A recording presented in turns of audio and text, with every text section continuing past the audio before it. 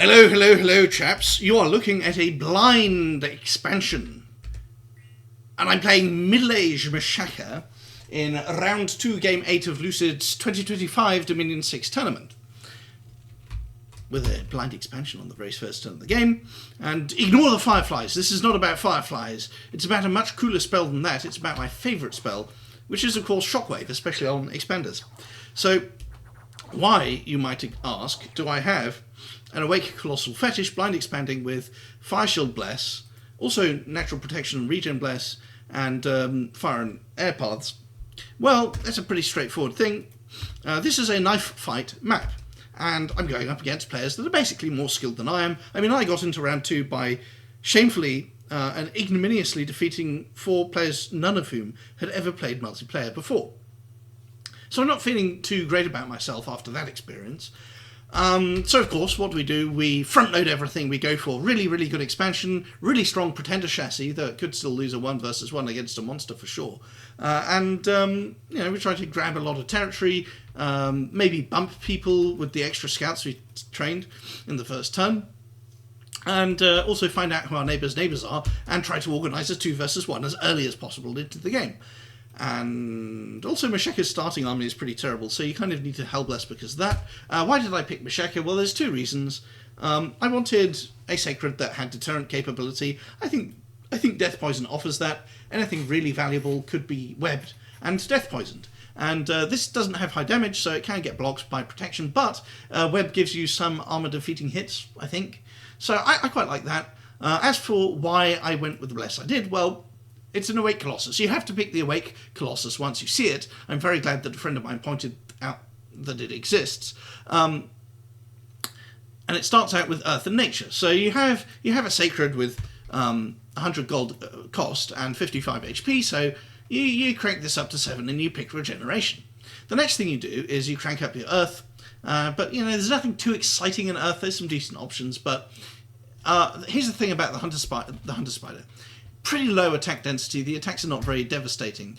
It can last a fair amount of time with Web and Regeneration, but Poison actually even needs some time to work. So I think this unit has low attack density and could get bogged down in Swarm, Warrior Illusion, Horde of Skeletons, and we're not picking magic weapons for it either. So I think Fire Shield is actually very good, very necessary. It's pretty useful in expansion too, incidentally, including on the Colossus.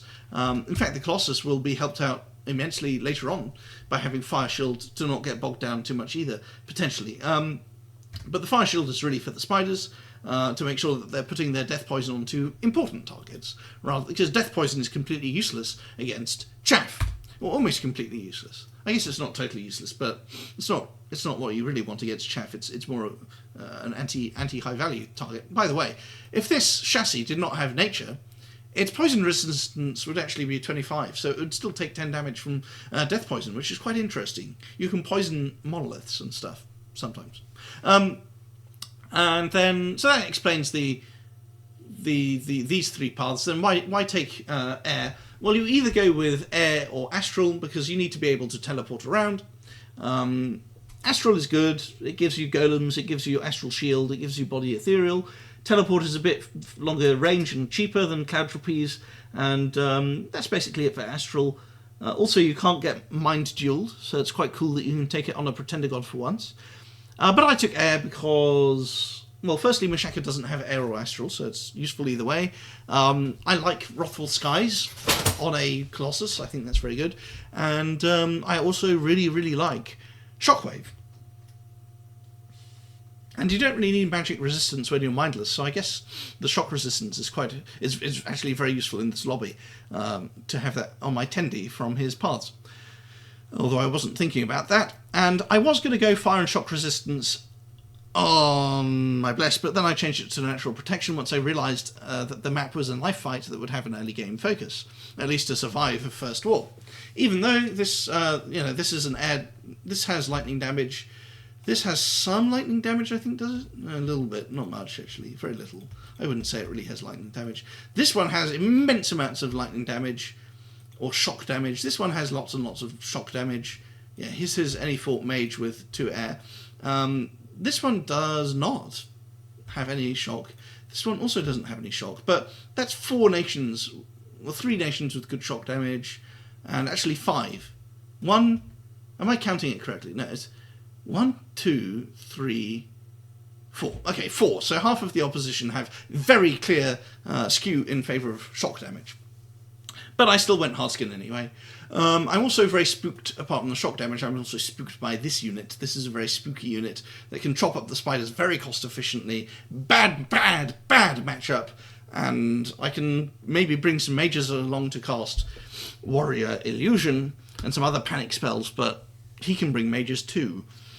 Warrior Illusion doesn't do well against Skeleton spam. So I hope I'm not next to him, and if I am, then I'm glad that I have a Colossus as deterrence.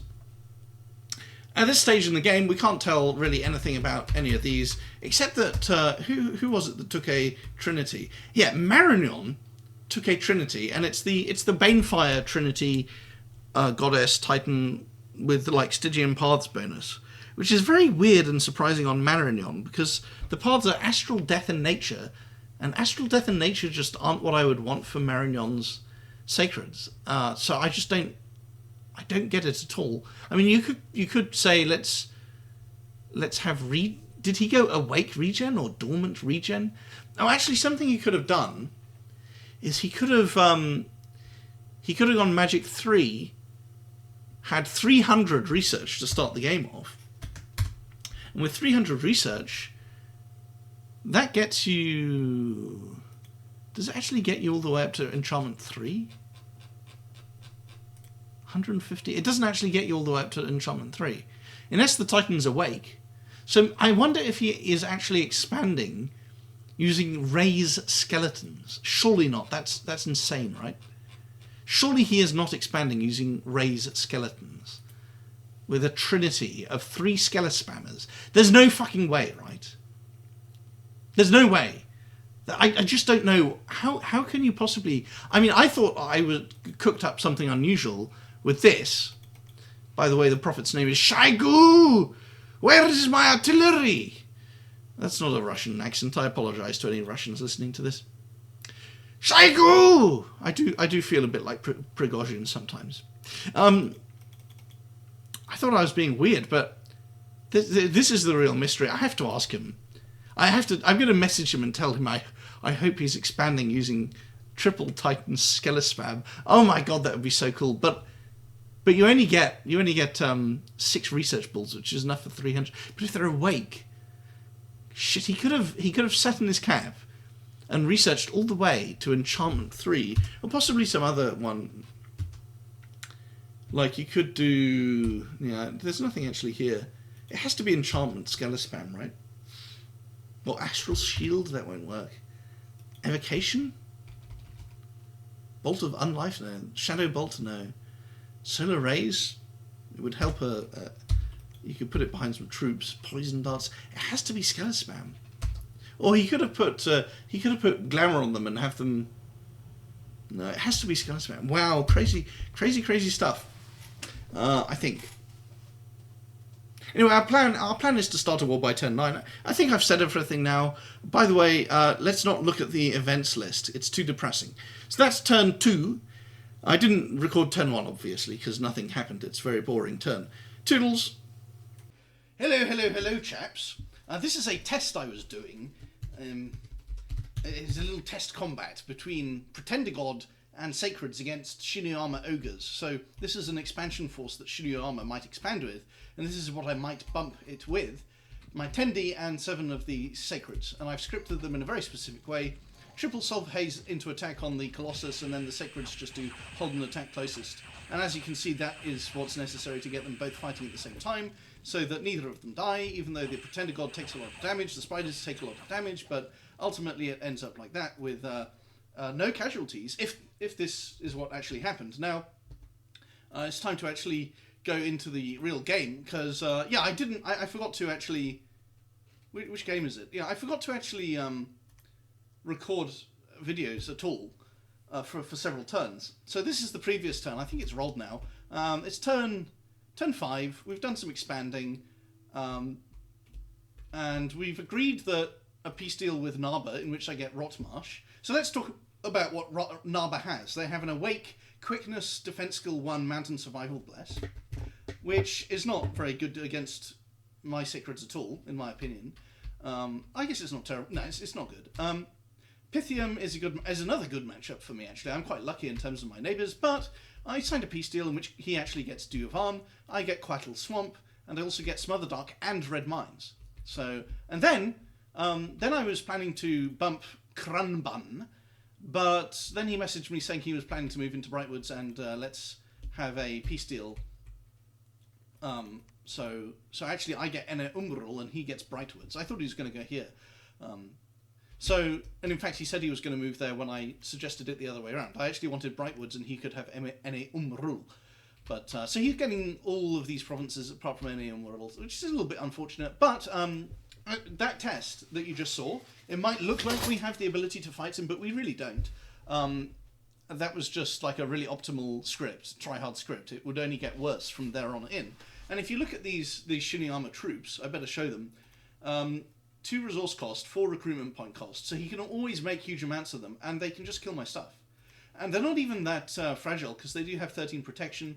I guess the body protection is 13, if that's relevant. And these guys do immense amounts of damage to the Pretender God, because they're slashing. He doesn't have slashing resistance, so they do like pretty good damage. At least if he's out of Dominion with his hard skin.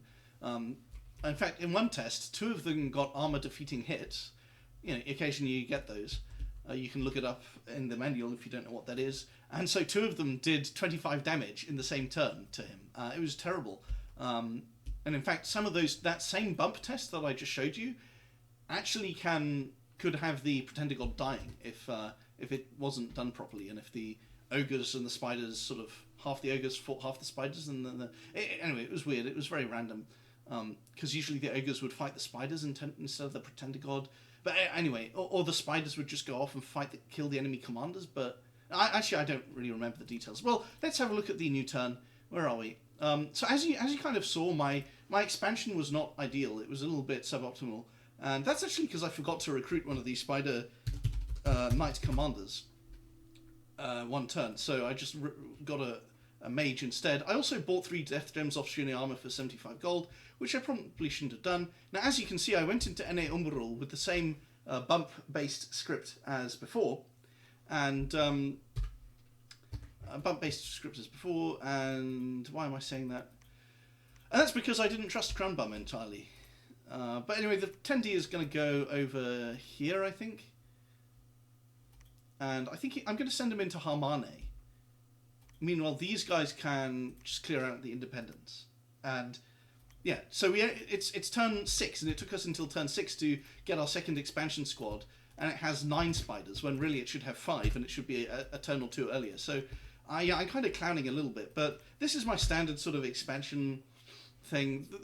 This guy will cast Blessing until they're all blessed, and then he'll enter melee, which will take a while. So I think that's optimal to just put him on spells. You don't need to do anything else, just spells. And then hold an attack closest is self-explanatory. Now, I need to remember to actually recruit more of them. It would be bad if I forgot this. And I only have gold for this Spider Sorceress, so she's not really very good, but I decided to recruit her anyway. I also got one of them killed during expansion, which was incompetent.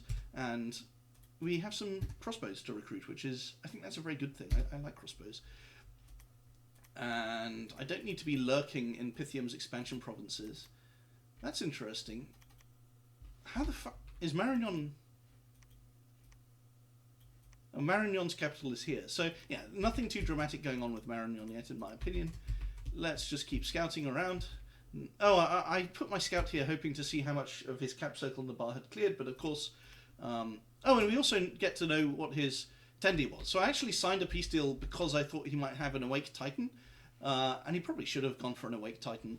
The Titan that has 2 water elementals can almost expand with a Quickness Bless, because the water elementals are quite good, and then the Titan, at least if he has like Construction 1 for some chest armor, he gets 17 attack skill from the Bless, and then he gets a lot of repel off with his quarterstaff. But anyway, he went for this Bless instead, which is a bit lame.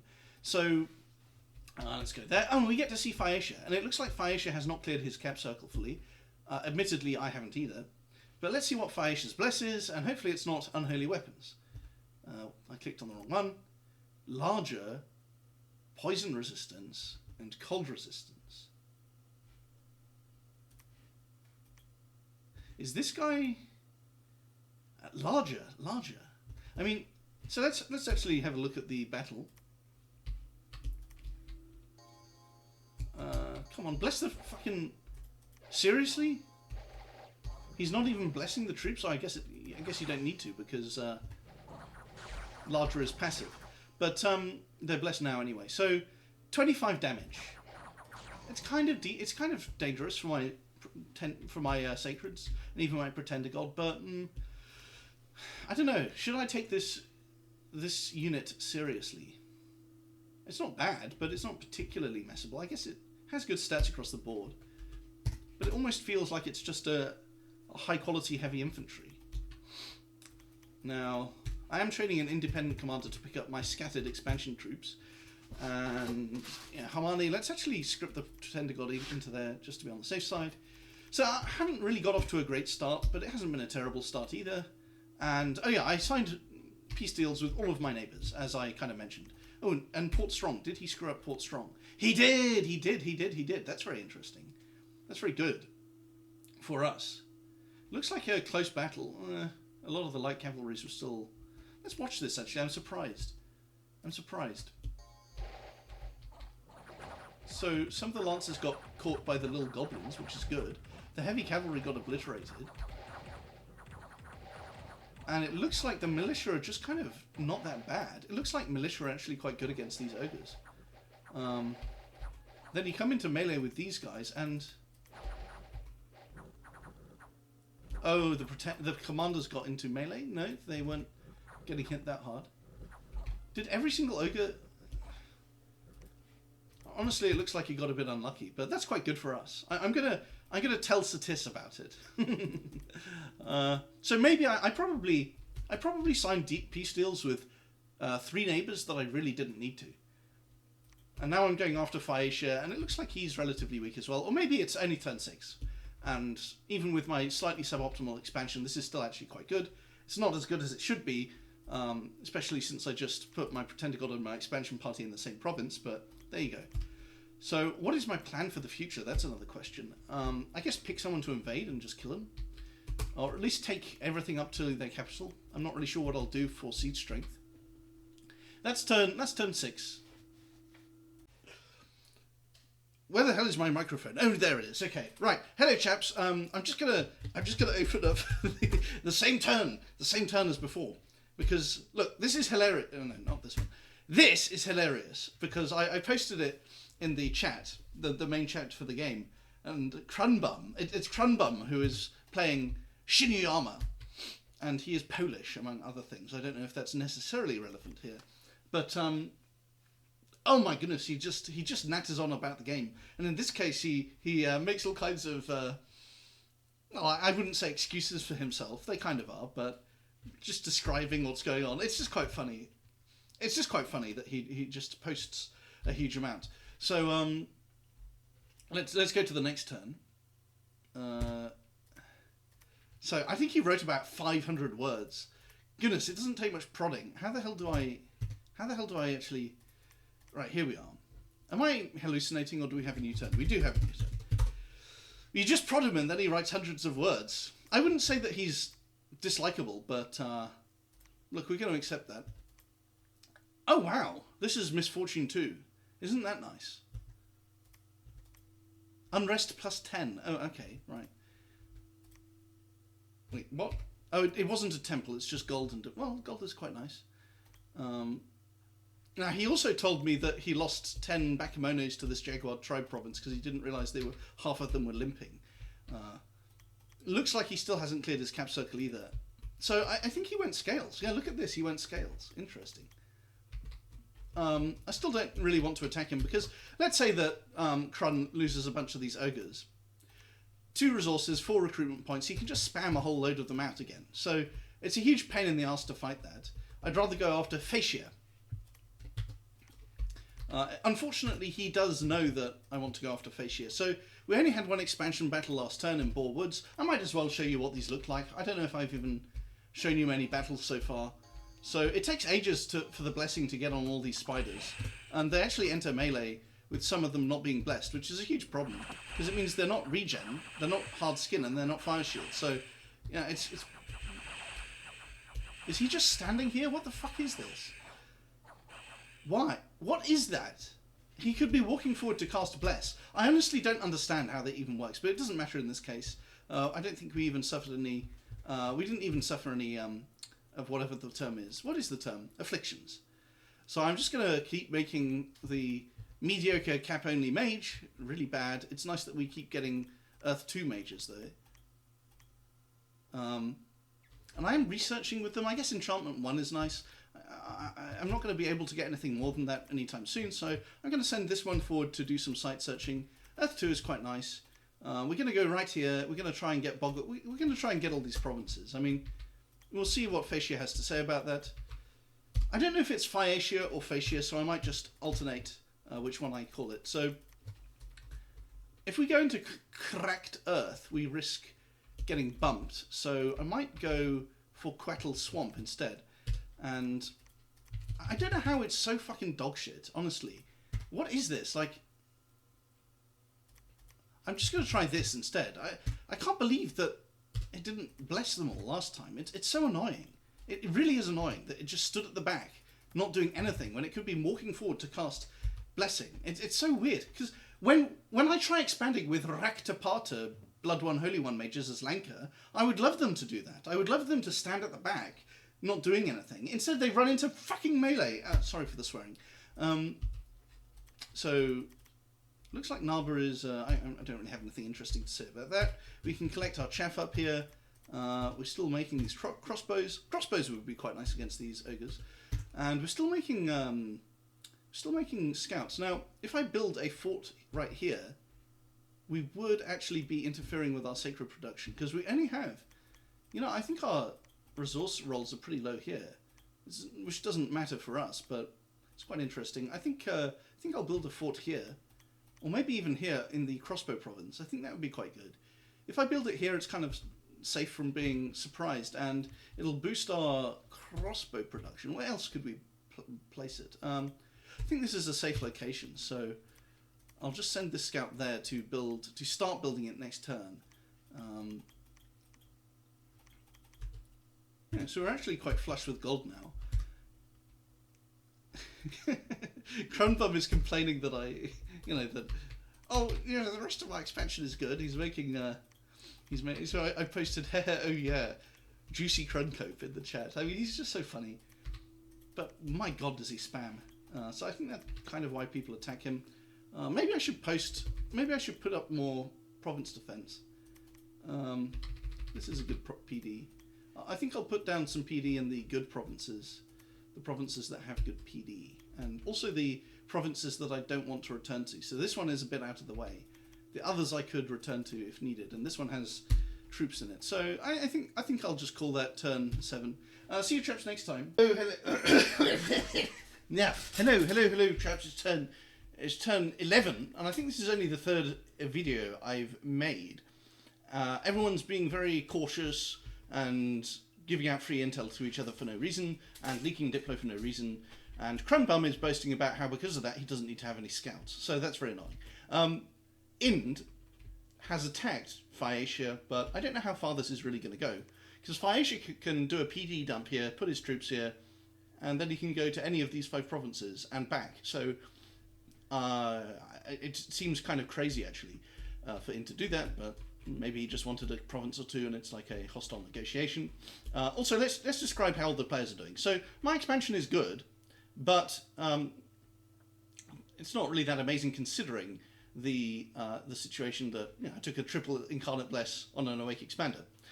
So let's look at it on every angle. So, on the Pythian border, he got Duvan, I got Quattle. So he got the slightly more valuable province. But I did get this Red Mines province, which is a bit more valuable. So I've got a slight advantage over Pythian there. I didn't press as hard as maybe I should have. But I didn't want to incur a war over a single province either. Against Narba, I've got Rotmarsh, he's got Zox. So I think he came out slightly ahead there. But I probably will get Litho, so it's kind of a slight disadvantage against Narba. That's a bit annoying. Against Shinu, he's actually paying me some gold each turn for the duration in which he has both of these provinces. He kind of bought Ene Umberul off me in exchange for Brightwoods, but then he said, actually, can I keep Brightwoods as insurance against being attacked and also to look bigger on the map to other players, which is probably crun bullshit, but he's paying me the income level of this province rather than this province, so he's actually paying me more than I would get from having the province, so I guess that's okay. I do plan on going here eventually in order to expand into this province, which has 200 Bekridi clubbermen. And in fact, I should send a scout down here to see what's what. What else? So, slight advantage. I mean, if I get both of these cave entrance provinces, and he just gets Ene Umberul, then I do have a good border with Krenbel. And then there's Phaeacia. I think it's either Phaeacia or... I actually call it Phaeacia. Three vowels has to be 2 syllables, right? Now, he's very weak, I think. Because look, Crumbum is right here, Inda's right here. It's probably not great for him down here either. Although he does have this lake that he would have been sailing around, so maybe that's okay. But he was the last person that I settled Nap and borders with, so he then contacted me. This is Sharp Snowball as the player. And I sort of said, well, I actually kind of want to take all 3 of these provinces in between us. But, you know, hopefully you just kind of put up with that. Also, can we have a Nap too? And to him, that sounded very threatening, reasonably enough. I think people were spooked by my pretender, and it seems like he had a bit of a weak start. But he said, well, Nap 2 just sounds like you're going to break it anyway. So how about you have a Nap 5, we sign a Nap 5, you get all 3 provinces, because I actually offered him Runia. I said, well, you can have Runia, but as long as I get both cave entrances, which is the same thing I wanted with Shinu. He said, well, you have all 3 as long as we get a Nap 5. So he actually kind of conceded territory to me in a sense. And of course, when you get the cave entrances, you get 1 or 2 provinces below them as well, which is nice. And because Phaeacia and Inda are fighting, and this province hasn't been expanded into yet, it seems, unless it's Ind, then I might actually get Mun as well, which would be good, especially since my fetish is here. The chassis, that is. So on balance, a kind of mediocre start from me, but I think lots of people are being conservative. I'm not terribly impressed by the skill level yet. I think Krun is extremely dangerous, and there's nothing I can really do about that early on, because, where is it? Yeah, they just kill my stuff. I mean, I've got 20 protection, I've got Sacreds which with Bless have 21 protection, and high protection with regen and fire shield is basically countered by having high damage. So that's annoying. I think he's a good matchup, as I said before, and he's also a very vociferously skilled player. Maybe Salen is good, but he doesn't bother me. And then you have these other 3. Phaeacia seems to be having a hard time. Narba is having a good time, actually, with his quickness bless, but he does have a Statue of Beginnings, so it can teleport, but it wasn't in Expander. So Narba's doing okay. Actually, maybe Narba is a threat as well. And Pythium is looking kind of small. Yeah, look at Pythium, right? He's got this province, but he doesn't have this province, or this province. So he's only got 1 out of 4 of the sort of intermediate provinces. Look at me. I've got.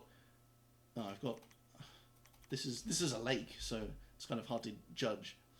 I've only got 1. 2 if you count Shinu. Maybe 3 if you count the cave entrance provinces. You know, that method of analysis swiftly fell on its sword, I guess. But I don't know. What are my plans? How do I make something cool happen? Because I don't feel too stressed about how I've got bad scales, I have to expand, I have to attack someone.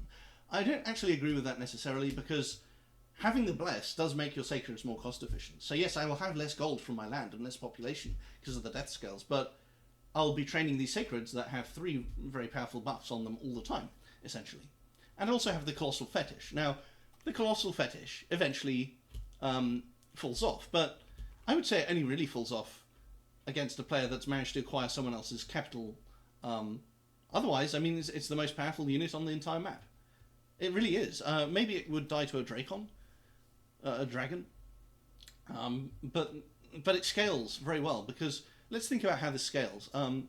Obviously, it can equip items once we have construction research, and it can continue to research spells, like it could cast Wrathful Skies, it could cast maybe some earthquakes. It can cloud trapeze. I think it can cast. Let me check if so Phoenix Pyre cannot be cast underwater. I think you can cast it.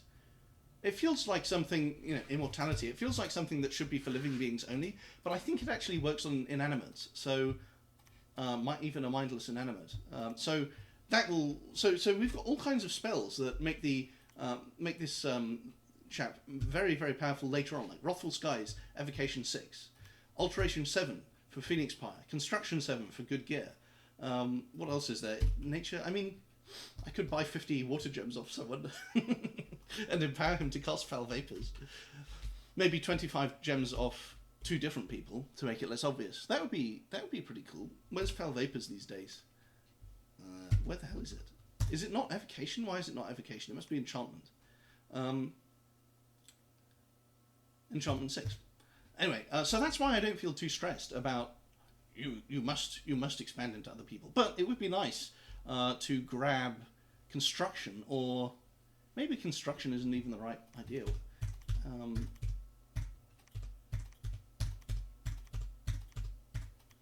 Maybe I should be recruiting mermen. No one will actually see it immediately if I recruit mermen. Now, I don't have any gold, so I guess I won't right now. But I am summoning a king, a little king here. What are they called? Mound kings. And I could. How much is reanimation? Reanimation is 10 plus. It's 11 long dead if I summon it with death 2s. And I can cast that 5 times. I could get 55 long dead, and I think that would expand into these Shamblers. How are the mercenaries doing? No amphibious. But I could use death gems to get underwater. That would be interesting. Maybe I should do that. And also Earth. Earth could, once I go into Conjuration. Now, the reason I'm going into Conjuration is to get Nest of Salamanders and Nest of Asps. These are 2 big panic button spells, although I don't have any Nature Mages yet. And this is quite good as well. So Conjuration 4, kind of a general purpose research. But it can also give me... Are these amphibious? I don't think they are. Cave crab. Is the cave crab amphibious? I don't have waters across the path. I was going to say I can go underwater with them, but actually I was getting confused because it's actually Construction that I would need Clockwork Soldiers for. Okay. Can they go underwater? I can't even remember. I think some of them maybe can. Shit, I need to go and check it. But anyway, I would like to go into this lake, and maybe this lake as well, although Nava is a little bit spooky.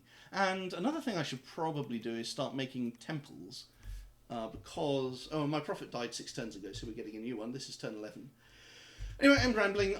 I've run out of interesting things to say. Oh, and I actually am making a Nature Mage after all, so that's nice. And in fact, this Palisades is barely going to come up in time for... before I need to build a laboratory, I come to think of it. Oh yeah, Palisades location. So I've got this one obviously because it's a crossbow province, and it's also very safely situated. Then this one is this is the other place I'm building one. I noticed that I put PDL troops in both, so they shouldn't get destroyed by barbs. Oh, for fuck's sake! Did I already start? Okay, I made a fort in a a disease site, but it doesn't really matter, you just move the mages off. And I'm going to build one in the hole. In fact, I am building one in the hole. Very imaginative name. Just because I didn't really know where else to build it. Like, this is slightly exposed. Maybe I should build it in Boggerwald instead. But that's 63 income. This is higher income than that. I don't want to impinge on the capital resources too much. Brightwoods is a bit too forward positioned. Solam... I think if you build a fort next to someone else's palisades and someone else's throne and someone else's... Well, this should be mine again in a bit. I think this would create tension with Narva, so I won't build it there. I think I'll build it here because it doesn't border anyone, so... I feel like forts on the border are kind of a... right on the border are actually... like a temptation to go to war. That's my personal opinion. That's how I view them. Maybe because I played Agartha a lot and they have high siege strength. So that's turn 11. Toodles. Let's press end turn, as is tradition. There we are. Everyone's try-harding the shit out of this. Look, turn 11, and we have 1, 2, 3, 4, 5 unfinished turns, and it's a few minutes after the turn rolled, and they're going to keep sodding. They're going to leave it like that for 20 hours while they diplo. Fucking queers. Hello, chaps. It's turn 14, and I think this is only the 3rd video I've made, because my strategy has just been to grab lots of provinces, expand well, and negotiate good borders with people. So Phaeacia I got a very good border with, all 3 of the intermediary provinces, because he was under threat. Narba I just 1-to-1 province, not that good. Pythium 1-to-1 province, not that good. Shinu, I got these 2 provinces and he got Brightwoods, which wasn't very good. But then he actually asked to buy this province off me, and I said, well, you can have it in exchange for Brightwoods, actually. Otherwise, I'm not interested. And so he's actually given me Brightwoods. And so on the surface, this doesn't look very good for an awake blind expander with a triple Hellbless. It's nothing special, right? But of course, there's all these cave provinces. And if we look at the surface, you could say that the average population is, what, 12,000 or something? In the cave provinces, it's it's only half that. I guess it's only half that, so not so good. But it's still something, and I think they generally have good sites, like at least the Crystal Caves do. So I am very pleased with this expansion, because if you look at the intermediary caves, so the layout of this map is you have these 9 provinces that you're assumed to get. Then you have these ones to the north and south, which are a little bit of an impediment to war because of the lake. I don't like to attack along a narrow front if I can avoid it, because it means that when you attack, you're rewarded with fewer provinces. Not to mention, it's easier to PD dump against you. It's easier to cut off retreats, or at least limit retreats, which means routes lead to more casualties. There's a few reasons to dislike it. The main one, though, is that there's just fewer provinces that are immediately available as a reward, or as a thing that has to be defended. So I would always prefer to fight along a broad front. So anyway, these north and south ones aren't terribly interesting, but then you have these 4 cave entrances on the east-west. And it seems like everyone has these on the east-west, although I haven't scouted this one yet. And underneath you have these. These are my 4 places that I get in, and then you can grab up to 3 in the caves. And so this one up here that my Pretender is in is actually directly underneath an Ind fort. And I think he killed a bunch of Kooni to get this province, so not very difficult. Ind's expansion has been rather poor, and so has Phaeacia. Perhaps unsurprisingly, these nations, which I believe have a reputation for being weak, less so Phaeacia, definitely Ind, they're not doing so hot. But more about that later. So I need to describe my strategy. My strategy probably should have been to invade someone. And obviously Shino is a terrible choice, although I was experimenting with it when someone suggested it. I think it was Marion who suggested it, and then Satis, and then we all kind of quietly shut up about it because we realised that, I don't know, okay, let's just bring this unit up again. It's terrifying. Okay. So that's a bad one. Phaeacia, he just gave me all 3 provinces for a nap 5, so I just don't really feel like invading him. Then there's these 2. If I invaded Namar, well, to begin with, right at the start, I didn't want to because I thought he might have a Titan. He has a statue of Awake Beginnings or something, and to be honest, I simply do not want to fight it, because I just want to have this spell before I fight it. Where is it? Where actually is it? I thought it was in there. Where's the spell? I've completely forgot. Okay, here it is. Shatter. Very high fatigue. Oh, I thought it was 100. It's actually precision 100. Wow. Okay, so this is a pretty hard spell to... Shit, I thought it was 100 fatigue. Yeah, and I'm going to need the spell to... I don't necessarily 100% need it to kill the statue if it teleports on me. I just want it, right? So I don't really want to attack Napar really early.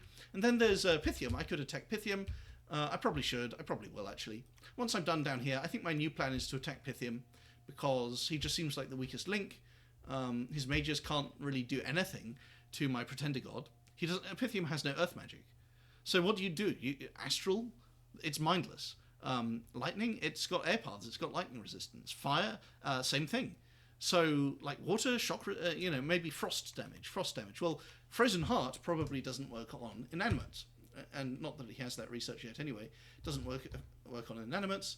And we could just cast cold resistance anyway. So literally nothing that he has can actually even hurt my statue at all, which will still be very terrifying to use to actually dare to use the statue. But there you have it.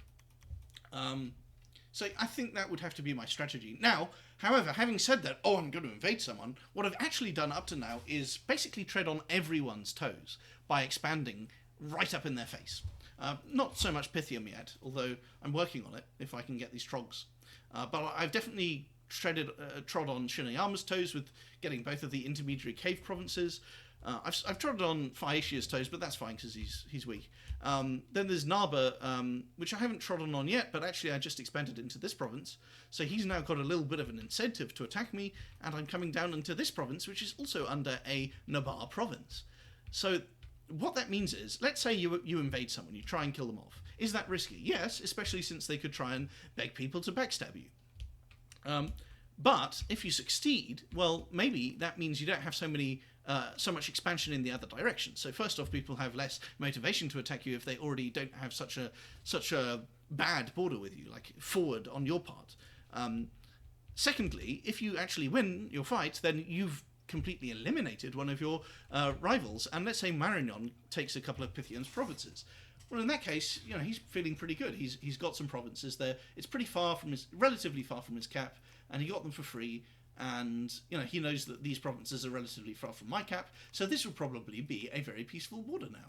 And so attacking someone and wiping them out would probably be the safest and most logical course of action for an Awake Expander, Blind Expanding, Triple Hellbless. It's just safe. Instead, I'm kind of incentivizing everyone to attack me if they can, which right now they can't, but maybe I actually do need to eliminate someone, and that person would be Pythium. So having said, so I've had this strategy of let's just expand, let's not start wars, let's just do a really greedy expansion in every single direction at once. And now I'm criticizing that strategy because it might actually be highly counterproductive diplomatically. And so maybe this is my theory. Maybe I'm on a timer and I actually need to kill someone before it all goes tits up. And that person is Pythium. Shinyu, bad matchup, want to avoid. Nabar, kind of a good matchup, but I want the Shatter. Phaeacia, I already have this really nice border, so... and the other thing I can do is actually take thrones, because some of these, it's kind of random which one is good, but let's look through them. So Satis got this magic +1, that's quite a nice throne. The inner throne would be kind of nice for us because our scales are so bad, like Misfortune 2, a bit of order would be nice to reduce the event frequency. Slaves, probably not relevant. Luck would also be very nice with our scales. But more importantly, this would be by far and away the best throne to get. Then again, there's some ones that are completely redundant. Like, we already have all the magic paths that a gnome can offer, and Reinvigoration +1 is actually a little bit nice on our Pretender God, but not really. Now, Satis just has the Iron Throne, which is amazing for him. And what else is there for offer? The Crystal Mage, another one that's irrelevant for us. Construction bonus 20, very good for everyone. And Growth 2, this is my favourite. Oh my god. And and I think there's no way to tell which is which. Because, are these my scales? They're not my scales, they're someone else's. Looks like they might be... I don't even know who's... Is there a death throne? What is this? Weird. Okay, I don't know why there's so much death there. Anyway, I think we can't tell which throne is which, except for the ones that Satis has. So, yeah, I guess my strategy should be greedily grab more of the caves, try to avoid getting attacked, which is probably easy just because of my build, and then maybe grab a throne. Like, if I grab this throne, then Nabar is kind of incentivized to attack me, but also... Actually, I think he would be even more incentivized to attack me if he was the one to take this province. And Peren... Yeah, now let's talk about the other players. So, Peren, we've now seen his Sacred Stack, and it's actually heading into one of the intermediary provinces between Peren and this is just an expansion, really. And maybe he felt the need to have a bloated expansion, because these can be quite gnarly sometimes.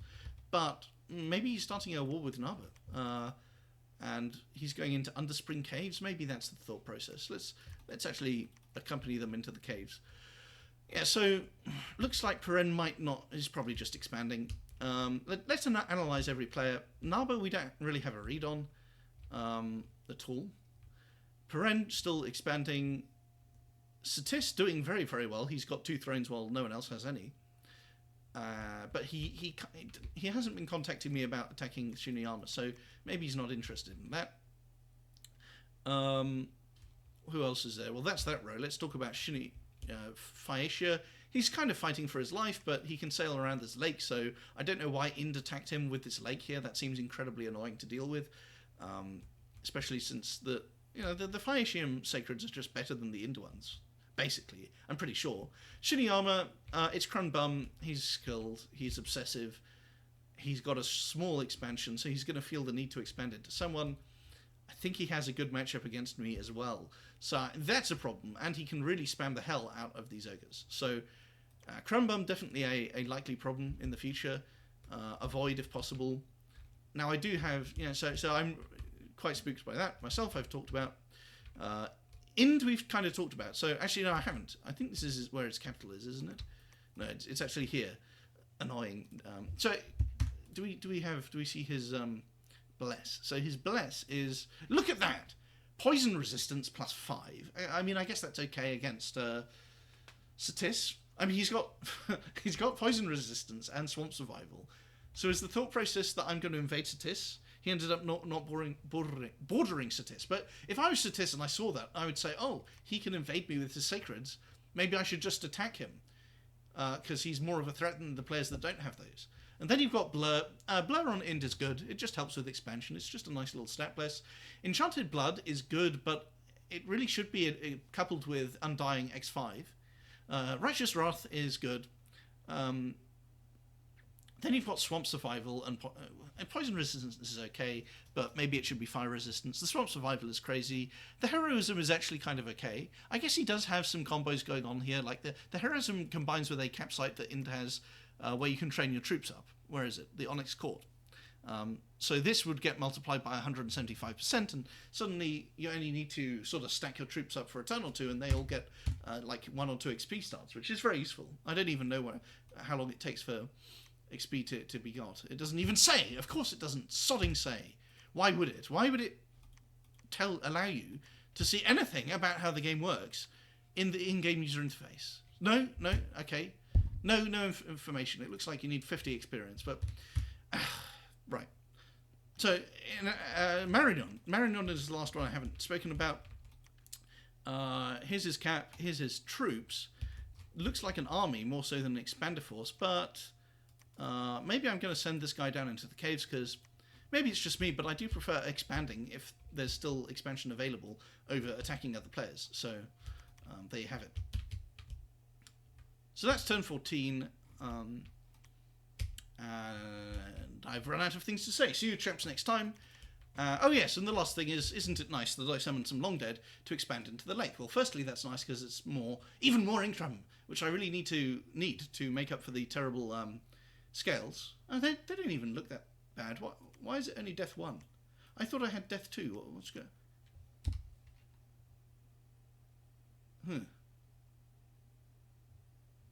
Why is it only death 1?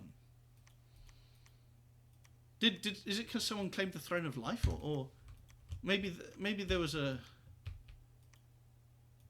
Oh well, it's weird. Yeah, okay. So I'm gonna get this, and looks like it's death 3. And then I'll try to get Triton C as well. Of course, I'll want to summon a little bit of extra Long Dead, and look at this rather cute little detail. You get fully armored Formation Fighter Long Dead as Machaka. So that's nice. I might actually buy some death gems. Yeah, I think I'll ask Machaka Shinu to if he's got more death gems to sell. And then on the return, just to make sure I've got enough to invade this province, or I could just recruit some of these troops, because Nabar can't necessarily see that. This might be better. Although they are dreadful, absolutely dreadful crap. But yeah, I'll do that on the way back, because they train pretty quick. Anyway, I've rambled for 14 entire minutes. How awful. Toodles! Hello. It's turn 17, and nothing dramatic has happened to me. But me and Marignon and Satis, we are planning a 3 versus 1. We are sending him our in-game cancellations. There you go. I'm hoping this will take out my most dangerous neighbour. That's true. And yeah, we're going to attack him on turn 21. And this is basically because he's a dangerous player. He's picked a late game oriented build, which means it's dangerous to leave him alive forever. And also he had quite a bad expansion with a couple of expansion fails. So we can and we should kill him. Even though I earlier on said he was actually my worst matchup. But of course, his ogre spam has kind of given way a little bit to Dive Bakamone spam, which are not quite as bad for my spiders, I think. Let's actually have a look. I mean, they're not as bad in the sense that maybe they are just as bad, actually. I don't know. I was going to claim that they're less scary to fight, but they're obviously more scary to fight. So, anyway, there you go. Also, he had a really low resource cap circle, as he has informed us about 20 times probably. So, I do actually like Crunbum. So far, I like him. Apparently, some people find him intensely annoying, but he's just your neighbourhood autist who spams endless messages about game mechanics, which is not necessarily a bad thing. It's kind of what you sign up for when you enter a Dominion's Discord server.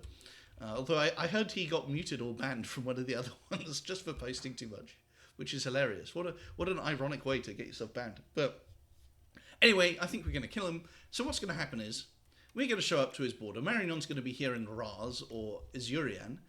Satis is going to apparently raid Port Strong, but he's also going to be coming in through Doven mainly. And we're just going to try and choke him out. And ironically, there's not even that many provinces to share around. I'll just be happy if I get Ene Umbral, Mushwood, Forest of Long Nights, and Sinkhole Swamp. Actually, it's mainly the Forest of Long Nights that I care about. Of course, if things go really well for me, I could get Shiniyama. And things will definitely go well for Marignon. He will get Dardania. Satis will get even stronger, and I think he is definitely the strongest player, considering he's got 2 thrones. So that's a bit of a concern, but after the war, my border with Satis will still be kind of distant, still kind of diagonal. So I think it's not my problem; it's someone else's problem for a very long time into the future. And of course, we actually have to kill Cranbum first. So kind of what happens if I move into Ene Umrul with my whole army, and Satis is moving into Wolven Plains, and Marignon is threatening to besiege Dardania? Well, firstly, Cranbum's troops are slow. Even if they were fast, though, he would probably be forced to defend this province preferentially because it's next to his capital. And I think, you've got these 2 forts here and you've got this palisades here. If I'm playing this nation and I'm coming under attack in a 3 versus 1, maybe I would just defend against the Machaka preferentially and just sort of go around in these sort of 4 provinces here. Maybe that would be my strategy, just go around the cap. Even though I don't have cap-only Sacreds or a cap-only Mage, I might just... And I guess this one and this one are sort of cut off from each other, but... So maybe Port Strong... I guess... So maybe Gerthurg would be not so well defended, but... Like, these 5 provinces would be the core. And I'd probably give up on Dardania. Or I'd try to defend it all at once right at the start. But here's the thing. These swordsmen only have 8 map move. So... If he shows up to defend Forest of Long Nights, which I actually think he will, then I will just have to sit here behind a PD dump in my Dominion with my Pretender God, who is only really survivable against this in my own candles. And I will just say, well, congratulations, guys. I'm the one being defended against. You 2 guys go ahead and take your territory. And, it's a little bit unfair for me, but eventually he will die, and then when he dies, I will get Forest of Long Nights. So I think that's all about that. The other thing that happened is the Ind-Phaeacia War appears to still be ongoing. The Narba-Pythium War, which I believe I mentioned in my previous video, has apparently ended. They signed peace. And Perrin was just going to come in against Nabar as well. But what's happened is, Nabar attacked Pythium, basically failed, lost his Pretender God to a bunch of ordinary troops, probably because it didn't have a kill mechanic. It was just casting like Cold Blast and Flying Shards or something pathetic like that. So it just very slowly died to ordinary troops. And then Pythium asked me, hey, what are you planning? What's your next move in this game? Because if you look at the map, okay, let's say, Pythium wants to know who am I going to attack next. I don't seem to be attacking Phaeacia for whatever reason. I could have already done that if I wanted to. And I could attack Nabar, in which case maybe Pythium wanted to negotiate a border. In fact, maybe I should have attacked Nabar and grabbed Zox, but never mind.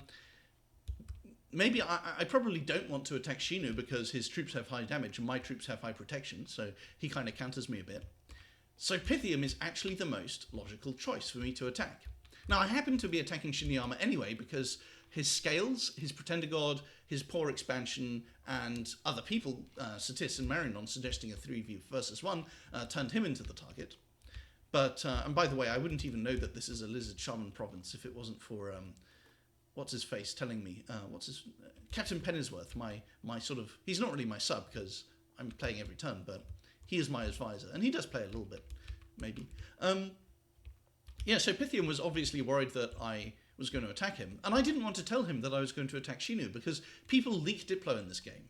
If you want to keep a secret, you have to just not tell them anything. It's really effing annoying and stupid, and I don't know why they do it, but that's why I had to tell him instead that my plan was just to grab this huge expansion, and then sit around site-searching a lot and forging lots of research boosters with Dwarven Hammers. And apparently he didn't find that persuasive, otherwise I think he would have just kept on invading the bar. Maybe he was worried that someone else would backstab him, but it's not going to be Ind. So it's not going to be Nabar, because they're already at war, so it would only have been Marinon, but that's actually not happening. So I think that sums up everything. I should probably stop talking now before I start repeating myself or saying uninteresting things. Oh yes, I need to talk about research. So for research, obviously, it would be nice to have Horde of Skeletons, but I'm going to have just Ray Skeletons instead, which is not as good. It would be nice to have maybe Temper Armors to slightly boost my Pretender God's protection. I need to remember about that. It would also be nice to have Alteration 2 for Mistform. Oh, wow, I forgot about Mistform. How could I forget about Mistform? So I think those are my research priorities. I'm not actually too eager to use my Pretender God against 28 damage and 30 damage troops, so I'm not really too fussed about that, and that's why I'm going for Conjuration 4. The reason I'm going for Conjuration 4 is, firstly, any Fire 1 mage can gem up to cast Phoenix Power and then Nest of Salamanders. These are good, they're good chaff. They also happen to do some damage, but mainly you're getting 10 bodies per gem, which is just nice to, clog up the high damage troops. And if he uses these troops that Bakemono shows, I think they just die to Fire Shield, even though they have long weapons. So it is the chaff that I need. Also, I took this with a bunch of Long Dead, as you might have noticed, and Machaka actually has National Hoplite Long Dead, which is nice. Let's see if I can see any kills on these guys. Some of them are newly summoned. Do we have any kills? Do we actually? I mean, we do have kills. They killed people in the lake. Where the hell are their kills, man? They totally... This is crazy. Where are their kills? This guy has 3 afflictions and no kills. This is a hoax. They totally killed people in that lake. That's how I got it. Whatever, who cares? Have I said anything? Oh yeah. And the other thing beside Nest of Salamanders is this spell, Nest of Asps. And every single one of my any fort big mage, this chappie, can cast it without needing the right random. And it's basically the same thing, except it doesn't have the fire aspect. And it does decay instead of fire, I guess. Desiccate and mummify, I think it's a decay effect. So both of them are good. The damage aspect is actually quite good. They only have like 3 attack, but they have so many attacks that eventually they just roll an exploding dice and get through, even against stuff like Makoni Helplights with 21 protection. I've seen that happen. So they're good. And I'm basically all set. I've got... Because if I was just rocking up with a high protection Pretender, high protection Sacreds, I would just get mulched by scaled troops that have high damage. So instead what I'm doing is I'm showing up with Crossbowmen and what else? The chaff spells that I just mentioned. And I'm planning to take Triton C as well. Meanwhile, both of these guys have Astral, so they can cast Body Ethereal to protect their generic troops from the chaff, and we'll all be doing fine. Maybe the thing I need to be scared of most is actually the Pretender God teleporting in and casting Shockwave, and maybe my solution should actually be to put a Greatsword of Sharpness on this guy. I think that could be interesting, because even with, hilariously, why does he not have Dark Vision or Spirit Sight? That's really weird. And why does he not... I also didn't understand why he can't go underwater, but it's actually because he's made of wood, so he floats. How silly is that? Well, it's not silly, it's actually... It's kind of funny, but it's very rational, actually. I quite like it. What was he saying? Yeah, so maybe I need to give him a great sort of sharpness to actually hit the Idol of Beasts. It'll be my Pretender God's 5 attack skill versus his Pretender God's 5 defense skill. 0, I guess, if it gets harassed. So that's all I want to say about this game at this point. Toodles. Hello. It's turn 21, and the triple war against Marignon has begun. Not Marignon, triple war against Shiniyama, with Marignon, Satis, and myself attacking him. Now, before I talk about the game, I'm actually going to talk about how I'm a very toxic, angry, hate-filled individual, specifically for Cranbum, and I haven't really interacted with him before, but he came to me last turn saying, hey, so this NAP should actually last an extra turn, and if you don't agree to prolong it for an extra turn, then you're an arsehat. And the word arsehat is so full of Reddit energy that it filled me with rage. I think anyone who uses arsehat or stuff like cockwomble, unironically, is a spiritual redditor of the highest degree, and I find that to be a truly disgusting, repugnant creature if you do that. So, actually, let's set the tone for this little episode before I explain it in further detail. So, you know who else I hate is Althea. Where is Zia? That's Zia's pronoun. Althea is a Zia, because what he does is he used to have this as his profile picture, and he probably still does. So what that tells you about him is that he basically jacks off to the thought of him being some kind of elf woman in a dress, which is pretty disgusting and repulsive and just contemptible. But what makes it worse is when you really think about the psychology of someone, a man who is like an autogynophile pervert with this as his profile picture, is he probably has a 1 terabyte encrypted hard drive. Let's just put it like that. That's actually totally off topic. I haven't interacted with Althea for years, but that's just the level of hatred I'm feeling right now. Because, yeah, Crumbum said naps count the duration of warning. You have, if it's a nap 3, then you have 3 turns of preparation prior to the turn on which attack orders are issued. So actually it's 4 turns of preparation. And I know that some people follow this definition, but it's pretty rare as far as I'm aware. And this is the first time I've had a proper argument with someone about it in years. And he leads in with saying, and if you don't actually switch to using the 4-turn definition, then you're an arsehat. And I just hate that word so much. How can you use the word arsehat unironically? I'm so mad right now. What's my point here? So yeah, I just ended up insulting him a lot. Because he was just so insistent. And this guy is like a midwit, Dunning-Kruger, spammer of fallacious, dishonest arguments. I mean, he's arguing that... he's arguing this in-game administration thing is actually different to how much of the community, including myself, administrates NAPs. What will happen is, if I cancel this NAP, it will count down from 3 to 3 hash, 3 asterisk the next turn, then 2, then 1... And then on the 1 turn, it'll still say that it's nap violating to issue attack orders. Not to have battles the next turn, but to issue attack orders this turn. Whereas in my opinion, a nap 1, you should be able to issue the attack orders because that's the last of 3 turns of warning and preparation. But for some reason, these people, they count the turn of attack orders as not being a turn of preparation when it obviously is, or they just... it's just daft. I don't really give a shit. And the thing is that Crumbum came into this conversation so totally dismissive of the alternative point of view. I call it alternative. It's his sodding point of view that's alternative. And he leads in with this childish, cringy as fuck insult. Arsehat. Arsehat, you're an arsehat. I just hate anyone. It's so... I want to strangle Redditors, mainly because they keep banning my Reddit accounts.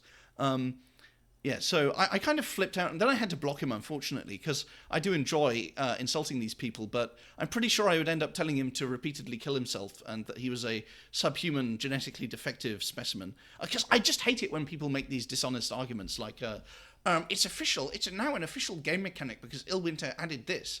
But we both had our respective definitions of NAP duration before Dominion 6 came out, and it's fucking Illwinter. Illwinter, I mean, just how many things has Illwinter failed to implement? Like, the Disciples mode is a complete dumpster fire. Half of the Pretender God chassis are not viable because they can't expand and they're not cost effective for other things either. So it's just like, Illwinter is good at creating content and lore. That's about it. Like, multiplayer-focused game mechanics? You think Illwinter knows what they do? And it's not even a mechanic. It's a social convention. And then you have this fucking Cronbum coming along with ignoring other people's points of view, which is not how you discuss a social convention. So I'm afraid I reciprocated his very rude lack of interest in my point of view by, I told him to go shove your... take your stupid point of view and shove it eventually. Didn't ask, don't care sort of thing. And then he said, you're a rules lawyer and you're just trying to gain an extra turn for your own benefit, which is pure projection. It's a very random thing to say, because firstly, it's not really rules lawyering. It's not a rule. It's a convention. Diplomacy isn't binding. And secondly, why would I need to gain an extra turn against someone who's being 3 versus 1 anyway? This guy just has a victim complex. Admittedly, it's a somewhat deserved victim complex because he is getting 3 versus 1. But it's still very obnoxious. So anyway, having said that, especially about Althea and his encrypted USB drive, which is totally relevant. Oh yeah, and the other person I hate. There's more hatred actually. Before I talk about the game, who else do I hate? It's Borlin Stolin, the Faustin Devil. I'm calling Cranbum. Hello. Now, before I dive into the actual game, turn 22, it's time to do a further expose of what's his face? Where is he? So this is Althea right here, right? I said last turn, Althea dresses up in women's dresses and then jacks himself off. That reminded me of someone. I mean, a red dress and autogenophilia. You know who that is? That could actually be, the real identity of Althea could actually be this guy who got arrested, and he was in the Biden administration, so he's left-wing as well. That's 2 points of data that are suggesting this is Althea's true identity, right? Stealing women's suitcases at airports so that he can dress up in their clothes at home later on. Anyway, and at one point he was wearing this woman's dress in public. And so the woman who recognized the dress as coming from her stolen suitcase last year, hilarious. And by the way, listen to the way this idiot talks. Firstly, fatuous, smug expression. When we lose someone, why do I not have an ad blocker installed on this dog shit fucking browser? Suddenly there's so much to do. Are you serious? How do I skip it? 25 fucking... Oh, there it is. Absolute news! Why? Why does it have to be so frivolous and obnoxious and high-pitched? Yeah, oh yeah. Oh, you know you need it. His pronoun is Sam, and he's on the lam. Until now. Sam Brinton, Biden's non-binary... There's just so much smugness. They're so smug. I wish I hadn't gone to the Fox News one. Because, they're supposed to be the right-wing side, and they're always like... They have this effeminate sneering... This effeminate sort of sneering going on, which is... It's just not very appropriate, in my opinion. Like, you can let the source material speak for itself. It's hilarious. You don't have to do this... I'm so smug, I'm so sneering. These Democrats are idiots. You don't need to do that. Dominions. Oh yeah, so I'm building another temple because I want to boost my pretender's HP. He's currently at 160. What else is there to say? Okay, so firstly, Indy's kind of dying. That's what you get for picking an imprisoned rainbow that's kind of mediocre instead of having something cool stacked like Undying, Enchanted Blood, and Defense Skill. He's just dying to these two guys. And Marignon might even want to join in and steal this Palisades, but hopefully he doesn't get too distracted. So... Satis is being a bit suspicious. So Satis did take this province, but it's off the troglodytes. Then he flagged this province, but it's with an event where the lizards revolt. So Satis has not actually, that I've seen, attacked a single province of Crumbums yet, which is quite strange, because he should have by now. Look at this. I mean, last turn, so the army went from here to here to here in the past few turns. So at no point have these provinces been defended. And Satis is telling us, oh, yeah, I'm going to take some cave provinces. I'm going to take this province to cut off his cave income. Well, I'm going to see if he does. He should have already done it. Now, on the positive side, Salen, the Satis player, has been feeding us a lot of info, a lot of leaked screenshots from his chats with Crumbum, which is suspicious. Why is Crumbum trusting him with so much stuff? But, if he's leaking it to us, then I guess that's good. So Crumbum has pointed out that he could teleport his Pretender God in to defend Dardania. Then the question is, what do you do with this army if you don't need to send it here to the breached fort in Dardania?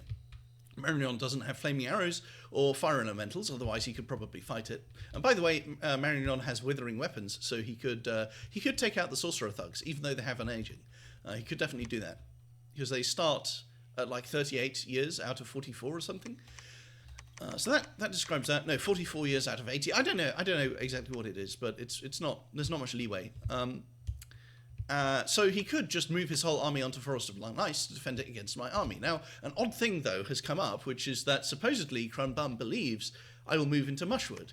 Supposedly Crumbum thinks that I cannot move here because it's got Satis's flag on it, which is quite strange, because either I'm cooperating with Satis, in which case Satis will allow me to do that, or I'm not cooperating with Satis, in which case I can just do it anyway, because this army is much smaller than this one. So it's all quite strange.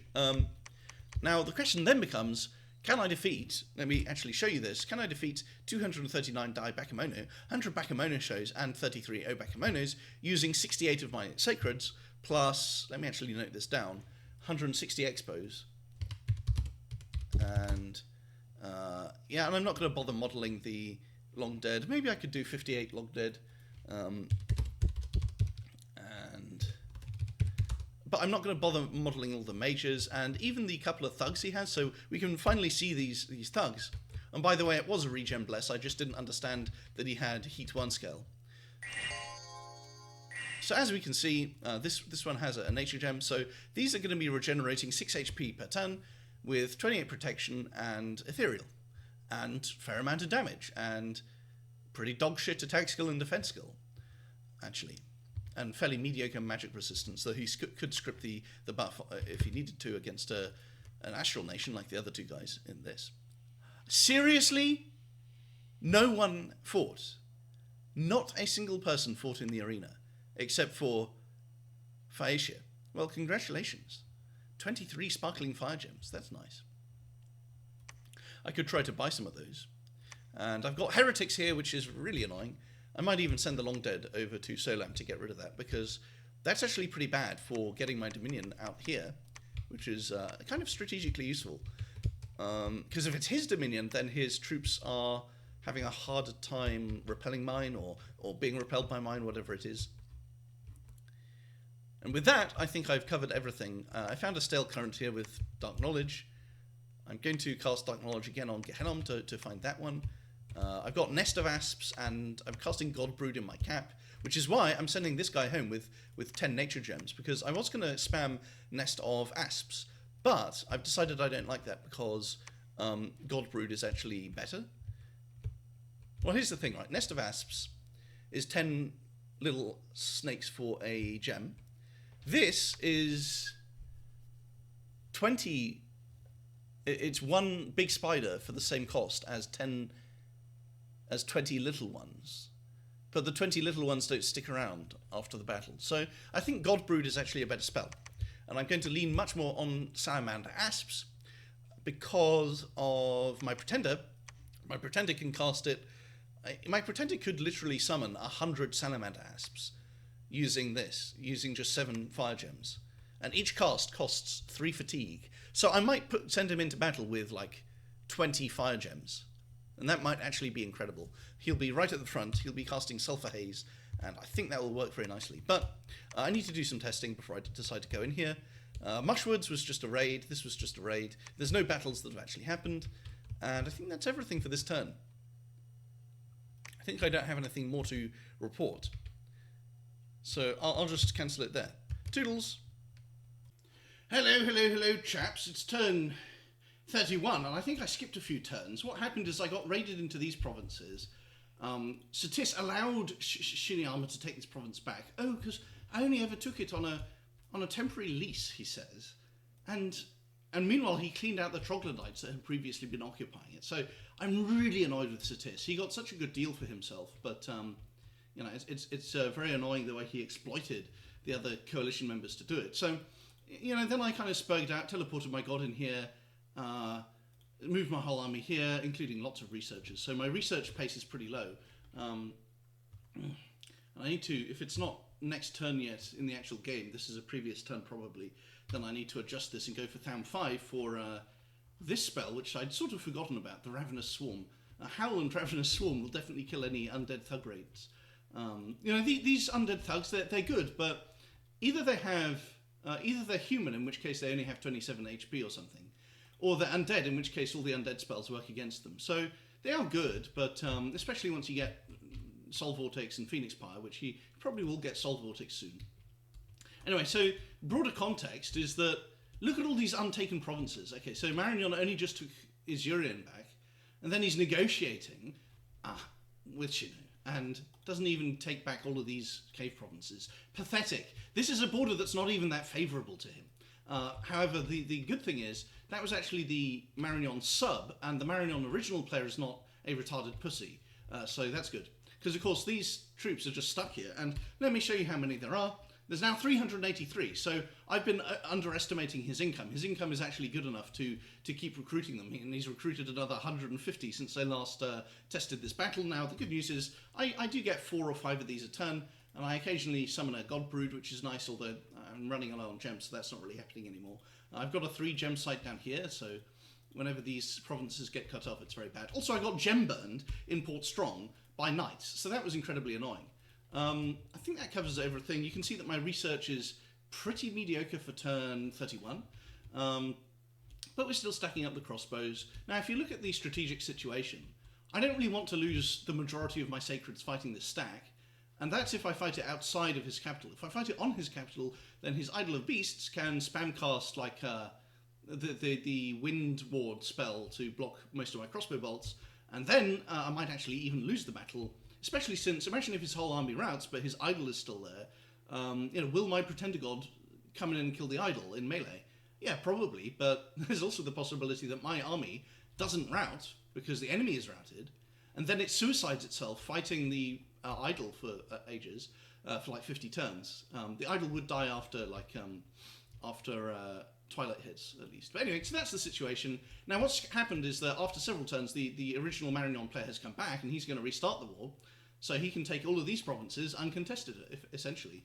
And I've also told him that if Satis, because I don't know what Satis is up to, if Satis cancels NAP with Marignon, I said, you can tell Satis that I will back Marignon up, because I'm pissed. I'm pissed!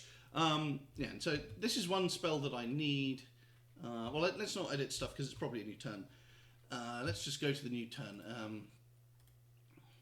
It might actually have just been extended again, which is ridiculous. Oh, for fuck's sake. How is that different?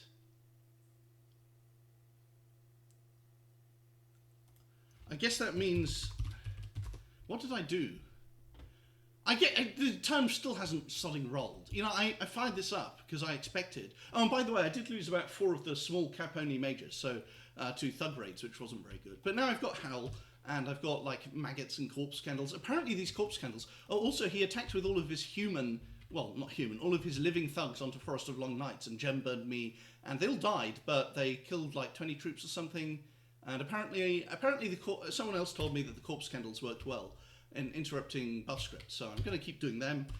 Corpse Candle, Maggots, Howl, although I don't have a Howl caster there. I don't have quite enough gems, I think, or something. No, I just don't have any Nature 3 mages here. So we're doing a lot of different stuff here. This guy can go on advance and cast spells. This guy probably shouldn't, because he's the Howl holder. And this chappie maybe should come in, except he can't even double move, so let's just leave him researching. Maybe this guy can come here to... Oh, and the reason I'm doing this is because I actually suspect that that we're going to be heading into... well, I'll tell you why. It's because the white mages actually have 24 movement range. So if we press this and then we figure out... So it's 23... It's 23 movement for me to go to Chinny Armor, right? Now, for him, because this is an enemy province, it would be more like... I think it would be 27. So he only needs, a basic... I can't show you there. Where is it? He only needs some kind of boots to increase his movement range. And also they have mountain survival. So I think he could move into all 3 of these provinces from his cap. And obviously there's these fellas here. Oh, and I'm raiding this with just a twice-spawned mage. She's twice-spawned because she's diseased. So I might get lucky and take that province. Probably not, though. Well, I think I've run out of things to say. I think that's all for this turn. I was having a serious sense of impending doom because I thought I would be left in a 1 versus 1 and eventually get backstabbed. The good thing is, however, that Marignon has said he will re-enter the war. So that's turn 31. Hello, hello, hello, hello. It's time to log into the new turn, which rolled about 15 minutes later. So let's see what we've got. Probably not much. I don't know. He might have put his whole army on my fort. Forest along nights. Here's the big one. Here's the big one. Here's the big one. Yes, I thought he would. I wonder why. Let's have a look at his script. Iron Skin, Temper Flesh. Are you going to see anything? Earth Power. Yeah. Anyway, so as you can see, this is a lot of Dai Bakemono. Let's have a look at what else he did. So Mushwood, we crushed him a little bit, but he ran away. Okay. That's weird. How did he... I would have thought I would actually get to kill him. Wow, they all just ran away. That's interesting.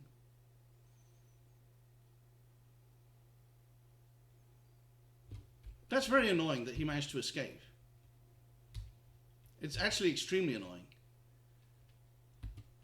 How does this weapon work? I thought... Oh, 7... Why? I thought this was a good weapon. Why is it 7 armor negating damage? So he routs, and he didn't even take any...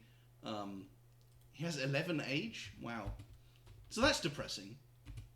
So he basically gem burned me, I guess, unless he had like some gems of his own that he was spending. Looks like he didn't. So that's pretty annoying. But we did manage to kill an Uber. It's not really worth much, but it's fine. Let's have a look at the other one. So Port Strong, yeah, we didn't defend that one. Copper Canyons. He had some defenders. Triton Sea. Yeah, but this is just taking it back from Independence. Brightwoods. It's just taking it back from Independence. So what's this Mushwood? He tried to take Mushwood off me. Interesting. It's not really very interesting, but it's mildly interesting. And now we've got potentially a big siege defense, except that he just can't really storm this fort because it is a... I've got loads of ranged troops, and he's got loads of melee troops, so he won't be able to get inside the fort, except with ethereal buffed thugs. So I'm not really sure what the play is there.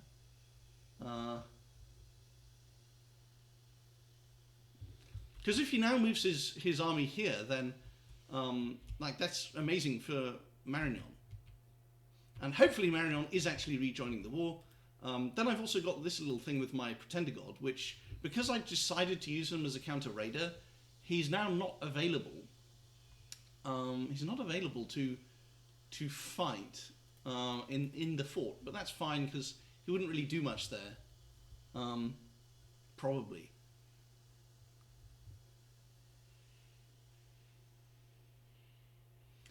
So I could just, I think I'll just leave it. I think I'll just move my Pretender God back into the capital so that he can break siege.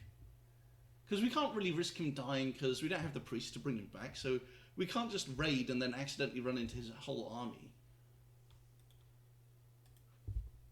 By the same token, these fellows are going to be going back into a little fort somewhere. And so are these guys, I guess. The crossbows can go here.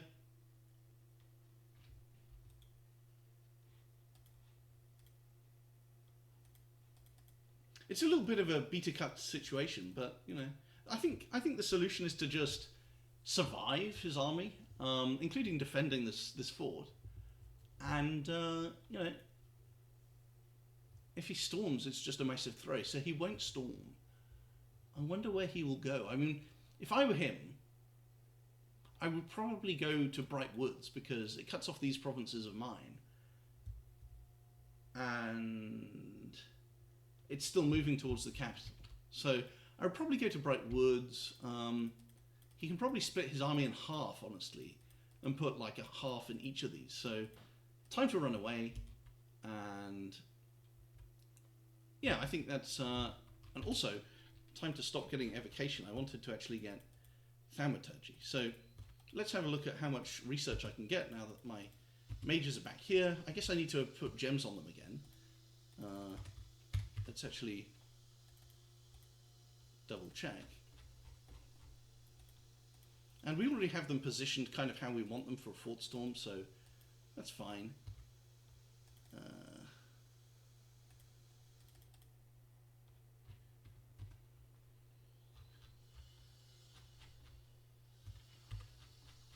So we've got a Howlcaster, don't we? Yeah, here's our Howlcaster. I mean, he might try to gem burn me, but I don't really know how he's going to do that, so... Because...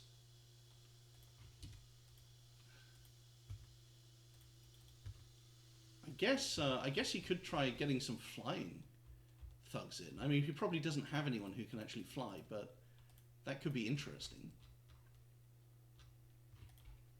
He could try and assassinate the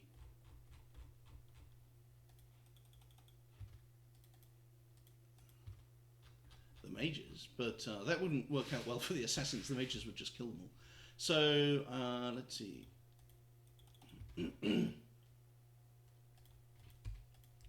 We just need a few casts of flaming arrows, and maybe a couple of casts of maybe we do a flame ward cast as well.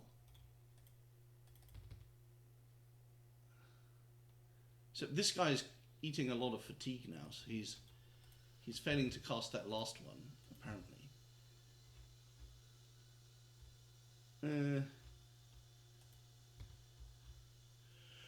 And we can also think about, like, where's my... Okay, there's my body ethereal script. We do have some more lizard shamans. But I don't think we really need to worry about defending the fort. Yeah, these guys aren't really going to be doing anything too dramatic. They just need... They've got what they need, which is the bare minimum. And... I guess he'll gem burn me with a thug.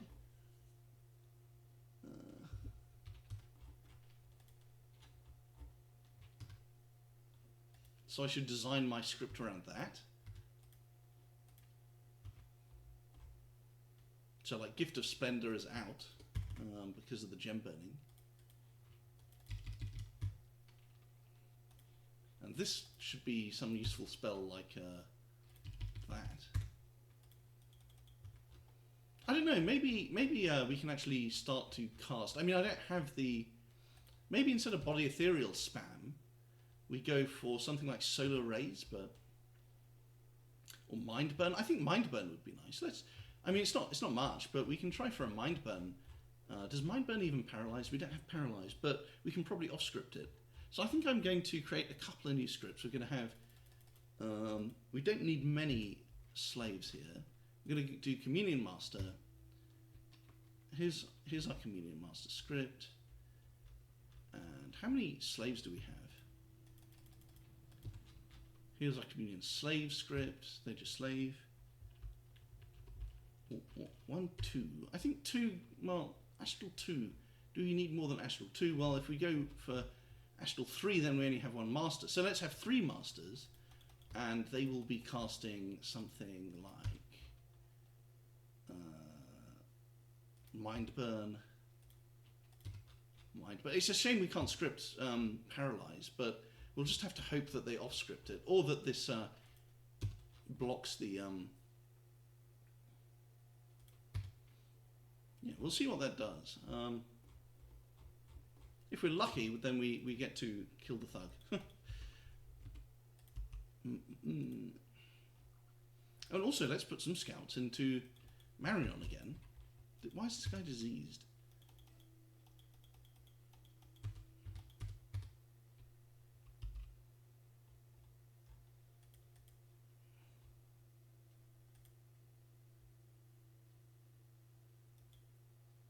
How the hell is Nabar all the way over here? That's a pretty nice raid by Nabar. Wow. Okay, so Nabar is doing well. We did find a magic site. The Singing Tree. It's not really that relevant. And the events are fairly depressing as usual.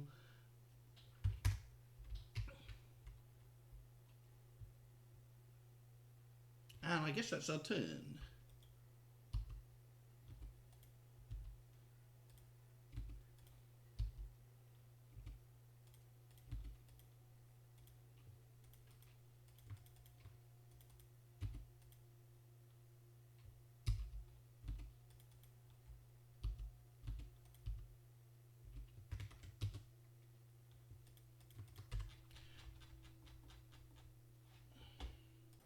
Hello, chaps. This is just a test I ran, and what I did here was I scripted the Black Hunters to retreat, and it looks like most of them survived. I mean, losing about 10 Black Hunters on retreat is not good, but the important thing is the idol can actually teleport onto me and kill my shit, and it doesn't get chipped down and die. I thought it would die, but apparently 20 protection is good enough when you're going up against these two troop types, which don't have particularly high damage, and when you have a good kill mechanic, which is Shockwave. And there's also Astral Shield and Body Ethereal, which are both very useful, and Air Shield.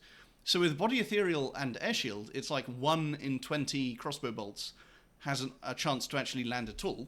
So instead of 160 crossbowmen, it's more like, what, 8? Is that right? 8 times 20? Have I lost the ability to do maths? Yeah, it's like there's 8 crossbowmen and they have 12 ammunition. So it's 96 crossbow bolts that actually hit the Idol of Beasts at all, and then maybe half of them get through protection. So 48 crossbow bolts get through protection. Not even that much. So maybe they do 40 HP damage, which is just not enough. And then the Black Hunters, if they enter melee, it's actually even worse in terms of their chances to get in, because it's not an armor-piercing weapon. And the spiders survive for a very long time against Shockwave, but the riders get killed pretty quickly. It's just devastating. And what I need to kill this idol is I need my Pretender God, but he's not there. He's in the adjoining province. So on this particular turn, if Machaka, if Shinu teleports his Pretender God in, then all of these troops that are already in the province will get wrecked, unless I script them to retreat. So I've mostly scripted them to retreat, just with these guys left to kill like a scout ping or something. And then, only after that battle will my Pretender God come in. You can see we've got some mages here. We've got one of the thugs here just to help out, and then there's the Pretender God, and he will actually kill it using probably this spell. Where is it? Fists of Iron. It's Strength of Caster added, and Strength of Caster is 28, so in fact it's more like 30 in that province. So it's 45 damage, it's magic, it works. So we will win the fight between my Pretender and his Pretender, but yeah, I can't move this stack around at a big ball without a way to kill the Shiniyama's idol. So I've got to sort that out first before I advance. I can't lose a fight here. I have to script the troops to retreat, which means I can't go into Forest of Long Nights. And I was kind of having second thoughts about that anyway. So I think that sums up turn 22. I probably already showed you the previous part of this turn. Research is only 186 per turn, which is not very good. I've probably delabbed maybe too many mages. Yeah, that's why I'm keeping one of these guys. And if I delay in any rule, then that means these 4 mages can make it into the army. So can this guy, and most of these can't make it into Forest of Long Nights in one turn. So there's more than one reason why I'm delaying a turn. Now I have not actually told my allies that I'm not I told them I was going to advance into here. Then I changed my mind, but I'm not actually going to tell them I've changed my mind, because Marignon is planning to retreat, and because he's planning to retreat, neither of these guys are really risking anything. So and I'm sending a scout to take over this siege, because Satis will probably retreat from that. So, yeah, I'm being a little bit of a dickhead to my allies. but they don't really need to know. I don't think it'll disadvantage them that they don't know.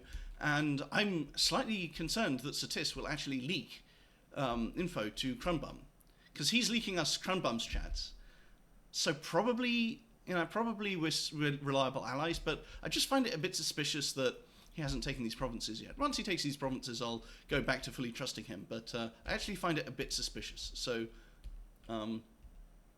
and by feuding with Crumbum very publicly and very sort of viciously, I've kind of put myself at a diplomatic disadvantage.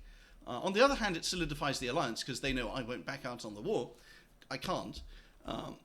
But it does mean that they have the option to double deal and I don't. So I have to be a bit careful here. And at the very least, I need to not lose my entire... I need to not lose 4,000 gold in Sacreds to a single teleport spell. So that was quite sobering, doing that test and realizing actually the spiders with regen and the crossbowmen cannot break through. I just hadn't thought about the body ethereal air shield combo. I think that's the real killer, is the body ethereal plus the air shield. I'd never really thought about that, because otherwise immobiles are actually kind of weak. Without air shield, they do kind of die to crossbows, at least a little bit, I mean, if you have enough of them. So, yeah, new plan is the Pretender God can kill it, and that's probably going to be the main one. The other thing is that maybe thugs can kill it. The problem is that this guy will die very quickly to Shockwave. Like 2 casts will kill him if he's unlucky, if he doesn't get enough time to regen. So, and in the meantime, it's got 22 protection, which gets halved for armor piercing. So it's more like how much damage is getting through. 17 damage, I guess 22 damage if I buff him with strength, which I certainly have. 22 damage around, maybe he gets 3 hits in. That's 66 damage. It's kind of mediocre. I guess with the other guy also doing it, once he's equipped, then it's not 66 damage, it's more like 132, and then it's kind of more interesting. But yeah, I need the Pretender God. I need Shatter, really. Where is Shatter? Shatter is Alteration 5. Now, fortunately, there are other good spells in here. I'm not actually sure where they are. where are the good spells? Drain Life is... I can't actually cast it, so... there aren't any good spells, actually, that are immediately useful. Oh, Blood Poisoning. 15 armor negating. It's decent. It's potentially decent against living Shinny armor thugs, but... yeah, we have to be careful here. So I'm just ending my turn, and I've scripted my troops to retreat, which is quite annoying and quite tedious. But having said that, so it's very hard to kill Shinny armor, but he's also crippled, and if I just don't lose a battle, then that means I can't be backstabbed, and that means I can just continue being quite large, having lots of income, and having a dying neighbour. So that would be quite good. So that's the addendum to turn 22. Oh, and about Althea, I've been doing some more research, and I think he might be one of the first Australian gay married men to adopt a little boy. For some reason, it's always a boy when gay men adopt children, and for some reason, you can't actually find pictures of the boy anymore that don't have his face blurred out. So that's quite suspicious, and I'll be looking into that. I will actually be conducting some further research on that topic. And this guy is retreating, and he's taking nature gems back to the capital because of Godbrood, but I think I already mentioned that in a previous video. Toodles! Hello. It's now the next turn, 15 minutes later, and I've just played through it in 15 minutes because the plan is pretty simple. So he attacked my fort next to his... How did 2 of his Ubers transform into ghost cats? This seems to happen every time. I don't know how that happens. Are they just scripted to shape change? Anyway, it doesn't really matter. So his whole army is now on top of this fort, which I did kind of expect. He can't storm the fort because he has lots of melee troops going up against lots of crossbowmen. So he'll probably just fan out and take these provinces, which is pretty bad for me. But the thing is, like I said, I think Marignon is re-entering the war, so, I mean, I certainly hope so. In which case, that's rather good for him. So, let's see what else is going on. Mushwood. We managed to kill an Uber, but sadly the White Mage and the Lizard Shaman ran away successfully. Brightwoods, we just retook it with no incident. Triton Sea, we retook it with no incident from Indies. This raid failed, but she was tri-spawned, and Port Strong got retaken, and I didn't defend it. And maybe I should have. But we didn't have the important spell, which I probably should have.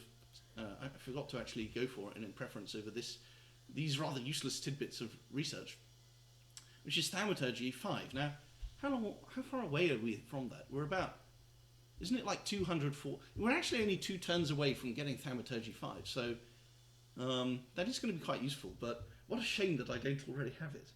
Oh well. I'm going to do that, and we're just going to sit on our fort and hope that Marinon joins the war.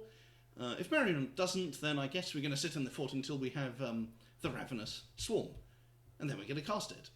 And what he could do, which would be quite funny, is march his whole army onto Machaka, but if that happens, then, well, we'll have some reinforcements, and he might just take my gap, but,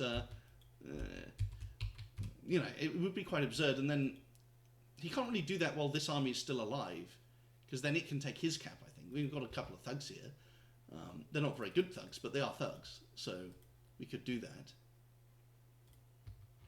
Now, are both of these chappies scripted to... They are scripted to attack large. Okay. That'll have to do, I guess.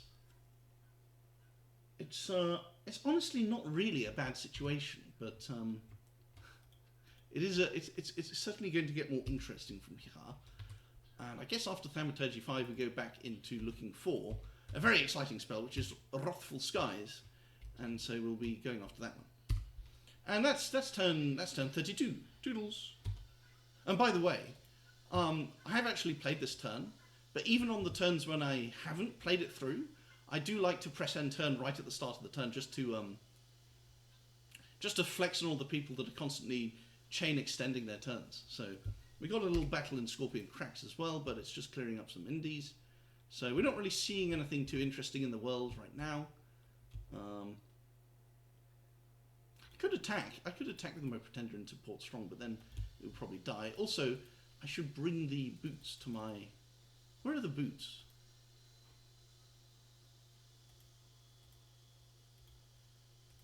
These boots should be on my Pretender. Well, on a scout next to my Pretender. So that's turn 32. Toodles. Hello, chaps. It's turn something or other. 38, 37. Let's see. This is the previous turn, and we're about to log into a beautiful new turn. Now, as you can see, I forget if I showed you the previous turn, but I allowed Krun to raid me a huge amount, and now I'm starting to clear it up.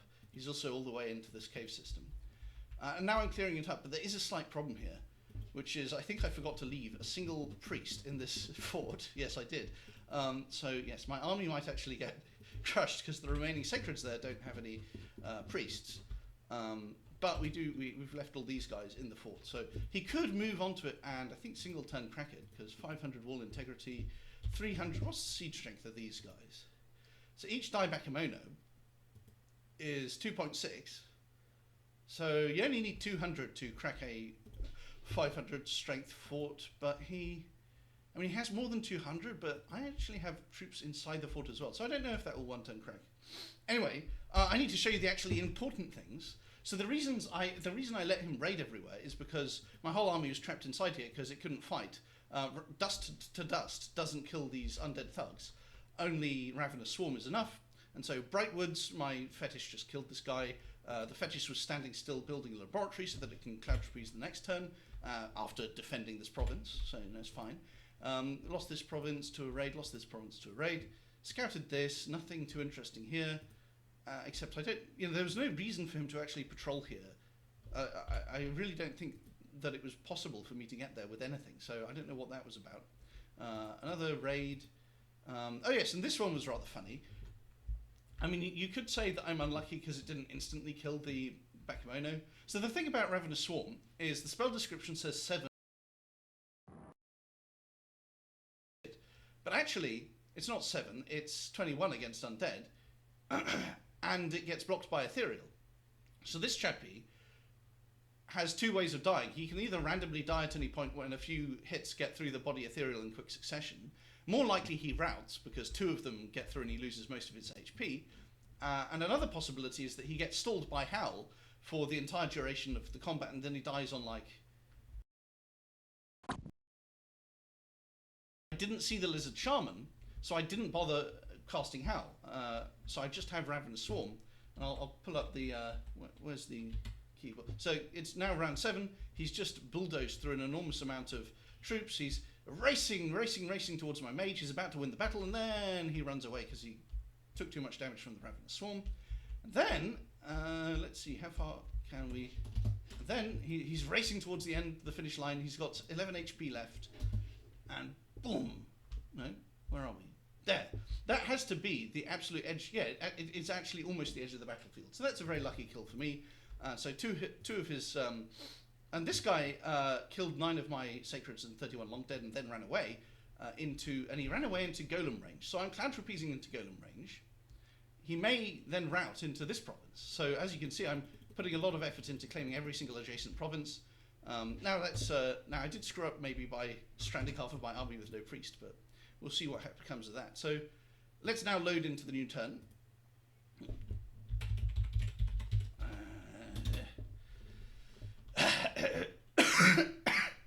Now Trun has been enthusiastically typing away in the chat as usual. First off, let's watch this. And looks like everything will be... Where's the thug? Oh, he's not running away. Very nice. Now, hopefully I didn't die, because that would be quite embarrassing. Looks like Yoshiyuki is instantly dead, because he had no Lizard Shaman to protect him. And so it's just our Pretender God. And so the thing about the Pretender God is he can actually die to maybe 3 times this quantity of Dai Bakemono.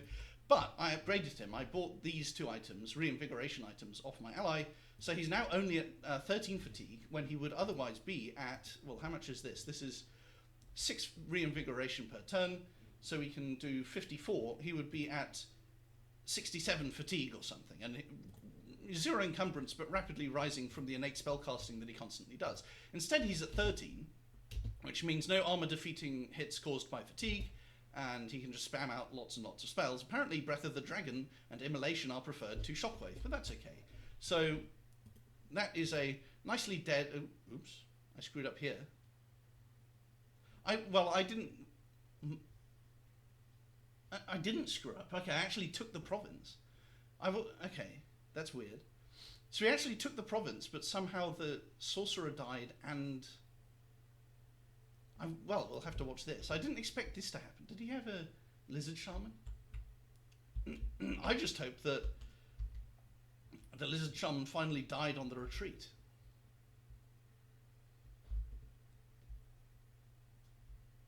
Now maybe those retreating commanders make him run away.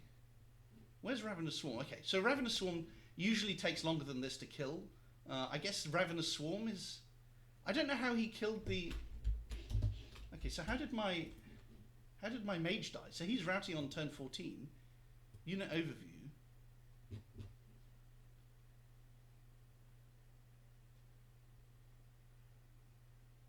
How did he die? What? How did he die then? It says he died.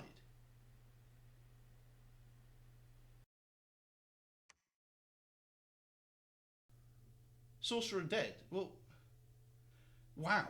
Is this an inconsistent result in a tiny battle like that? That's weird. Okay, so where was that? Mushwood. I'm not too pleased about that, but hey, at least we got the province back.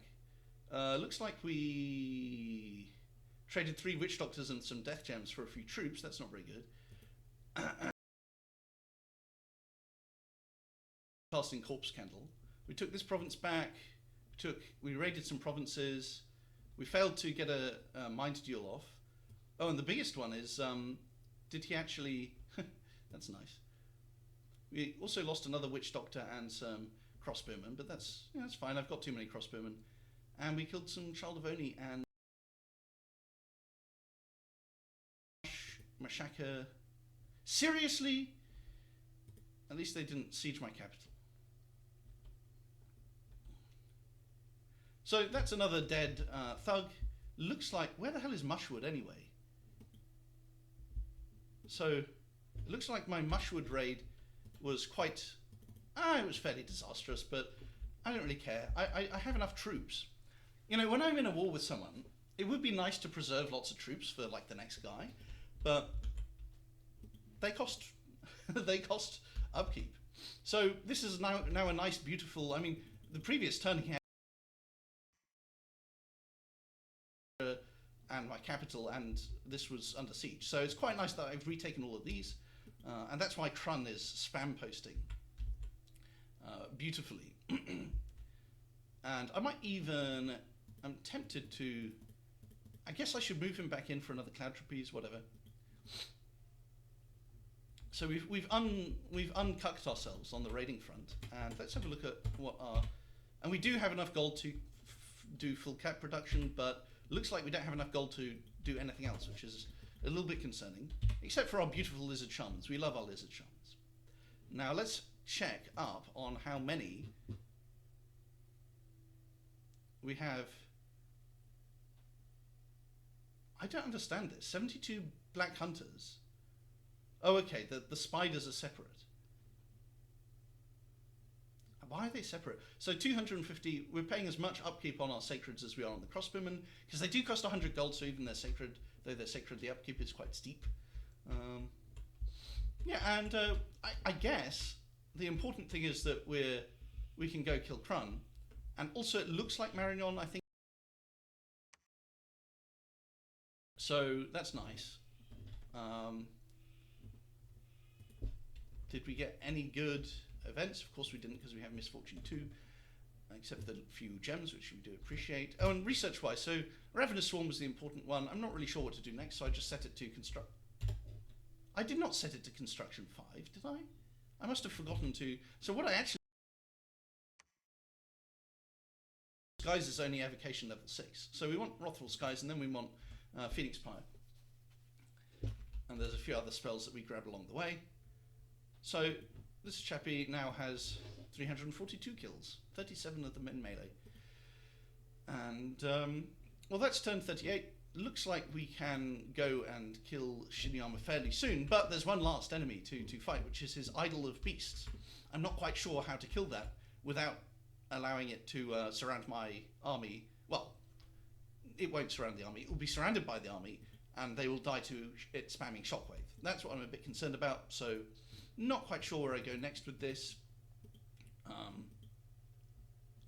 There's a Lizard Shaman up here. That's rather juicy. I should try to kill it. But, as we've seen, we need Howl as well as Ravenous Swarm to kill that. So, 5 Bakemono Sorcerers.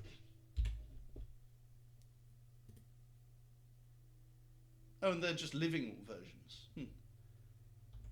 Ravenous Swarm is actually slightly useful against them as well. So we might try that next. I'm glad to see Naba getting some licks in. But it looks like he's being invaded by Facia. Hopefully Facia isn't invading me, but it looks like he's invading Naba. He has a Telkeen. I forgot about that. Well, that's turn 37. Actually, let's have a look at this fight again. Golem range. Where's Golem range? I mean, we'll look at what sort of fatigue he ends up at. So obviously, after his buff script, he's on 4 fatigue, which is quite nice. He flies in and he spams some spells. Falling Fires, that's quite nice. And then after, wow, he's at neutral fatigue through all of that. So I think we've kind of overdone it maybe. But it is nice to, I think this does make him a lot more powerful. Because he was actually hitting up on, especially with the trample boots. Maybe he needs the trample boots. So I'm not quite sure how I'm going to track down, it looks like there's no thug here actually. So that simplifies my counter raiding a lot. Really, I just need to defend these 5 provinces, take this with my Pretender God or something.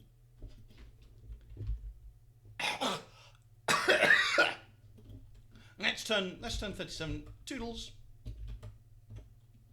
Hello, chaps.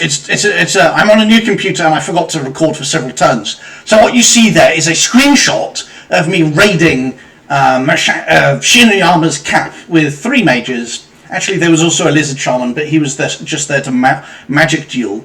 And as you can see, they end up killing his Pretender God, which was the only thing there. So I had a Howlcaster, I had a couple of Fire Elementals to clear out the PD, and then I had this Earth 2 Mage on advancing cast, and she cast Shatter, while the Pretender God, which was A5, E3, N7 paths, was sitting around killing wolves. So that besieged his cap, and I'm gonna have to let me actually close that and go on to the next one. So this is previous turn, but I sieged the camp with a couple of mages, while my army, of course, is next door. And then here's Crunbum, his analysis of that interaction. I mean, the cope he produces is unreal. But I think I've raged enough at him already. Look, if you ever interact with him, then you'll start to grasp what a deranged individual he is. Then the next one is, let me see what we've got. Oh, this is where his army is now. My good ally Marignon has shown me this. This is a screenshot from Marignon. So anyway, let's get rid of this window and go into the actual game. It's now turn 40. So what happened a couple turns back, like 3 turns ago, is I actually had my army, no, 2 turns ago, I actually moved my army from Forest of the Long Nights into Ene Umbral, while Shiniyama's army was here. So mine was here, his was here, and I saw this Fascia army in Ferra, and I thought, goodness, I mean, we have a nap 5, but he could theoretically violate the nap. Imagine if I get my army besieged in Forest of Long Nights, even if it can then break siege and win, which it could, it wouldn't be in time to save Machaka from this Fascia army. So I actually moved out of my fort into Ene Umbral at the last minute without discussing it with Marignon. Meanwhile, Shiniyama's army moved north, and so I wasn't able, I wasn't really pressuring Shiniyama enough, and so now Shiniyama's army is here, and so I kind of screwed over Marignon a little bit. Although in principle we're both in the war, so we should both expect to have to fight Shiniyama's army. What else do I have to say? So my army was here. I moved it back here. Shiniyama did indeed move his army on to Dardania, which was being besieged by Marignon. That's an important detail. Marignon retreated inside Azurian, and most of his army is now inside Azurian fort right now. And so that was when Marignon moved from here to here, I took the risk of just attacking this province with 3 mages. They killed the Pretender God in the screenshots, and my army was here, and now it's followed up and it's just breached. So we can go ahead and storm. It looks like this capital is completely empty, so I guess I'll think about what sort of gems I should equip, if anything. And also, Marignon's main force has a map movement of 10. So even with this, these provinces being warm, they actually can't double move back into Warshin. So the next thing I should do right now is besiege Warshin and also Wolfen Plain. I also, according to Marignon, this Erd province is now held by Fascia, which is annoying because I just threatened Satis about it. But anyway, and then I had to apologise to him because I forgot to threaten Fascia. But actually, Fascia can sail here, so it was a bit impractical of me to grab that. So yeah, looks like I'm grabbing. I mean, I have how much siege strength? I have 769 siege strength. This is, I'll crack this in a few turns. There's also this Juicy Palisades. Maybe I'll get Copper Canyons into the bargain. And oh yes, the more important and interesting thing that happened is that on the turn when Marignon had his army here and Shiniyama had his army here, Marignon, was wondering, well, yeah, I could fight and it'll probably turn out okay, but what if he has some sort of trick up his sleeve, like Earthquake Spam, which he didn't have. But so Marignon retreated to Azurian, and this was like 2 turns ago or whatever, 1 turn ago, and Shiniyama moved in here with an army that's too small to actually beat Marignon's army. But the more interesting thing is that Fascia actually cloud trapezed in 3 mages to Ras. And the reason that's interesting, there's a couple of things. Well, firstly, his army was here or here or here or something. So his army is probably only just now, it's been eating Pyrene, apparently. So it's only just now sailing across this. It's probably in Godhaven now or something, I don't know. Or maybe it's sailed into Erd. So I'll have to ask Fascia about Wolfen Plain. And Warshin. Well, not Warshin, but Wolfen Plain, yeah. And I'll, more to the point, ask Marignon, who's my actual ally, about it. So, of course, now Marignon is actually at war with Fascia, because Fascia tried to participate in retreat-cutting his army. Now, the odd thing about that is that Well, firstly, it failed. If he sent anything into Zurian, they failed to actually flag it. So I don't know if he even cut the retreat properly. And secondly, this would have been a victorious battle. So what does this tell us? This tells us that Facia has been in intense communications with Crumbum Shiniyama. And I don't like that, because Crumbum is a relentless liar and bullshitter. And Yanohito, who is the Marignon player, has characterised his diplomacy, when it's successful, as the Crumb DDoS, where Crumb just spams so much bullshit that the interlocutor can't be bothered to disagree with it and sort of agrees with it by default, hilariously enough. And that may have been what's happened to Facia. So, yeah, Facia's fairly strong, because he's eaten into Piran and Ind. But, his expansion wasn't very good, especially in my direction.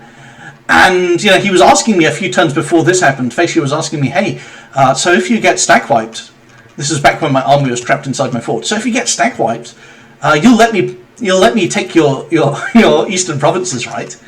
And I was quite pissed off at that. So, I wasn't really, it's a sensible request, but it shows that what I'm annoyed with Facia for, apart from attacking my ally, is a very good ally who really bailed me out. I'm annoyed with him for believing Crumbum's fucking bullshit. Because I really fucking hate Crumbum. I hate people like him who, they're midwits, they spam fallacies, they just spam stupid fucking arguments that are really fucking stupid and they think it's clever. And they're totally dishonest, they're very narcissistic. And they're also just not very bright, and they tend to be very insecure and just peasant-like. I always imagine that they're very small, short people, and I think that's actually literally true as well. And they're very insecure, and I just fucking hate them. They're totally cringe. That's enough Crumbum hate for this turn. But, and it annoys me then when this guy believes his fucking bullshit. Am I getting stack wipes now, you fucking dickhead? Sorry, I shouldn't swear. Yeah, I hope you enjoy the toxicity. Wow, this is a nice province. Good grief. Crumbum was complaining about his cap circle being low resources, as if he can't just expand with the ogres anyway. Low resources? It's got fucking 20k and 17k population. What does my cap circle look like? 10k, 9k, 9k, 11k, 20k. So I do have a 20k, but I don't have a 17k or 18k next to it. That's really good. So let's do an analysis of the whole board. So Shiniyama's finally dying because we killed his thugs with Ravenous Swarm, and his army is only like 200 dieback kimono, so it's going to get crushed regardless of how it chooses to go out. So Crumbum's finally dead. Piran is dead, although I don't really have any details, but he's basically dead. Probably to Pythium, and he got railed by Nabar earlier, and now he's getting railed by Pythium and probably by Facia and probably Pythium as well, and probably Satis as well. So Nabar is dead, Ind died already, who else is dying? Narba. Unfortunately Narba is dying, and I failed to show you this fort. So there was a big battle in this fort a couple of turns back, or maybe even one turn ago, where, I can't remember, but I think Satis lost 30 Sobeks and maybe 100 Sobek troops, and a couple of mages, but they were mostly tri-spawned. He cast Foul Vapor twice, one of them died to Wrathful Skies. Nabar had lots of mages and troops, and his Pretender God, and they all died, but they killed a lot with Wrathful Skies first, so it was a pretty bad... It was a clear win for Satis, but at least he lost some stuff, and these Mukaribs can resummon Narba's god yet again, and they can... I'm sure he can cast Wrathful Skies one last time before the game's over, so at least Satis took some casualties. So those are the four dead players, actually. There's four. Shinyo is dead, Facia is dead, no. Shinyo is dead, Piran is dead, Narba is dead, and Ind is dead. And then you've got... So 4 people have died, 5 are left alive. Obviously that's me, Pythia, Marignon. Let me position the screen so that... Yeah, you're basically only seeing the flags now of the living players. You've got Marignon off the screen, you've got me in the centre, you've got... Oh no, you don't have Satis, whatever. This is maybe a better position to show everything, to show everyone. And if we rank them, the strongest player in terms of map position is Satis. However, he always protests that he's being sort of sneaky and non-committal in his Diplo. Oh, it's just because I'm a noob. I'm just so uncertain of my skill. Oh, my scripting just isn't really that good. And I actually think that's partly true. So I think in terms of his skill, maybe... Look, I don't think he's worse than me. He might be worse. I think Genehito and Pythium. Pythium's probably the most skilled, or maybe it's Phaecia. But yeah, in terms of map position, Satis is the most powerful. Second most powerful might be Pythium, who actually got the Ind province. I should send out more scouts, but I kind of gradually burned them on pinging provinces. So, yeah, Satis, Pythium are the strongest, and I think Pythium is probably a strong matchup against me now, because he just has so many mages that can soul slay my spiders. I think he's now quite strong against me. What is this? Phaecia, I'm forgetting all the fucking names.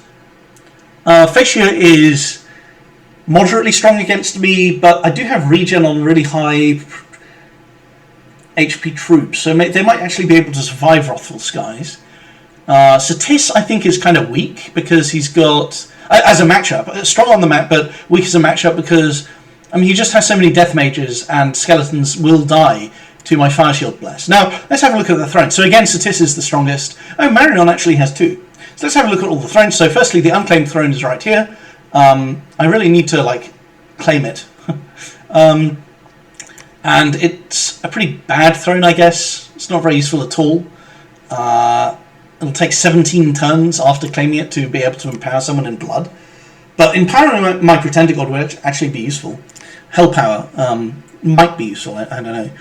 I might want to empower a scout and use them to blood hunt. So let's analyse everything. So Throne of Gaia, very useful. I want to grab this. This is the one right here. I want to grab it because I've got Death 2, and that will help out my late game a bit. Well, Artificer Marignon obviously is going to enjoy having Glamour and a construction bonus. So Marignon, despite not being so big on the map, actually has some clear advantages, which is 2 gem lightless lanterns and all of the crystal forging. Then you've got Satis, so this is an amazing mage. Satis is feeling pretty good about that, and he gets full glamour access as well.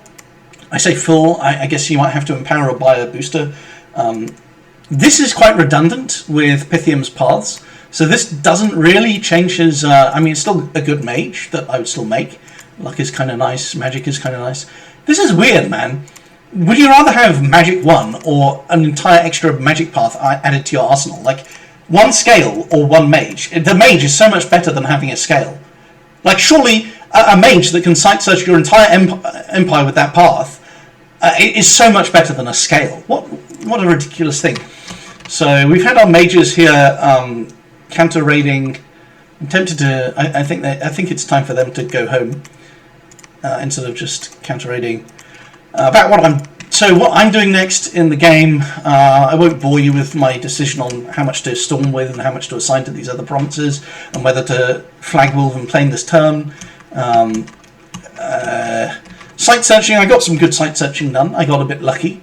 We found a mineral cave, which is just earth, gem deposits, which is quite nice income, and some and she's not dying because she's old and diseased, but she's got a death path, which is apparently keeping her alive for a very long time. I guess her free spawn spiders are going to be picked up by Fomiragist.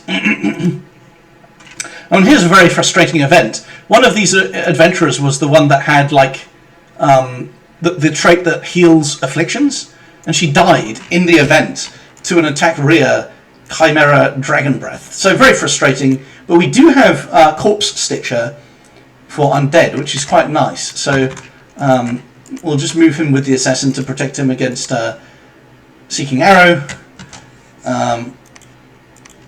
Let's see what else there is. And we're just moving some scouts around on the map.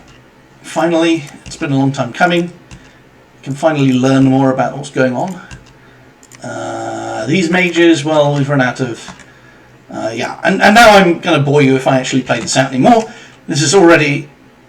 Why is it so loud? I don't know why it's so loud. That's 15 minutes of me rambling. So I'm sorry that I forgot to show you a few turns. But, yes, I'm feeling very smug about Cranbum's pathetic demise. Toodles! Hello, chaps. It's turn 52, and I didn't really attack Marignon. I just attacked him a little bit, because apparently he got 3 versus 1 by the other players in the game, which is unfortunate, because I was going around saying, oh, I'll just attack someone together with Marignon. Now maybe Satis decided, well, screw that, because I'm quite a good target for Marignon and Machaka. So Satis decided, well, let's attack Marignon, and he also invited Pythium and Fascia. So yeah, it looks like Marignon is going to get carved up a little bit. But what Marignon has managed to do, because Satis is this wheeler-dealer type of player, is he said, well, here's a throne, I think maybe this throne, or this one, I don't even remember which one Marignon has. Yeah, take a throne, take a cave province off me. That's probably this cave province or something. And we'll have peace, and then you can go and attack Fascia together with Machaka. That's what Salem, the Satis player, is telling me, as well as Marignon was telling me that too, I think. I actually forget the details. Because this turn has been going on for fucking 60 hours, because Satis is moving house and getting married, and he's now subbing out. So I'm now playing with this other guy. And yeah, here's my pass to Diplo 4 years ago with the guy who's subbing in as Satis, and it's quite awkward. So apparently I just attacked him out of the blue somewhere, or maybe not out of the blue. He was just subbed before. It was the previous player beforehand. Then he completely puts me in the dumpster, throws me in the dumpster. But I refuse to make peace because he's on track to win. So of course, if someone's about to win, you don't just. Then he kind of seethes. Thanks for your time, mate. I hope your foe will be more agreeable than you are now. What a fucking bitch. I already hate this guy. So he can go fuck himself, and hopefully...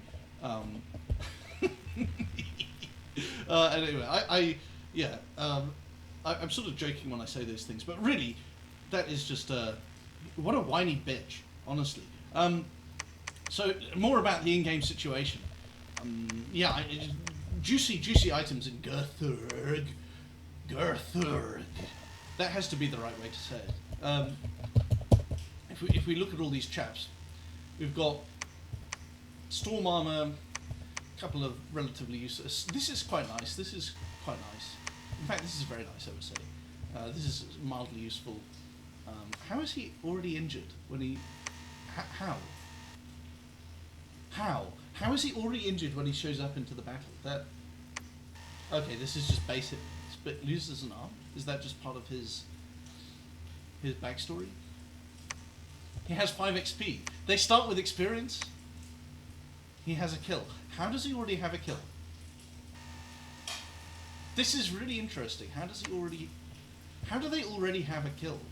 Kills when they attack at the start of this battle. I'm really confused. But anyway, the point here is, maybe I should get Enslaved Mind, but I don't really have time to research Thaumaturgy 6. Otherwise, this guy would actually give me Glamour 3 access. What else is there? There's just a couple of nice items in here, like especially the Rune Smasher is very good. This is very good. Allows you to stack more. The attack skill ring, the quickness boots. They're all very nice items. So I'm going to just attack with an army and hope to grab a lot of the items. What else is going on? Well, this fortress, I think I talked about this before. We've got some water access, and we bought a robe at the Sea of Satis. We're also buying... Yeah, and in exchange we're going to send them a fire helm. So this allows us to cast Voice of Apsu and eventually get some water income. And we can also forge a water bracelet and summon a Sea King, and then we basically have full water access, which will be mildly useful. I'm not really sure. It's just another thing to throw at the enemy in my mind. So diplomatic situation, I'm still really at peace with Marignon, to be honest. He actually told me to attack him, but then he managed to peace out with... So by taking this province, I'm shortening his border with Pythium, which is actually quite useful to him. I've also been sending gold from Shinyama to Marignon just to spite Crumbum, so maybe that's why he doesn't mind me taking some provinces. Also, I think it's like a threat. He's probably threatening these guys. If he's bothering to Diplo, he's saying, hey, do you really want to hand over provinces to Machaka? Do you really want to do that? And that might help him a bit. And now maybe he and Satis together have cooked up this idea where Marignon now fights Pythium 1 versus 1. Me and Satis go after Fascia, and because that's a 2 versus 1, it'll go quite well. If we look at the border though, it's not a very big border, and Fascia actually has sailing, so suddenly I'm... Shit. I never really thought about this. You know, I have to talk about these turns just to even describe them properly. I don't know who has the Fukan throne, but it's not Fascio. So this is actually really kind of bad, because I guess...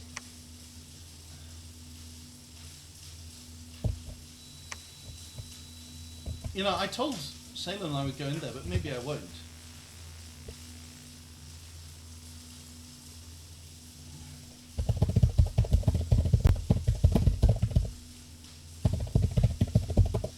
I'm gonna actually message, because I told Satis I would go after this area, but actually this is one of Satis's borders.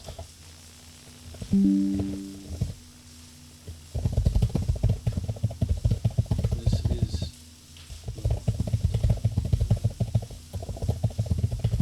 So I actually want Satis to fight Fascia on both of these fronts. And I should go after... I probably should take Pharaoh. I mean, yeah, I obviously should. Growth Throne. But I should actually be going for, like, Florian instead. It's kind of interesting that Pythium has troops over here. I'm going to screenshot that and show it to... I'm going to show that to... I'm going to show that to Yenahito, who is the Marignon player. Yeah, so it looks like Satis player is now, like, in real time. As I record this video, he's responding to me. And you won't see it on screen because I'm too lazy, but you probably heard that ping.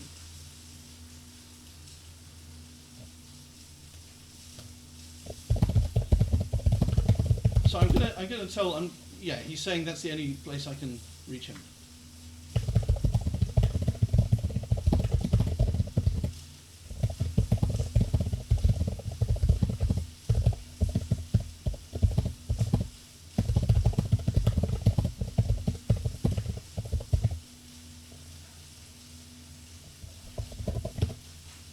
So, yeah, it's a bit unfortunate, because obviously I really want this throne, but if I want Satis to attack Fascia, then he needs to be coming in from both of these angles, because you can't invade someone through a border this narrow, even if they don't have sailing, and Fascia does have sailing, so this would be a nightmare, and Satis really needs to be able to go in through here, and that means that my only option is to go into Florian, and I might actually go, my goal might be in, I'm going to type that.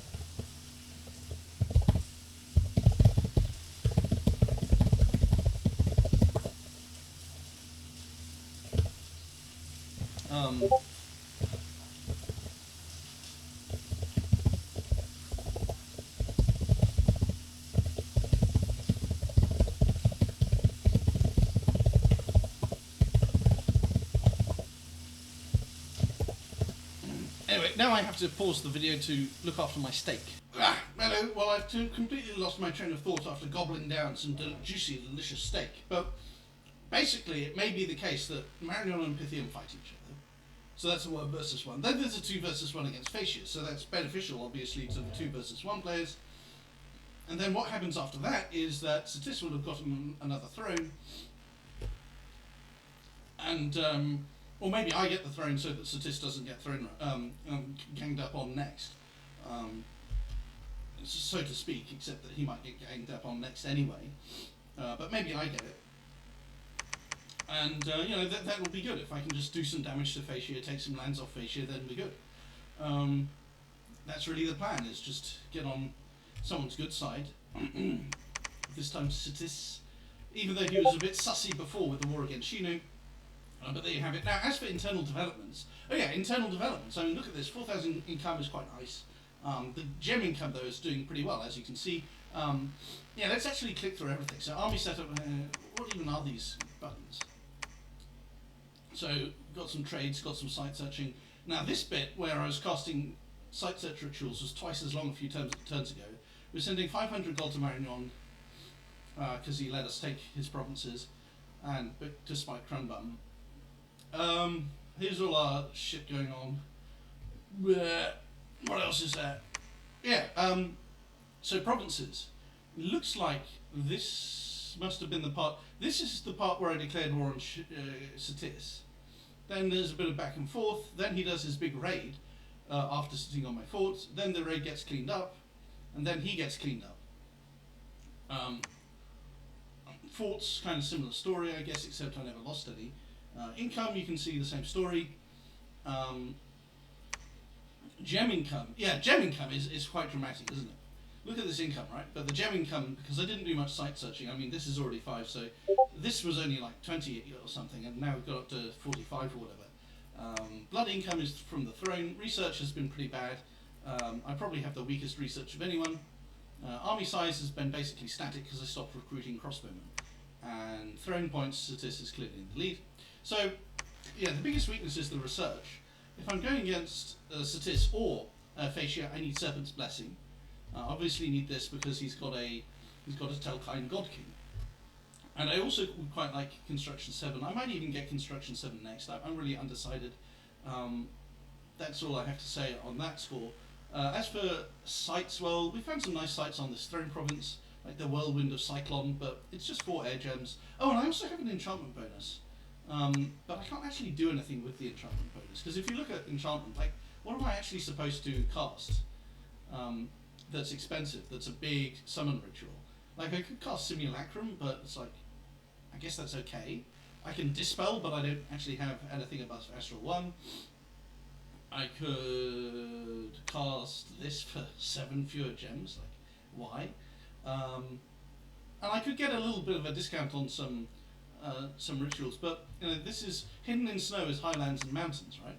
If you look at all of the Hidden in spells, these are all wastelands, caves, and this is just a plate, so I can't cast any of the Hidden in spells on my enchantment discount province, which is very annoying. So it's basically just globals. So I can't really leverage that discount at all until maybe this could be mildly useful, not really. Carrion reanimation, well, I'm not doing blood hunting, so this could be nice just to defend the throne province, but yeah, there's nothing I can actually leverage. What else do we have? Oh, Tree Lord. Awakened Tree Lord is actually quite good, so I might do that. But yeah, there's no summons other than the hidden and whatever summons. So as for globals, Satis had this for ages. These two went up pretty recently, and so the big one that's missing is Eternal Player. So I should try and trade with Marignon for that. That'll do me quite well if I can get it. My fire income has been fairly good. I did spend a lot of gems. I've got some fire gems equipped right now, I think. And the site searching, well, I only have 1 air mage and it's my pretender god, so it's not doing too hot. So for globals, I think my main one is also the glamour one. What's it called? Gates of Horn and Ivory. Am I going to get that here? No, it must be an alteration then. I actually can't remember any of this shit, man. Okay, it's Thaumaturgy 7, so yeah, those are my 2 plans, I suppose. And another mildly interesting thing. It's not very interesting, but I do have I can trade more of these. That's an adventurer, but over here I can trade necromancers. So I'm getting Corpse Stitcher, so that's sort of mildly useful, I guess. I mean, that's turn 52. Doodles. Hello, chaps. It's turn. Hello.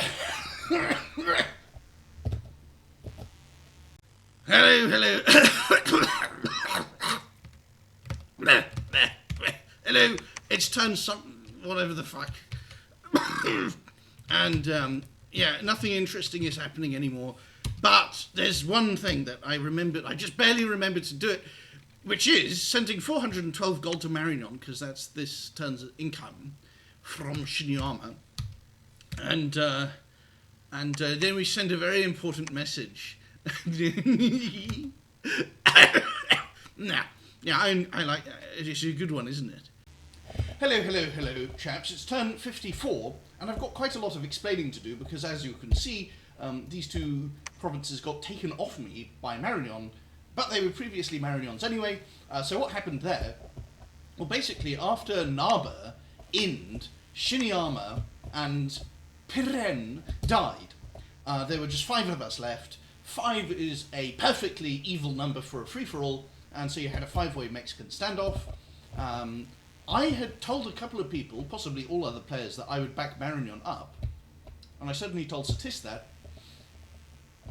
But what happened was, all these buggers, Satis, Fascia, and Pythium, organised a 3 versus 1 against him, And of course I'm not going to back him up against a 3 versus 1, because that just means it's a 3 versus 2.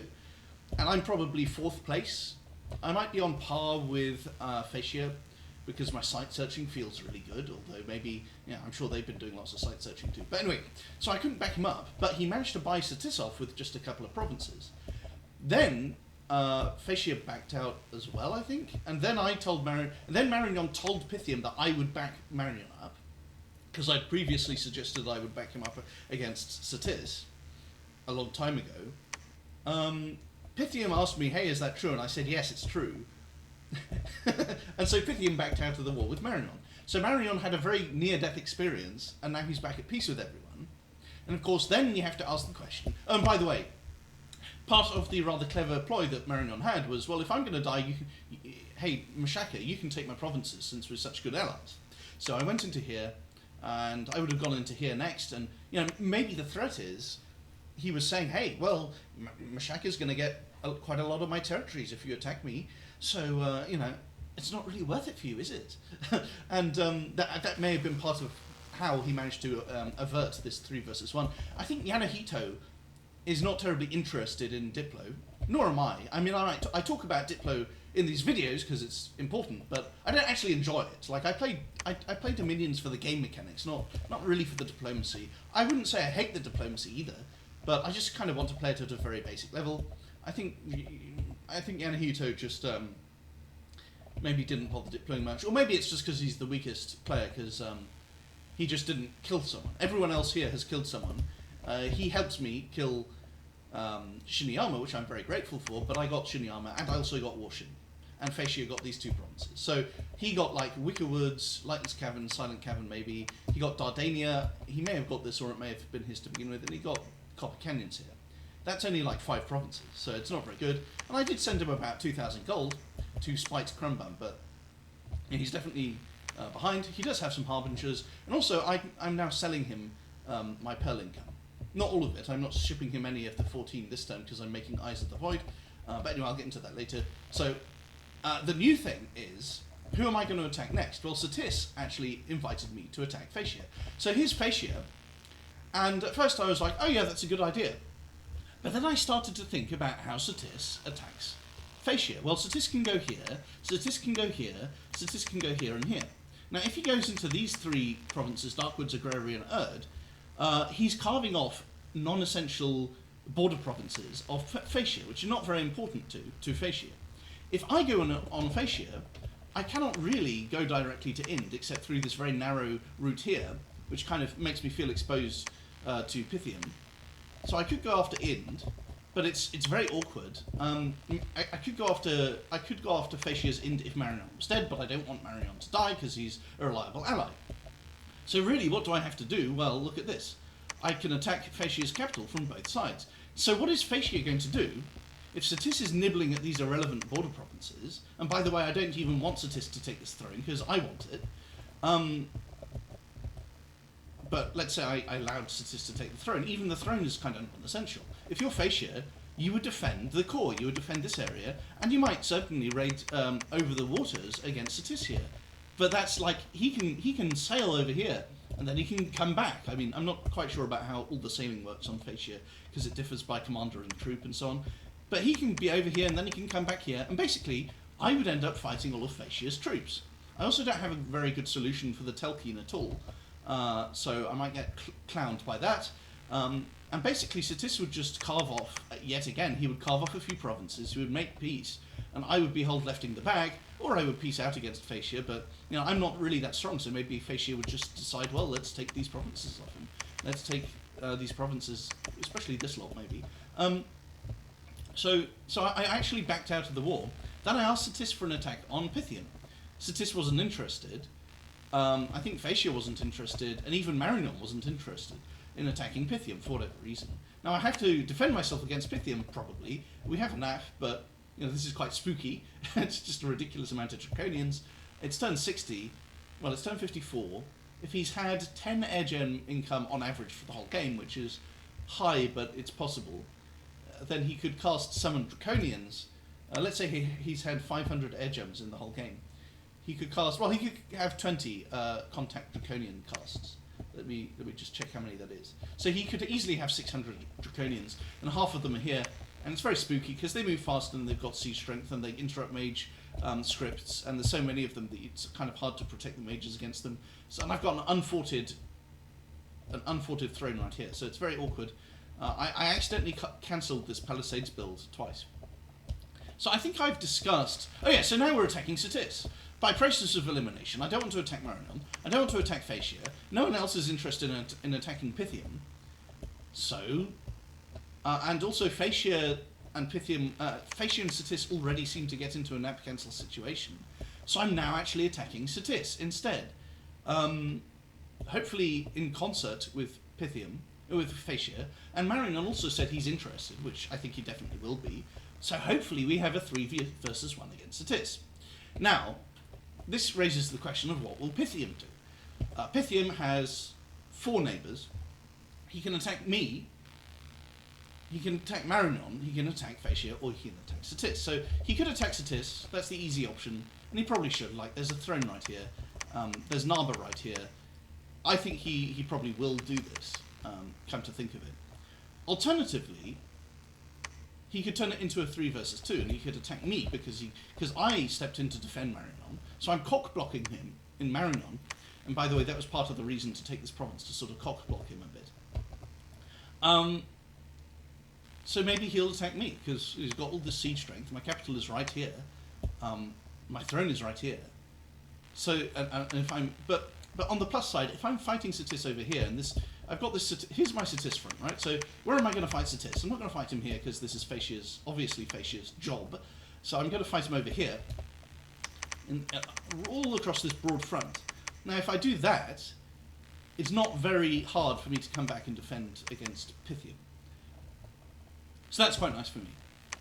Also I have a sort of emergency fund of nature gems. So yeah, it's not going to be good for me if Pythium declares war on me, but it's a war game, so that has to happen eventually. Hopefully he'll just go after Satis. I've previously invited him, but I don't feel like telling him that I've nap cancelled with Satis. Maybe I should, as like a show of strength. Like if Satis tells him that I've nap cancelled with Satis, then that maybe that seems like I'm not telling him because I'm spooked. But I'm not sure. I'm not really sure whether I should tell him or not. I might ask Boz, my Jewish master, about that. So that's that. That's turn 54. I've discussed all the externalities. Now let's discuss the internals. Well, as you can see on the map, I do actually have lots of cave provinces still. Like, good cave province here, good cave province here, cave border, I should say. So these are still kind of bloating me a bit compared to the surface. But yeah, as you can see, I'm just not really that big on the surface. Like, compare me to... So here I am up here. Okay, I'm sort of this area. The Satis is just visibly larger than me. And then we can also do a similar comparison if we adjust it like this. You can see that Pythium is just a lot bigger than me. So, I got half a kill, Marinon got less than half a kill, Satis got basically a full kill, I guess. Although Pythium nibbled some. Pythium got a lot of nibbling done. I think Pythium might even be bigger than Satis. So it might be a mistake. I think I would have preferred to attack Pythium, but people just weren't interested for some reason. And I'm going to summon a whole bunch of spiders. I'm going to summon an extra 50 spiders when it's time. Otherwise, I'll keep saving up for a potential Mother Oak steal, but until then, spiders. Spider summons.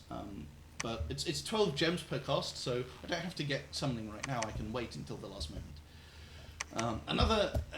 Internal developments. I bought a Robe of the Sea off Satis. I also sold him a flame helmet for that, so maybe that was a mistake, but his Voice of Apsu, I kind of traded with him like that to make him think I was friendly, which I was trying to be. So here's Voice of Apsu. I've got a Water 2 guy. I can get him Water 3, and I can eventually break into higher water. I said I could get Sea Trolls from this, but of course I can't actually without another booster. I've got another Air 2 caster, which is very nice. He can cast Auspex. In fact, maybe this guy... Oh, I sold all my air gems, didn't I? I sold my air gems in exchange for glamour? Fire. Okay. Yeah, because I'm looking at an Eternal Pyre cast, for sure. In concert with Marinon. So, yeah. What am I talking about? Oh yeah, so I'm getting Thaumaturgy 6, and this is purely for I want to mind enslave all these guys, and if I get the Troll Mage, that's a Glamour 3 Mage, so I can cast Gift of Reason. If I have the tech for that, where is Gift of Reason? So Divine Name is is Thaumaturgy 7. Gift of Reason, oh, it's Nature. I don't really want to use Nature Gems on that. It's really expensive in the base game, but look, I don't have to Divine Name is really expensive too. This sucks, man. This really sucks, but it's worth it to get a Glamour 3 Mage, because they can make a Veil, or I could just buy a Veil. But I want the Glamour 3 Mage as the chassis to cast Gates of Horn and Ivory as well. So yeah, I'm still gonna try and mind enslave them all. So I've been making some spell focuses, couple of Eyes of the Void, and you can click on these Dwarven Hammers to see that I'm making another Eye of the Void and 3 spell focuses. Also, I'm getting some Assassins now, at the end of Hito's suggestion. And let's just check out some of this site searching I've done. So Wolven played nothing. Castle Arcanum was very nice I didn't find it, of course. Ragewind Heath, nothing there. Magma River, this actually spawned via an event, so that was extremely nice. Nothing interesting in this province. Nothing interesting. Whirlwind of Cyclone, but it is a throne, so you do expect some good stuff. Enchantment bonus 30, which is quite nice. So Twiceborn, I can spam Twiceborn here. It's a shame though that the province is vulnerable to Pythian, so it's not necessarily a great Twiceborn location. What else do we have? The Ferry. So I finally found a site in this province. Water Death Gem, Starlit Pond. Yeah. For some reason, my third highest gem income is Pearls. Well, it's completely... I mean, I have Arcane Probed everything, I guess, but it always seems to be Pearls. Pearls seem quite plentiful. Veil of the Silver Garden Pearls. There are some interesting ones, I swear. I'm just showing you everything. Deathmound Downs. So I've got Necromancers. I think I mentioned that in a previous video. Stargazer's Cliff. Fire. Why is it fire? Compound Door. But in the caves, there's some fun stuff, like so many disease sites. The Iron Caverns. They're just 3 gems. Quite nice. Abandoned Laboratory. Glowing Mound. No, that's not interesting. Hey, here's the... Okay, Sages Guild, so I'm getting Sages as well as the Lizards. Mammoth Forest is very nice for all the nature gems. I'm casting Haruspex on this province finally. And here's one I found this turn. The Inverted Tower. This is what I wanted to show you. 4 Glamour Gems. Isn't that nice? And an Illusionist. So are Illusionists good? Well, at least they're cost effective. You know, of course I already have those paths on my nation. And Satis has a lot of lizards within a shield, so I've restarted crossbow production. And that's it for turn 54. See you chaps next time. Hello. Hello chaps, it's turn 24. Well, it's actually turn 25, but I'm just giving you the info. So what happened in the previous turn, back in Ene Umrul, when my army was here and Shinuyama's army was in Dardania, Marignon retreated, is I got scared that the Idol of Beasts would teleport in, and I did some testing, and actually I can't kill the Idol because it has Body Ethereal and Mistform and Air Shield. So it just does. Crossbow bolts don't even land at all because of the Air Shield and the Ethereal. The melee doesn't really work. Salamander Asps, of course, don't do anything. So basically, I had to have my Pretender God move into this province to defend against the Idol. And if he's not there, then my entire army would get killed by the Idol. So I scripted everything to retreat. Now, he probably didn't have Thaumaturgy 4 to even teleport it anyway, but it was too much of a risk. So I scripted everything to retreat, which is fine. But then, like an idiot, I also patrolled. So I killed 2 scouts. The Sacreds ran away from the scouts into every single adjoining province. They've been collected back up now. 5 of them died on retreat. And a lot of them ended up in this province in Mushwood. And then he attacked into Mushwood because I had some stuck Sacreds. And these guys, of course, they're very fast. And there was no commander in that province, which is why I had to send everything to go support them. So 9 of them died running ahead, not getting blessed, and they just killed themselves on the Fire Shield, on the Sorcerer. So this is a huge embarrassment. The Sorcerer was twice spawned as well, so it's nice that the Ghost Cat died, and it's nice that he lost a Fire Cuirass and an Ice Helmet and a Great Sword of Sharpness. But on balance, this was kind of a 2-to-1 trade in value for me, in his favour, which is okay because it's still a 2 versus 1. Also, his whole army is now in Azurian and just 1 turn breached it. That's the one with 100 little goblin spearmen, 239 samurai swordsmen. So probably Marignon is going to... So according to leaked screenshots that Ceylon is leaking off Krun, Marignon actually has his army in Omikria instead of Isurian. Now I thought I would have put my whole army inside Isurian and then just defended it, because you've got all these melee enemy troops coming and they get stuck in the fort breach, they die to crossbows. And if he brings in some thugs, well, a couple of ethereal thugs can go through the walls, but then they'll just be too outnumbered and they'll die. But then Krun says that actually Marignon's army is outside, and fighting outside against a huge big line of 239 samurai swordsmen with 28 damage is quite bad. So I was worried that actually Marignon would accept a peace deal and leave me alone in the war. And that brings us to the third player, which is Satis. Now, Satis made the mistake of listening to Krunbum too much, and he ended up cutting a deal where he gets these provinces and these cave provinces, and he doesn't even get Wolven Plain or Erd, which is pathetic. It's a 3 versus 1, and he just gets deterred. He gets sort of rhetorically disincentivized from attacking Krunbum and saying, oh, I guess I'm really lucky to get these provinces I already took for free off a player whose army is up here, hello, and it can only move 1 province per turn. It's just kind of pathetic. So Ceylon is basically Ceylon implied that he's not a very experienced player. Also, I think a big deal when people encounter Krun is they're just not used to someone spamming 1,000 messages, all of which are self-serving and deceitful and fallacious in different ways.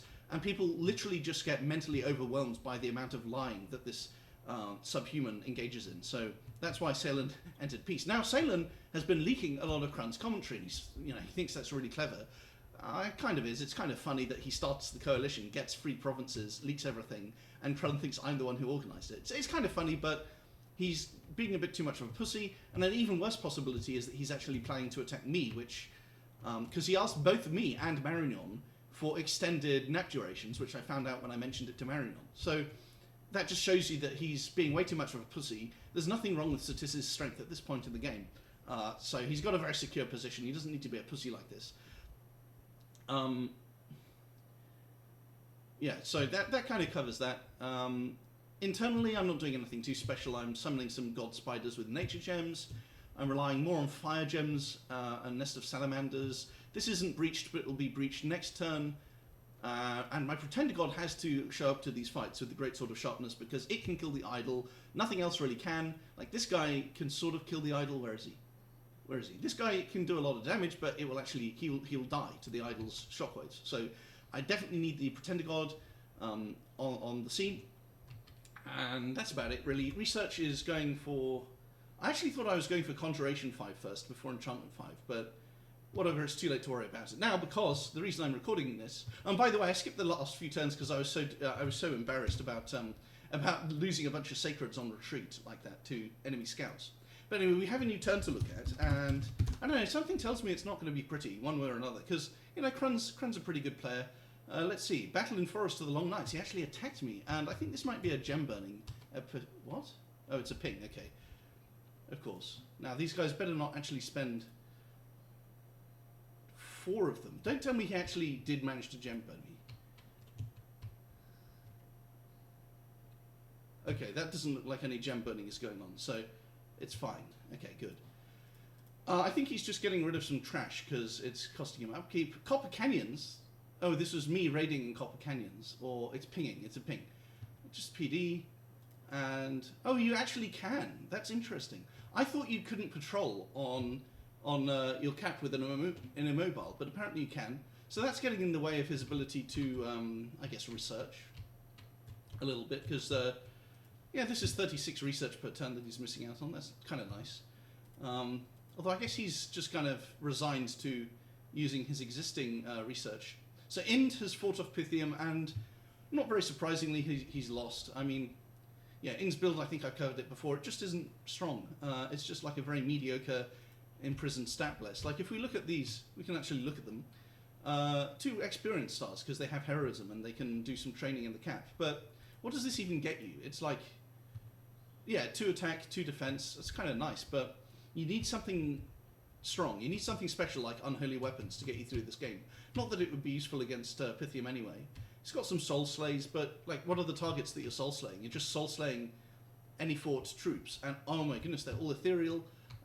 There's just way more mages here, so that's why he lost. We don't even need to look at the details. Sorry if you wanted to. Let's have a look at what else is going on. So we covered that. Looks like most of the Ind mages actually survived. So, Phaeacia attacked Ind. Yeah, we knew that. Ras, this is just a counter raid on this province. Oh my goodness, he actually stormed. But I think he actually didn't have defenses in the fort. See, I would have retreated inside the fort, and now Janahito though is quite a good player, so he didn't retreat inside Azurian because he didn't want his force to be stuck there. I mean, I would have retreated inside Azurian to defend it, but then Janahito said, well, yeah, but then he could go onto Amikria, he wouldn't have to storm it, and then I'd be kind of, maybe, I don't know, it seems odd to me. I would have actually defended Azurian. I don't really get the logic. So, at this point, I'm going to probably raid into Copper Canyons or something. It's nice that he took Raz back. It shows that he's being competent. Stis is moving back. He didn't move back last turn for some reason, which may be a bit suspicious that he was going to somehow get bribed into attacking me or something bizarre. And I'm probably going to storm this fort. I don't see why not. So that's going to be Forest of Long Nights. I should probably, if I really wanted to push it, I could go for Shiniyama itself, but actually this province is more valuable than Shiniyama. It's got lizard shamans, and it's got and my pretender god can't really go there because there's too many enemy candles.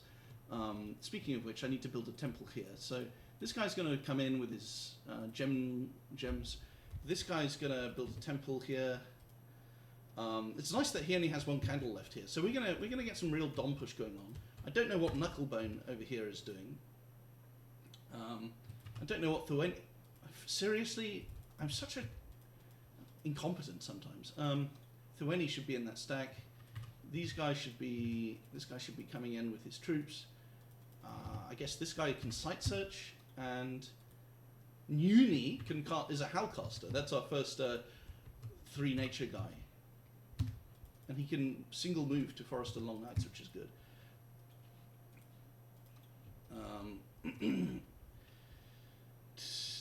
And because I've got this extra gold income, I've been making some big mages here. It's also so that if I get into a battle against another player, I'll have some resources to handle that. But I might actually switch back to making the smaller mages. Maybe I'll make a big mage here, but we're halfway through a small one. This is only small mages recruitable here. I guess Hamane is the only... Maybe I should stick to the big mages then. And in Machaka itself, I need to remember to actually train troops. We've got quite a few waiting to be ferried out, but Knucklebone's going to take them next turn. And maybe I should take some Spider Knights as well. Should I make Spider Knights? Should I make archers? I think I won't make archers. I'll just stick to the crossbowmen. So yeah, I don't really have anything special planned. Just flaming arrows and Howl, and then maybe Banefire darts eventually. And Alteration 3 would be nice. Maybe I should get that before Howl. Howl, Shiniyama isn't a forest, and this forest, it looks like we're taking it without the Howl. I think Krun actually conceded this to Satis because he would lose it to me otherwise. So that's his plan, is negotiate with Satis, defeat Marignon, and then lose to me maybe, because he thinks I'm the one he can beat, but that's not going too well. I'm just taking his fort. Yeah, so I might have something more to say. It's a bit unfortunate also that I didn't grab these, but it kind of insulates me from getting backstabbed, so I don't really mind. I can always come back from them later, quite possibly. So that's turn 25. I might not even come back to... I'll show you turn 26 when it rolls around. Hello, chaps. It's turn 26. So, Ind is still dying to Pythium and Phaeacia. Now, an interesting thing here is, since Phaeacia has this province, I'm not really sure if Pythium's really going to be taking that much of Ind. So Pythium could backstab me, theoretically. So could Narba, so could Satis, so could even Phaeacia, but there's no real reason to worry about it. Marignon and I appear to be good friends and allies, so I probably won't get backstabbed. Internally, I have cancelled most of my mage and troop production. So I'm not producing a mage here, or here, or... No, I still am here, and I'm not making one here either. And the reason for that is that I'm kind of running low on gold. So I have 1,600 net income this turn. But 500 of that, well, 800 of that gets spent on the cap. So then I'm 800 gold left over. But I wanted to build a temple, so then I'm only 200 gold left over, and that's why I could only make some crossbows and a couple of mages here and there. So that's why. That's why I had to cancel most of my mage production. I can't even make scouts here and shit. But that's fine. The temple here is pretty nice. We've got some priests to preach. We've got the pretender god. So, you know, we can try and push Shiniyama's dominion down a bit. I mean, in the province itself, it would probably stay good. Yeah, anyway, I have to tell you the actual thing that matters, which is I pinged this. I pinged it last turn. I didn't check, but I pinged it in this turn. And wouldn't you know, this thing can't teleport. It doesn't have astral. So it can't move. It can only patrol on its cap. And if it ever gets sieged, then it won't even be able to break siege, which is probably why it's patrolling. So, you know, here we've got a couple of thugs. This chappie here is twice spawned. This chappie here is already, he's already an ex-parrot. And so we can see he's got lots and lots of strength, lots of damage. He could kill my pretender god in a few rounds if he was, for some reason, not being killed by my pretender god. Here's my pretender god, by the way. I got him the trampling boots that Marignon sent me. I think I paid for those. So, yes, in the battles last turn, nothing actually happened, yet again. So Copper Canyons pinged it, it's PD, I should have raided it, and I didn't because I'm a pussy. Dark Knowledge, I got a Well of Pestilence, the one that diseased a whole bunch of my troops earlier. Yes, and that meant so the fact that this can't teleport means I lost 15 Sacreds worth 1,500 gold for no reason other than being a pussy. But let's not think too much about that. Ind lost a battle here. I wonder if these are actually sallying forth in order to escape from the fortress, but they weren't scripted to retreat. So, but it's just occurred to me that you could no, I guess they don't have any provinces to retreat to outside of the fortress anyway. So I'm not really sure why they're sallying forth there. So Ind's very dead. Shiniyama, yeah, we just pinged that. So I don't know why he did this. This did not gem burn me, because it's 2 lizard shuns, which probably isn't enough anyway. I guess with the troops it might be enough to gem burn, but the thing is they're scripted to retreat, so it just doesn't work. And then we did cast some gems here, unfortunately, and we still lost a sorcerer anyway, and my prophet somehow still lost his mount as well. I'm going to watch this. I need to find how he lost his mount, because I think I brought my prophet here. Where is he? Where actually is he? Oh, so let's have a look. These are the little air elementals I can summon with summon lesser air elemental, because I don't have Conj 5 yet. I guess they're pretty crap. Where is my prophet? Maybe he wasn't here. Yeah, so here's where we gem burn ourselves, very stupidly and unnecessarily. Let's actually watch the fight, why not? And this chappie here is taking a lot of heat, and he doesn't die, which is nice. Looks like he's enlarged, so he may have survived just because of being enlarged. Everything's fucking dead, and isn't that nice to see? And here's what a fully buffed pretender god looks like. He's got protective force. He's a bit high on the fatigue, but that's only if he casts even more spells. So I guess I should get a girdle of might on him or something.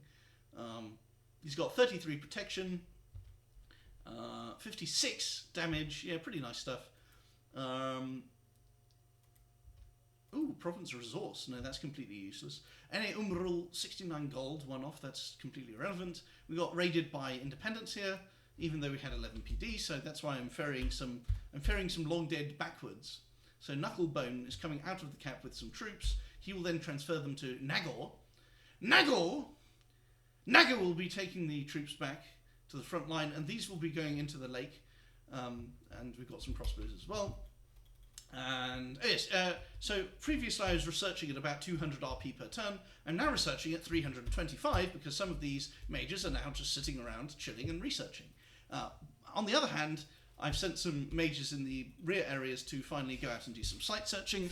I used to always site search as early as possible, but that's kind of greedy because you end up not researching much if you're site searching, and then you have gems that you can't spend, which is useless. So if you get attacked early, and we're kind of fighting a war early. So this turn, I should probably attack Shiniyama, and I might edit my turn later to do that, but for now I'm just going to research and preach and build a temple and defend with the troops and the Pretender God. So that's about that, all of that. I guess I should refresh my scripts. Let's see, this is looking perfectly decent. I guess I should edit this one. So, yeah, whatever, this is fine. Yeah, that's all we have to do there. He can't really come with just a bunch of mages because we'll nab them with air elementals, so he would have to show up with like troops as well to protect them from the air elementals, but that doesn't really matter.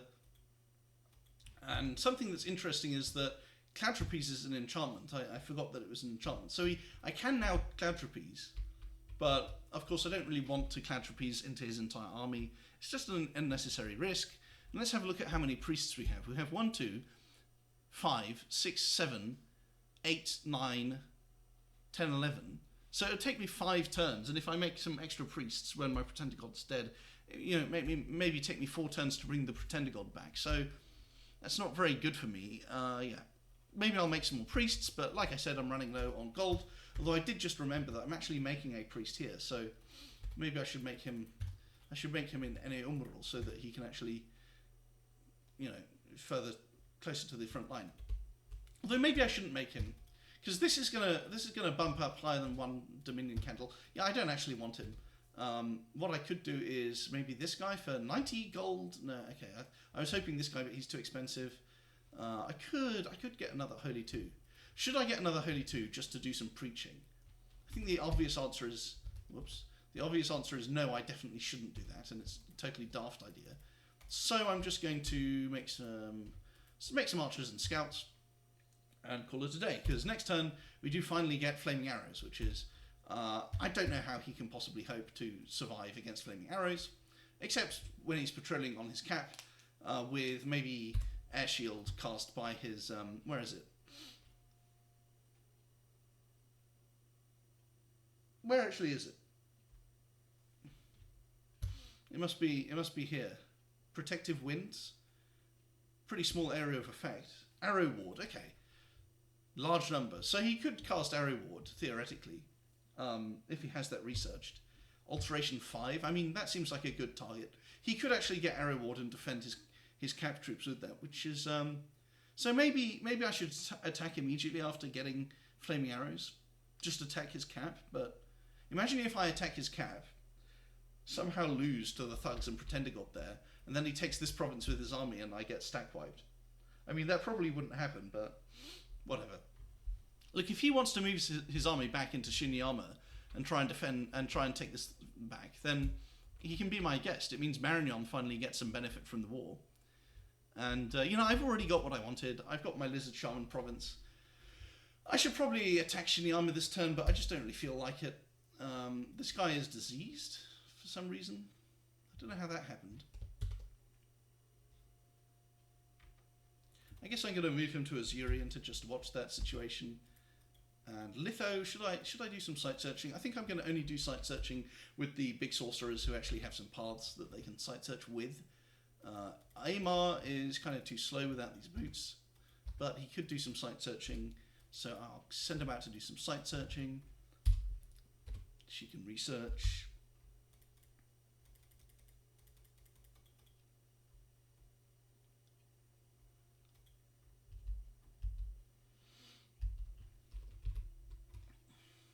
So that's turn 26.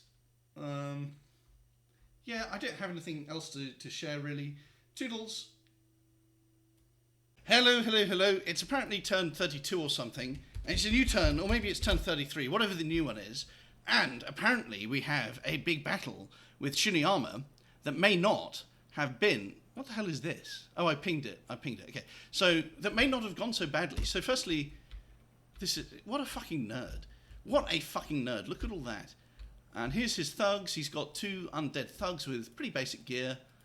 This one has trample boots. He's casting regen on the Ubers. He's casting body ethereal here. They've got regen in their bless. He's got a whole bunch of troops. These guys are quite nice. They've got Earth 2 And he's got 3 of those. What else do we have? Actually, I thought they were a 3. This one's casting Summon Earth Power. What the fuck? Why is she casting Summon Earth Power? Quickness. I wonder where she casts that on. Let's see where she casts it. Did she just quicken these guys or regen these guys? Who is casting regen? Where did this regen come from? Are you serious? They just cast regen on the... Why are they casting regen on the troops? I'm actually annoyed on his behalf. We've got Stygian Skin. Is this some kind of archer bait? It's not very good archer bait. It'll still die to the arrows. And there's my Twilight. And I'm expecting him to actually cast... Rain. I didn't anticipate Rain. So that's going to reduce my Flaming Arrow casts. It's a pretty good pick there. Now I'm expecting him to cancel Twilight with Darkness if I'm a little bit unlucky. So here's the crossbows. As you can see, I've cluttered up the entrance with crossbows, which is actually a bit of a mistake. But so obviously I'm casting Flaming Arrows on my crossbows, and hopefully Serpent Ward, the poison damage ones as well. And I'm also trying to give them poison resistance just in case he cast Fell Vapors, which he probably can't. I've got a whole ball of mages here who are supposed to be in front of these spiders, but the spiders just run in so quickly. I don't know why someone is casting Swarm. I didn't script that. But we do have some rather... Also, where's the trees? The trees don't exist inside the fort. The trees only exist outside of the fort. That's annoying. Look at this interesting lighting. You'd think nature mages would want to keep... This is deafening me. This is absolutely deafening me. Okay, so what I was thinking is that Crunbum would be casting Howl and Foul Vapors and Darkness. It looks, though, like he actually isn't. I also just realized something, which is that when I cast Ethereal on my spiders, they can walk through the walls, which is actually not what I want to happen at all. Something else that I hadn't thought about is that Web is very effective here. He's such a nerd putting out those little archer bait squads that then just... They're not even archer... I guess they're... Oh, I guess the idea is that when an arrow lands on this square, it could kill the troop instead of the mage. I think that just happened here. So it looks like these guys are already running, which is kind of irrelevant. Also, is this actually his whole army? This doesn't look like... I thought he had 400 swordsmen. But it's not a gem burn either, because it's a lot of swordsmen. Yeah, this is annoying, actually, that I accidentally sent them through the walls by casting Ethereality on them. The good news is, though, that the spiders... I was really worried that the spiders would run into this area right here, and then they'd be surrounded, and it would be bad. But instead, they're in the breach, exactly where I want them. The archers... The crossbowmen have 12... what are his thugs even doing, actually? Also, why are my mages not advancing? They should all be on advancing cast, and I think they're not advancing, which is very obnoxious. Because I would like to kill them with Dust to Dust. Another spell I would like to have is, I would like to have the Ravenous Swarm. That will kill them very quickly, because it's 21 unresistible damage to undead, so it will kill them through 20% regen, but the mages didn't even regen buff. So he only has 10%. Ephemeral Blast coming through. I think we have Banefire Darts, but it's probably not getting cast. Blade Wind is an interesting spell, because it seems so terrible, but it always does a little bit of damage, because it has so many projectiles. Do we have anyone else running away? Only some random troops. He didn't cast Howl, so he doesn't have Howl, and he doesn't have Darkness. So he doesn't really... It looks like his research was hampered a lot, and yeah, now he's losing the battle. Oh, they're starving. How are they starving? It looks like they're mostly not starving, but... Yeah, I don't know what he was thinking here. I think he... you know what? I think this is him panicking because Marignon actually did re-enter the war, which is very nice for me. And are these buffed with poison resistance? Looks like they aren't. So yeah, I don't know if this is worth it, because probably none of his thugs have died, which is very disappointing. False Fetters effect? Yeah, I don't think I got any of his mages or thugs killed. This doesn't look like a full army, so I think he sent some... I think maybe he sent some raiding squads onto the adjoining squares. But yeah, let's just masturbate to the final moments of this battle. This is what happens when you put a huge number of melee troops into a fort breach. So, Crumbum has been defeated, I think. What did I... Wow. I mean, I did get gem burned very hard, so I did lose a huge amount of gems here. But... what a fucking clown. No, it is his whole army as well. Wow. Okay, so he panicked. And let's actually explain the strategic situation. He didn't even raid my temple. Oh, okay, Mushwood. So here's a force and... No, that's just a raiding force, and these are all troops that ran away. What must have happened is that Marignon redeclared war on Shiniyama, and that made Shiniyama panic. And I'm really surprised that he did this, because he actually saw my whole army. So I just don't know what he was thinking. Like, I think he must have not tested or something. So I'm very happy about this. And my next question is, can I save this temple? It would be very nice to. So that is turn 33, and are you serious? I only just moved all of my researchers out. Are you fucking kidding me? This is so... I was going to say I moved all my researchers out, and that's why I lost the province. I didn't move them out, and they're all fucking dead, except she ran away, thank God. But, are you serious? That is so annoying. I hope no one saw that. Yeah, and we just got raided here. I wonder if this... I don't know what this is. I really don't know what this is. And I wonder if this maybe messed with his scripting. So let's have another look at this review. So he didn't lose any thugs. He only had 2 white mages present, actually. He didn't really lose any mages. He lost 2 mages. And he still has 200 Dai Bakemono. So he's actually still fairly strong. But the real takeaway from this is that I lost nothing. I mean, this is just devastating. It's actually very funny. What a retard. What a retard! And the other thing I was concerned about is that I wasn't concerned about it, which is a problem. I was actually concerned that I would run out of supplies, because supply storage actually halves every turn. So it's just halved to 375. And if I didn't have nature mages here, I would actually be starving inside my own fort, because the spiders are size 9. And look at this. I managed to lose one of my commanders, but... that's fine. Did I loot any? I probably didn't loot any items. What did he do this for? What was he thinking?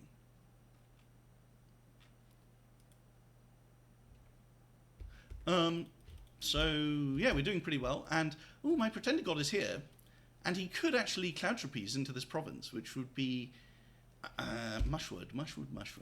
I mean, he could easily just move out of the province. I mean, he can put everyone on commanders and script everyone to retreat. And my pretender could die to his thugs, maybe? It's very interesting. I could get my pretender killed here, but it's very tempting to drop the hammer. Imagine if I teleport my pretender here instead. Imagine if he scripts everything to retreat. And then he moves here and he just... then they'll retreat into the forts and it'll be fine.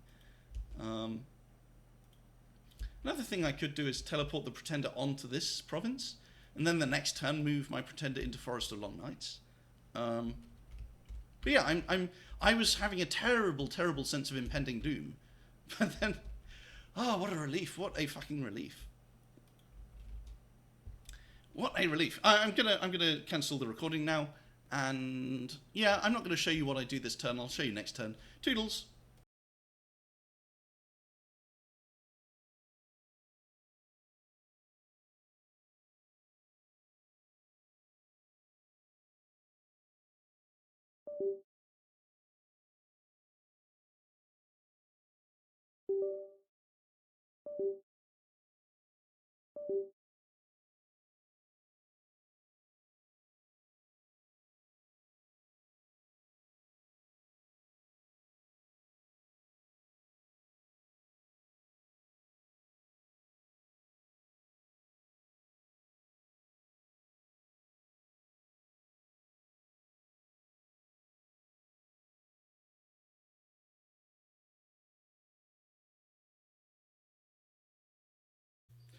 Hello.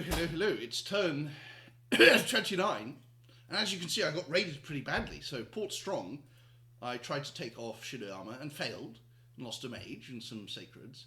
And Brightwood, I also lost some Spider Sorceresses defending it, because I didn't realise he would be able to double move there, and of course that's pretty bad because it's interrupting all this stuff down here. So we've got to fix that up, and this includes a ridiculous amount of nature gems. So we're dropping the hammer, which is a Pretender God Cloud Trapeze. Now, I'm still in long nights here because I just wanted to get some research done. We got Howl, and Howl is going to be useful both for the army. I mean, these are both forests. It's going to be useful both for the army and for this little cloud trapeze I've got going on. And I just realised a few last minute upgrades which I can do here, which is Earth Power, Flying Shield. I'm trying to think of what's most important. Personal Mistform is actually useful against thugs, because even against stuff that cancels it, like a high damage magic attack, it still reduces the incoming damage by 25, so that's still quite useful. Personal Iron Skin probably isn't that useful, but I'm feeling unimaginative. I mean, I could summon Will of the Wisp. I just don't think it's very useful. That might be actually good. I could also summon Air Elemental to back up the Howl, but that's 50 fatigue if I do that, so I probably shouldn't do that. And I could do some stuff like Animate Tree maybe, but it doesn't really matter. And then, so there's going to be one fight against the Dai Bakemono Sorcerer, possibly with, it looks like he's alone and doesn't have any fluffers in the magic phase, which is very nice. Because I tested it against him and a fluffer and a living Bakemono mage, and sometimes this guy died if I went in with the wrong script, so we have to be careful. I've reviewed everything, like the Boots choice, this part of the script, attack large enemy monsters. With the Boots, it seems he doesn't swing his greatsword all the time, which is a bit confusing. Maybe Trample and the melee attack both consume fatigue independently, and that's why, because he was fatiguing out. That might actually be why. But I'm still going to leave the Trample Boots on, because they seem to be a bit better. So I've just put Howl earlier. Maybe the rules can show up early enough to interrupt the Fire Shield script, and then that means that they'll pile up because they won't die to Fire Shield. And we're just showing up with someone to cast Enlarge and Gift of the Hair and Gift of Splendor in the mundane phase.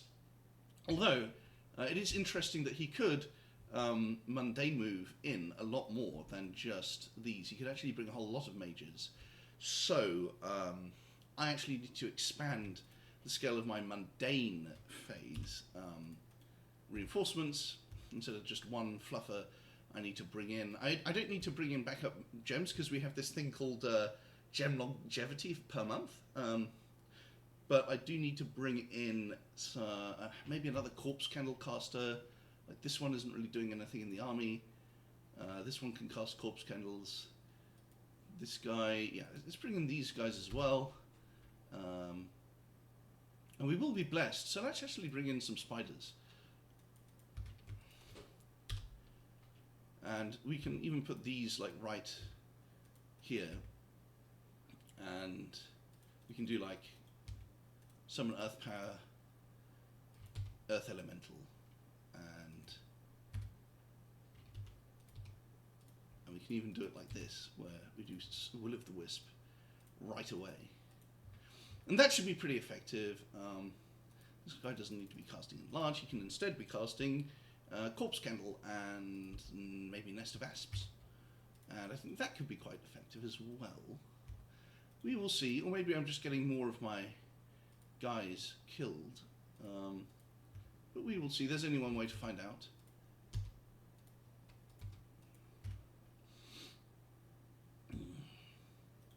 And I should probably bring in these undead, but he's quite likely to predict that. Oh, and another thing I should be doing is maybe... I was going to consider casting maggots, but that doesn't really do anything, because the undead guy is going to live or survive in the magic phase anyway. Then we've got these troops. I could bring them in, but it just seems like I want to take Triton C. I don't think I want them here necessarily. I mean, should I risk the entire game over getting some income a bit earlier? Of course not. Let's unfortunately do the sensible thing and bring them here, but it's with a little bit of regret. So maybe let's not put them on the same side of the spiders. And let's press end turn. And as you can see, I've been waking up and falling asleep multiple times, which hopefully means the sun has also gone up and down several times. But still, we have three players extending the turn repeatedly. and it's very annoying. So I've actually started logging into the turn. I've actually started logging into the turn and pressing end turn immediately, just to sort of flex that I don't need to constantly extend like a little pussy-ass bitch. Oh, and let's show you the Bright Woods thug. I mean, I guess I'm going to record it next turn, but this is what I expect to be going up against. Also, here's my 2 mages that rather unfortunately died, because I thought they were just going to be fighting some troops. I didn't realise this guy... where does the 25 map move even come from? They just have 24 map move, because I guess undead have good map move or something. Yeah, I had no idea that their map move was superior to a lot of cavalry. So as you can see, even without fire shield, which I don't know why he doesn't have fire shield, but this is a lot of damage. The defense skill gets harassed pretty easily. The attack skill is good, is very good. He's got a gore backup, he's got double regen when he gets fluffed. He's got all resistances, and what else does he have? Well, he doesn't have shock resistance, although he might fluff that next turn, buff that. I don't know why people say fluff. It's a porn term when they could say buff. Yeah, he could buff that next turn in anticipation of the Pretender God with Shockwave and Air Elementals, but it doesn't really matter. He's got 4 reinvigoration, so with quickness this actually does get tar-pitted and start falling unconscious, although it doesn't save me in this case. I'm right about that, aren't I? Why am I wrong about that? Oh, he's got no encumbrance because it's undead. Shit, I forgot that. Okay, well, then everything dies. Very sad. But at least the mundane ones will get a bit fatigued. I forgot that about the undead. That's kind of interesting. And then in my main army, I'm now leaving the army without the Pretender God because I ran some tests. The army wins. Half of my spiders die, and that's not good because I might get backstabbed over it. But we do win. We kill about 250 of these things. So I might even show you that test. So here's me committing my various turn alterations. What's this guy doing? I want to keep him here. I want to keep him here so that he can be another guy that can potentially loot some items. So that's Machaka's turn, and now let's show you the... Where is it? Shinu test. Are you serious? Hello? What the hell happened? Oh, I know what happened. Okay, so here's the test results. Oh, this is actually me thugging. This is the thug test results. But I previously ran army versus army test result. Let's actually, and this is with the stupid script that doesn't put Howl right at the very start, so it takes a little while. Oh, and this isn't even in a forest, so Howler's half strength, and he has 4 units instead of 1, so these are empowered in nature and astral to simulate a lizard shamans. So the Howler's a bit on the weak side, but I think the Pretender God does take some hits here. In some of these tests, he almost dies, but it looks like he's winning. And this is a fully buffed up Truddy with 25 poison resistance. He's got resistance all. He's got fire shield. He's got ethereal. He's got 20 regen. He still dies, and in this occasion, he fails to even scratch the Pretender God. So let's then see how much damage the Pretender God takes in the next one. Where is he? And this is me letting them get off a full buff script, which is maybe not accurate now that I've upgraded it. And now he's getting into melee. He's taking 100 damage right out of the gate, probably because the buff script is a bit stupid. Looks like he does off script temper flesh, which is nice. And he just has so much HP. He took like 70 damage and still has 252 left. So then they just die, and she's dead. So the hell. So I'm feeling kind of optimistic about killing some thugs, or at least one thug, and it's an undead thug, so it's the final form. But yeah, losing half of my army to kill 3/4 of his is not so great. It'll get me going though. Anyway, that's turn 29. Hello. It's turn... Actually, who cares what turn it is? I'm going to show you a test. Let's see, did we run the test? We didn't run the test yet. So this is a test of like a counter raid that I'm going to do, that I might do. Now, obviously, I know what I'm sending in, so this is going to represent what I'm sending in this coming turn, but it's not going to represent what Shiniyama sends in. Yes, I'm really lucky, but basically, I'm calibrating this to fight the maximal amount. So firstly, my Pretender God teleports in to kill 20, die Bakemono. Now, this is already inaccurate, because it's actually a child of Oni, hero instead of a sorcerer, and also they'll be scripted to retreat, probably, so we killed that easily. Then there's the interesting part, which is what if... oh dear. Oh, fuck. Yeah, well, this is... what if he brings in... Yeah, this is the force that I'm expecting to fight. And as you can see, it actually doesn't work with just the Colossal Fetish and some mages. These mages are all scripted to cast Corpse Candle twice, so they bring on a whole load of Corpse Candles. Now, the problem is, I'm also bringing in 15 of my Sacreds, and then it actually turns into a big win for me. The Sacreds will die, but we kill all this, which is, I think, a good trade. Anyway, let's actually... Who gives a fuck? I haven't set the test up correctly, but let's just show you the last turn before we skip into the next turn, which has hopefully arrived if people aren't obsessively extending the turn over and over and over and over again. So I think I showed you last turn where we demolished his army and the half of it that survived ended up in Mushwood. So he's raided into every adjacent province, and apparently he lost this province to an India tank because he had 50 swordsmen there that were all scripted to retreat, so he was kind of afraid that I would counterpiece my Pretender God there. What I actually did was, as you can see, I didn't defend any of these provinces, not even the temple here. So I was being a complete pussy, and the reason for that is I realised that my whole army would actually die if it sallied forth and fought this. If it fought this... so if you look at these guys, right? Nothing can kill them if it's just some random, like a troop attack or like a random spell. The only thing that could theoretically kill them that I have right now in that fort is, well, my Pretender God, except he wasn't in the fort, so we couldn't sally forth with him. Alternatively, Dust to Dust is 22... It's 22 armor negating damage that gets halved by magic resistance. So 11 armor negating damage, that can kill them if you stack it up. But what happens is the mages just cast a whole load of useless bullshit, even with the AI spellcasting mod. So they actually don't kill the white mages. These guys are a bit more killable because they don't have very good HP, so they kind of struggle against just a huge enemy army. But yeah, I tested this and they actually kill most of my army if I sally forth against this. So I didn't sally forth, because like I said, Dust to Dust doesn't work, so I need the Ravenous Swarm, which I'm getting next turn. Don't have it yet. Or I need my Pretender God, and he was in this place, so he counter-pieced in, so he wasn't available. So my whole army had to stay here. And then I could have counter-raided a bit, but I probably should have, to be honest. Like, I should have... But I just didn't... I just couldn't be bothered. Because the thing is, I'm pretty sure Marignon is coming into the war. He said so. And that would explain why Cranbum blundered his army. Also, it's quite nice that my army is safe. Like, because I'm afraid that people will backstab me if I suffer some big military defeat.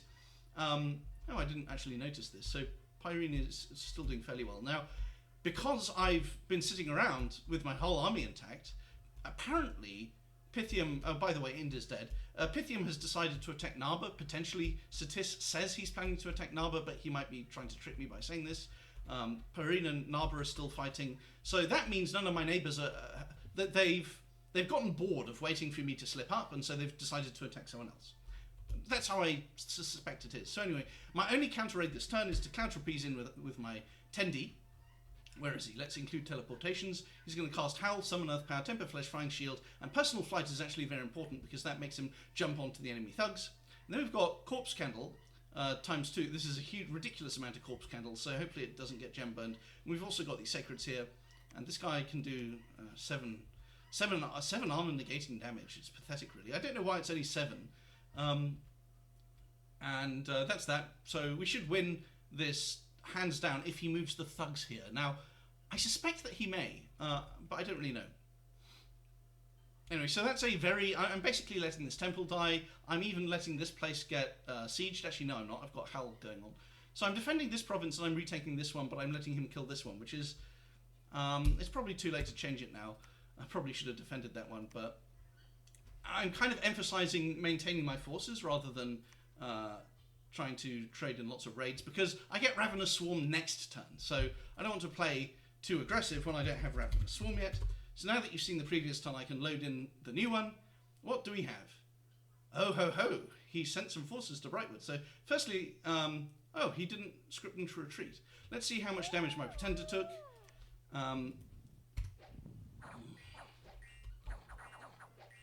Looks like he didn't take much. Where are they? Okay, they're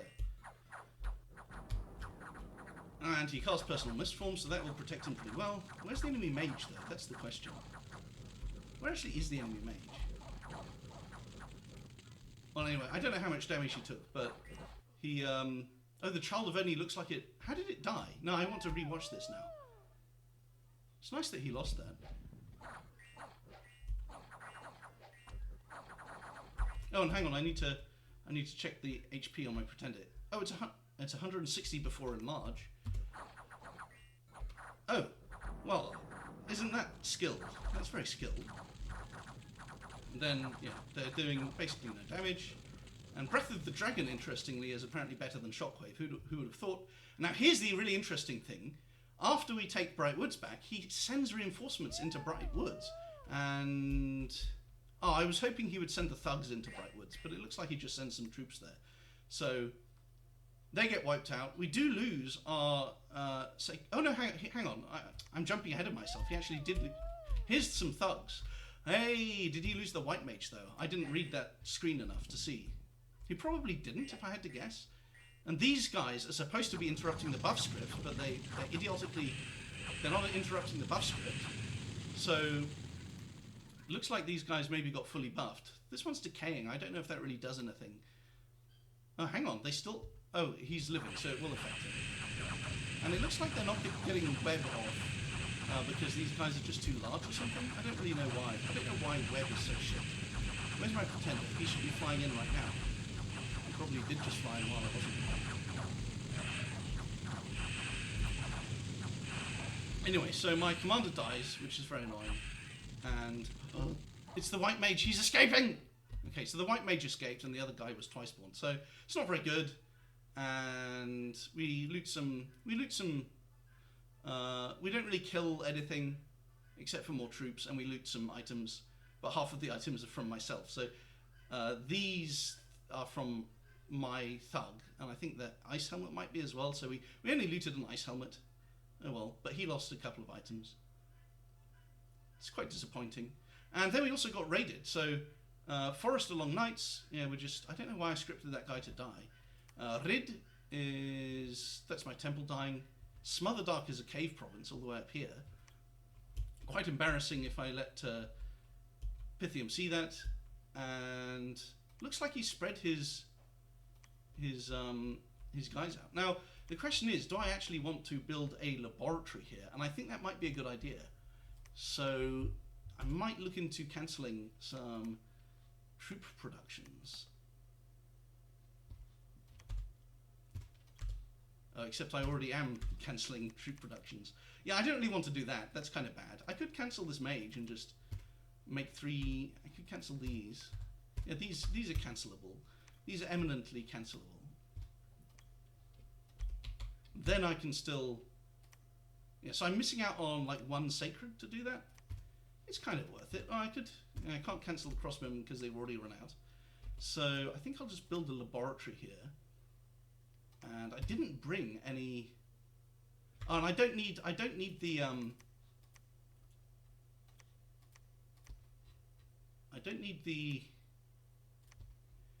don't need the corpse candles anymore because I've got the much better spell, which is Ravenous Swarm. The Ravenous Swarm, thank you. Very nice. And Howl, Temper Flesh, Flying Shield, Personal Flight, attack large monsters. Maybe I don't even need to attack them. So he doesn't really have anything that can threaten me in the adjacent provinces. Maybe I should keep these sacreds here. I think put this guy right at the back, then he'll fly in. These guys will be standing at the back, so they'll be kind of safe. It's kind of interesting to think about that.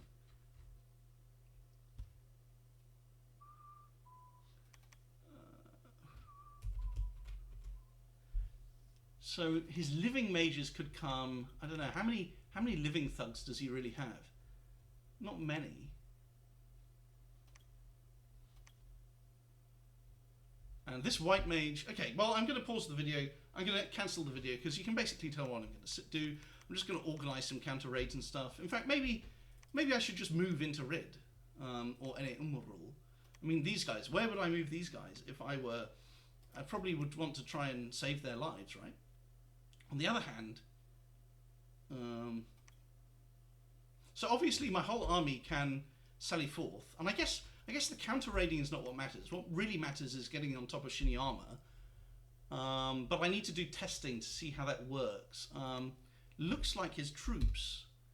I don't know how many troops. He does have like 100 troops around here somewhere. So I think I'll sally forth here. I don't need to immediately sit on his capital. I think I should just think about securing all these provinces back again. So this guy doesn't quite have enough nature gems, which is annoying. Do I have another scout? Am I running low on scouts? Is this fortification? Shit, they're starving. Ah, what an idiot. I allowed my army to starve. I always forget this, the way the supplies halve each turn. It looks like they're actually not starving yet. They're actually not starving yet, but they're about to starve. That's weird. So I definitely need to sally forth this turn, because I don't have quite enough nature mages there, and the spiders are incredibly hungry. Then I need to... I basically just need to counter raid. Yeah, he's successfully bought himself some time, so what? And I can put Ravenous Swarm in every army. And because of Ravenous Swarm, the white mages are just going to die horribly in every single context. I think I need to shit. If I were him, I would probably move into Ministra. And what did Rid have? Rid does not have a living mage. I don't know where his... I don't really see any... Look, I'll just lose a battle maybe to a living mage somewhere, but it doesn't really matter. This guy is going to get here, because we don't really mind where he goes after that. Yeah, so that's that. See you. Okay, I forgot to... It still turned whatever the fuck, and I forgot to explain something. Which is the reason I need to spike Crumbump with that shipment of gold. Is his whole army is here. He's sent his army, like here, and there's about 200 Daibakemono and 18 Ubers and a few thugs. So why do I need to send Marignon gold to spike Crumbum? Because Crumbum, he basically lost this war with me because Marignon re-entered the war.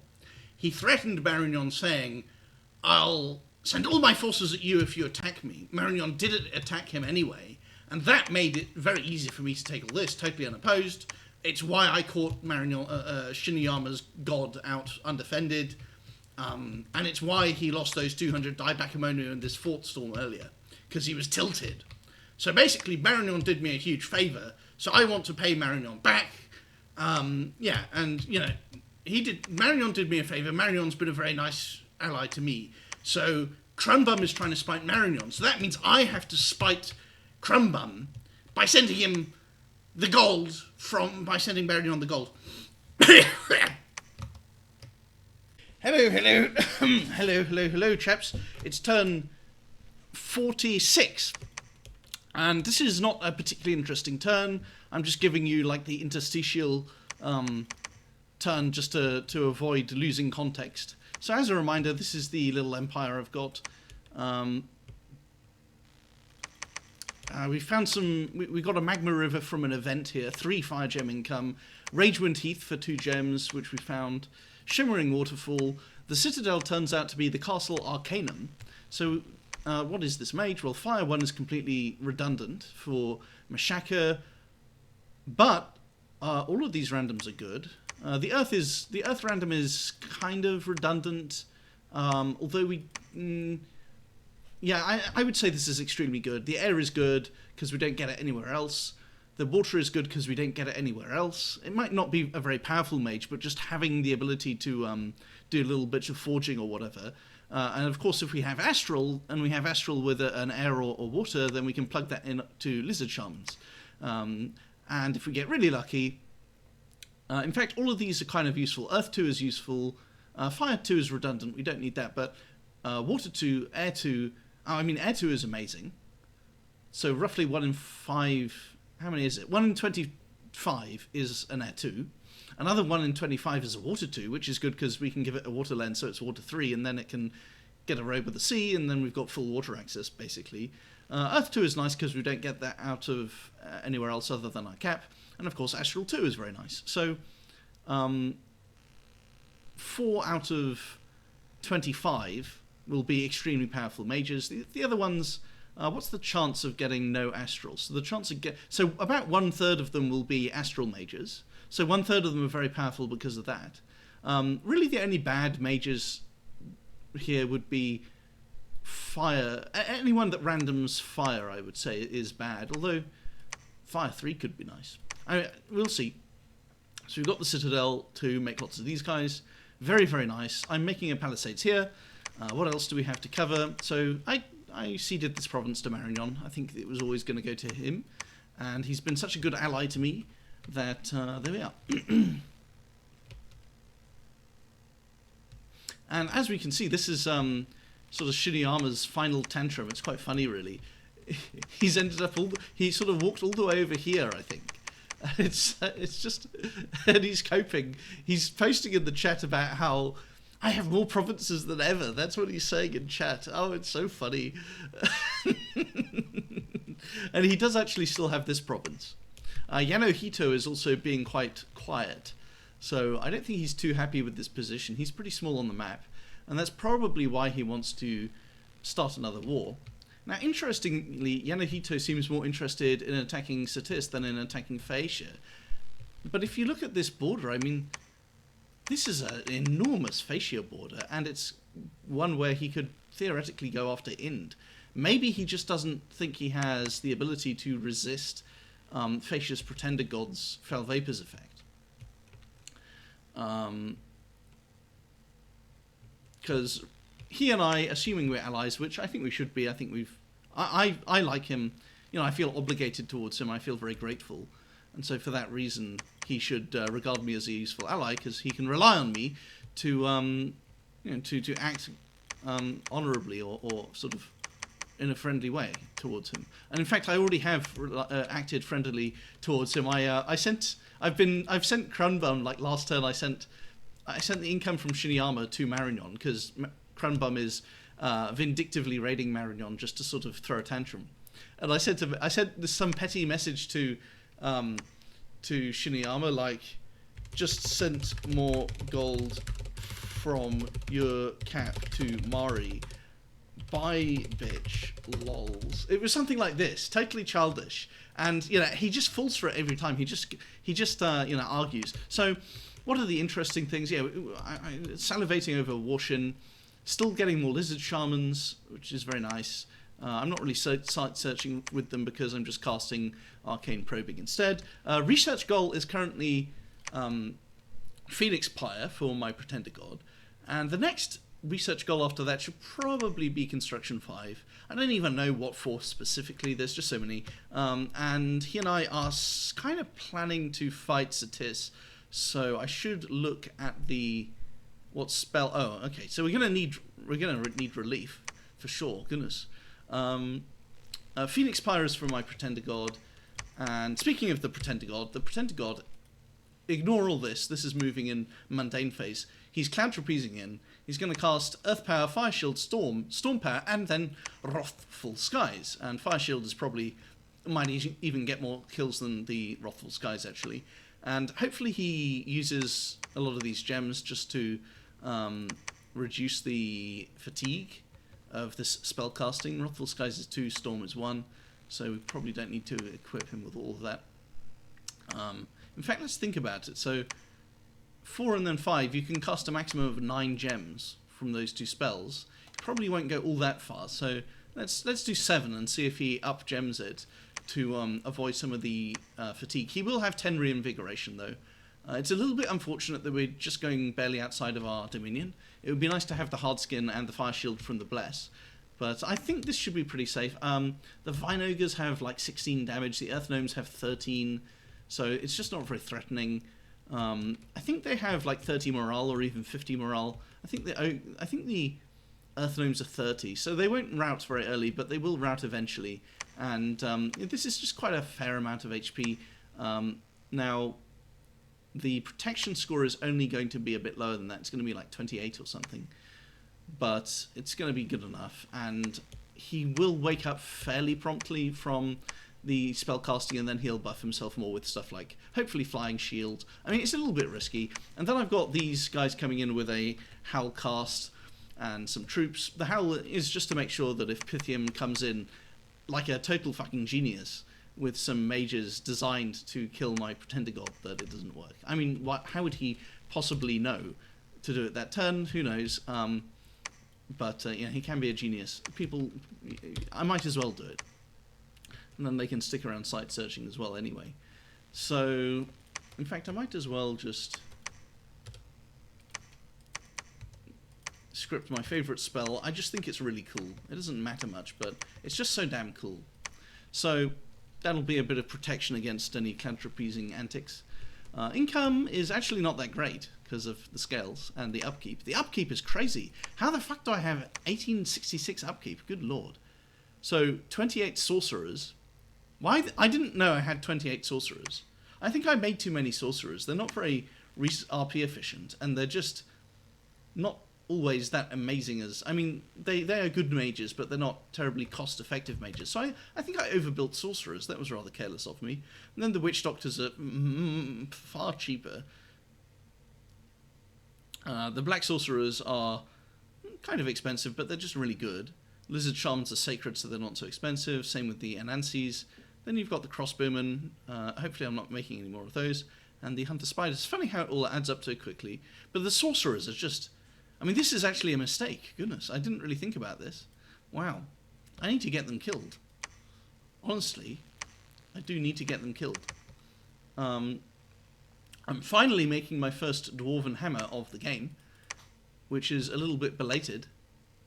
And hopefully Quasi manages to survive long enough to cast Twiceborn, or hopefully she manages to cast Twiceborn even if this is the turn that she dies of disease. And hopefully if she dies of disease while holding the Skull Staff, it goes into the treasury. Sadly, I wasn't able to rescue another of my mages. Where is he? This chap is feeble-minded, so I can't... He's still at Death 1 with the Skull Staff. So very sadly, he's actually going to die eventually. And what else? And I guess we could save this chap. He's Nature 3, which is definitely one of the most... It is definitely the most useful random, and so is this guy, actually. And I might as well degem them. So we've got some Twice-spawning ahead of us. Oh yeah, and let's talk about the situation in the world. Well, Nabra is getting cleaned up by Satis, who is pretty much the game leader. But everyone else is pretty powerful as well. Phacia, Pythium, both doing well. Yanohito is kind of quiet, and he's... he does, you know, look at the territory he got from Crumbum. It's basically these 3 provinces, and maybe you could count this one as well. So he got a few provinces off Crumbum eventually, but he hasn't even got them yet, and it's turn 46. So I think he's looking to attack Satis, and I think he kind of needs to launch that attack fairly soon. Because, well, having said that, so he does have 2 very good thrones. This is a very, very good mage, and this is a very, very good throne. And it also means that he could potentially scale pretty hard with Lightless Lanterns for 2 gems apiece. And he and I can also collaborate on stealing Mother Oak. Pythium has Stellar Focus, so we can steal Mother Oak. Actually, Pythium could potentially dispel the hell out of everyone's globals. That's a thought. Maybe we shouldn't get Mother Oak at all. Maybe I should just plough all of these nature gems, sell my fire gems for Marignon's nature gems. Then I'd have like 110 nature gems, and it's what, 2 gems per spider? Yeah, 2 gems. I could get 50 spiders that don't cost upkeep because they're summons. That's pretty interesting. I should actually move another... I'm going to move one of these mages over there, just with that in mind. That's a very, very interesting thing. You can only cast that summon in Machaka itself. So, King Gulada is holding a pearl. Still got these pearls sitting around. Oh, and Shinyama might get Dom killed, which is fortunate. I shouldn't really have mentioned that, but because he might take some sort of counteraction now, but he probably can't. So yeah, Shinyama is very much on the way out, but coping pathetically all the way. Oh goodness, I have to do a little retrospective on the absolute bullshit Krun's been spewing as he dies. It's been such a pleasure to be the guy to wipe him out. Oh, and This province got turned from a farm into plains, and it lost some population, I think. Or it just lost some income. So Port Strong is kind of protected right now by this candle, but Solam is actually under a little bit of risk. So we don't want to have that happen more. And I might actually, I don't have the gold for it right now, but we might actually be looking to protect this province in Solam with a temple. And I might build the temple in Rid instead of in Solam itself. But yeah, that's actually a concern. I need to think about that. Don't I have a priest somewhere here as well, don't I? Okay, here they are. They're preaching here, but there's a temple there, so it's not strictly necessary. It's also a little bit late. So yeah, that's something I'll think about. And site searching is carrying on. It's not too amazing yet. This province has only been site searched to E1, so I guess we can send an E2 mage or two over here. Oh, we have lots of Earth 2 mages actually in this whole region, don't we? Samoyoni can site search this one, and then we're getting off to, and then we've actually site searched it all. And Shiniyama itself is, yeah, pretty congruent with I can spend all of these gems. It's quite good. So that's turn 46. Oh, and this throne is the inner throne, which is possibly the weakest throne of the lot. Blood Slave's almost completely useless. Order, though, is pretty nice to increase this recruitment. So that's turn 46. And yeah, nothing too interesting this turn. I just didn't want to skip forward so much that it ended up being disorienting. It looks like I never cast Dark Knowledge on this province, and we can cast some other site search spells as well, like, let's see, Nature, Haruspex, and Gnome Lore, and Augury. In fact, we should cast them there as well. Where's this guy going? Why is he going there? Okay, why is he going there? To do fire path site searching? Maybe he should stay home and cast his Gnome Lore at range, except... yeah, okay, so this is quite optimistic, actually. Look, I never site searched down here. That would be pretty neat. I'm going to do that. This is pretty interesting. I actually... Yeah, I found I have a newfound purpose in this match suddenly, which is spamming all of these site search spells. At the end of the rainbow, for example. Why does it have to be so damn short in its cast range? Gerthurg. We should just move there manually.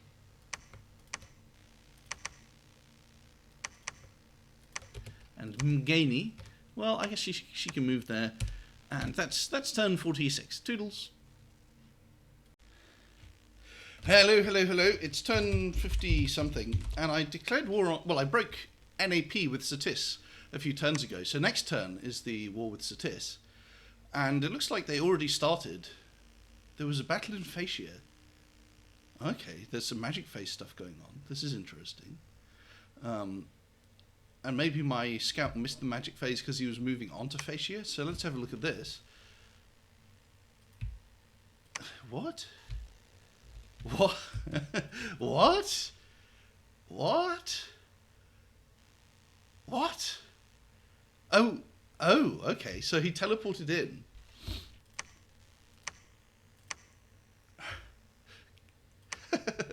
What a Chad. Okay, so Satis is actually doing pretty well against Fascia then. Let's have a look at his script. I mean, it's pretty obvious what it will be. Large skill and regeneration. 67... 103 fatigue, but... Oh, okay. This is actually... How the fuck did this work, anyway? Why is he wearing this? This is like... unzips your testicles, plugs them. Iron Peaks, just a raid. So, ooh, hello. But this was a small force, and he managed to kill 5. Oh my goodness. This is actually a win for Satis, because this is all worthless. It's 2 mages that killed 5 mages and probably did some. Okay, 5 mages out of this many is actually a pretty low kill ratio, but still, It's a gem burn. It's a filthy gem. Yes, yes, yes, yes. We got all 5 of them. We got all 5. That's delicious. And we found a rune smasher, which is nice. And a rainbow armor. A rainbow armor, yes. I like rainbow armor for my pretender god. So, we're a little bit late to the war. Because actually, turn 57 is the first turn that battle's going to occur on. And, oh my god, did I pick the wrong side here? That's too funny. That's too funny. Yeah, so I was going to go in on Sinaf. Look, if I go on Dun Vale, then it's kind of distracting his forces from this direction. But if Satis wants to invade Phaecia, that's actually... do I really want to spend my efforts protecting Phaecia? Not really. I'd rather go after Knaf. So, Knaf and Zox. I think those are my 2 targets, although this river is extremely annoying. So yeah, I declared war on Satis. I actually wanted to attack Pythium, but no one agreed to it, and Pythium is stacking these troops right on my border, which is really annoying. But, that's life. Marignon and Phaecia both didn't want to attack Pythium for reasons that are unclear to me. So we're going after Satis instead, and that's the turn. It's possible Satis is trying to make Phaecia peace out. We finally have this palisades up. What else do I want to say? There's not really much to say. I'm so glad, though. This is really useful, actually, because you know what this guy does? Once I Gift of Reason or Divine Name him, he gives me Glamour 3 access. This is a Glamour 3 mage. Normally on Machaka, to get Glamour 3, you have to train these until you get a Glamour random, which takes about, you usually have to make about 3 of them, I guess, which is 12 recruitment points on a otherwise basically mediocre mage. It's got Heretic, it's got Causes Unrest, it's only got Stealth 40, and you have an Any Fort Spy. Oh, and that reminds me, I've never made any of these. The Any Fort Spy is stealthier than the Cap Only Spy. I mean, seriously, Allwinter. So I'm going to make some Ears of the Lord because I want to spy on people. My income is now limited. That's nice. So who has the honour of taking these fellows back? I guess it's Candoro, because he's not very useful without any gems. So Candoro is going to take these guys back. All of the lizard shamans are going to go zooming over into... Zooming, please. It's this guy who's not zooming. Who else is not zooming? Someone is not zooming here. That's the Blasier. So, maybe Gobrusius, but I kind of like Gobrusius. I guess Gerus is so slow, he can only go to Shinyama. So now, they can all move to Brightwoods, and we can, meet up, put a big stack in Brightwoods, and if Satis takes the Wolven Plain, it's okay, it got pop-killed at some point, anyway. It's actually not okay, because it means he'll push his dominion even further. I like having the temple, but oh well. What else do I have to say about this situation? Well, let's check out we found a Sparkling Fields. Finally. I knew there was and a Wellspring of Secrets, and a Sink Marsh. Goodness. See? I knew this province had more stuff in it than just a stone circle. So, anyway, that's turn 56. It's a shame I'm too slow to actually attack Sinaf this turn, which is what I should have been doing. Gelatinous Cubes. Interesting. He's going to soul slay my spiders a lot, but there's not really much I can do about that other than cast anti-magic, which... Please tell me I got anti-magic. I did get anti-magic. Okay, well, I don't really have anything else to say. For fuck's sake, again? How many fucking... This is like the third barb attack in this exact location in a row. So we can clear that out with these mages, but seriously, how annoying. Yeah, so Phaecia has some issues. I feel like Phaecia also, like Doomstacked, maybe a bit too hard. Where's his nature? He does have lizard shamans, okay, and lion tribe doctors. How did all the lion tribe doctors die of poison? Look at this disgusting setup. Falvation. And it forces every fucking gemcast in the world. Resistant warriors. How brutal stuff. Yeah, so I might hit the panic button of summoning loads and loads of Godbrood. Oh, and I can't even upgrade this fortress. But maybe I don't want to, because he has so much siege strength that upgrading the fortress is actually just strengthening. So, anyway, that's turn 56. Hello, chaps. It's turn 57. And first I have to talk about what happened the previous turn. So I pinged Dunvale, but I only saw a Foul Vapors caster. Looks like he's got a force here. He bought these mercenaries, and I'm moving in on Knaf. Zox has some mages in it. He sent this force here, ghouls. I can't remember what the spell is called, and enough of them died that actually, when my Sage moved into this province, he just routed them because their leader had already routed or something. A bit weird. He took Triton Sea with some Solus, and we took this province back from some barbarians. Phaecia took this province off Satis after Satis took the province off me, because I told Phaecia that he could have this province temporarily. Pythium is lurking. Hopefully he's not going to attack me because he's been very busy in real life, so he claims. And what else is there that's going on? Well, I'm summoning some whites. I'm just dumping like 80 death gems into whites to deal with this. I'm going to have to remember to send a water-walking, stealthy lizard shaman with them to protect them from being mind-dueled. Or perhaps I can just give them an MR item on the Bane or whatever, the Bane that's going to lead them. I'm cloud trapezing Prigozhin in to Turtle Glades, which might actually be stupid because he only has 60 HP and 5 enemy candles, so I'm not sure how well that's going to go. And we're attacking Knaf. We don't know what Satis has here, but that's okay. I think one of his armies is in Hiloma, and he's got some other forces scattered around, so you probably won't be able to contest this. And the bogus crew is being moved into Forest of the Knights, where Babetchi is going to show up, and then he's going to equip a Thistle Mason, Gift of Reason, the 2 mages. This is Glamour 3. I think this is Earth 2, Astral 3, so both very good. And the other 3 chassis, I could divine name them later on or something. What else is going on? Well, I sent almost all my fire gems, about 175 of them. I bought some off Phaecia as well. I sent 175 to Marignon, and he's going to put up Eternal Pyre. Now after that I want to put up Gates of Horn and Ivory, so hopefully it overcasts into one of the other slots rather than the Eternal Pyre I've contributed to. And what else is going on? I think that about covers it. Oh yeah, we've got this force in Warshin. It's not very big. Maybe I should have sent everything at Knaf, but oh well. Oh no, I forgot to cast Relief. I forgot to script Relief in this fucking army. Oh man, I knew there was something I was forgetting, and it's fucking Relief. Shit. I knew it. I knew there was something I was forgetting. How stupid is that? So let's see how bad the damage is, because he could have rigor mortised me, and theoretically he could have killed my whole fucking army.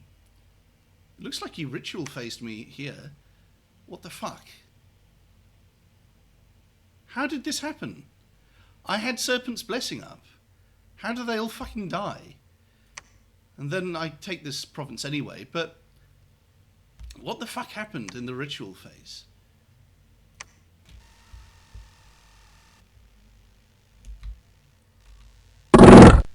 Oh, it's Wind of Death. What the fuck?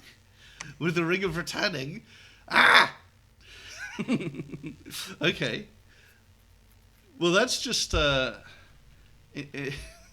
that's just 80 air gems well spent, I guess. How much did it kill? 42. Oh, that's pretty fucking good. And we did kill the trolls, though. God. Fucking Wind of Death. Holy shit. And this is just dying to PD. And so nothing else happened. Fucking Wind of Death, though. Holy shit. And I forgot to send anyone to the arena, but it's okay because I didn't have any good gear. Yeah, I didn't have a water bottle. I didn't have a assassin items like that, which it just does. Oh, for fuck's sake, again? The same province, again! This is so annoying. What the fuck, man? So anyway, let's cancel this and go for some more assassins. Maybe it's good that I split up my army a bit. I wouldn't have wanted to send even more at that. And 2 units on their way back have deserted or died. And we have Machaka the Crowned Ape. So that's very nice. That's very useful. But holy shit, I'm going to have some troubles recovering mentally from the Knaf Wind of Death. Yeah. It's a good thing we're training new troops. Oh, look at that. That's nice, isn't it? 16.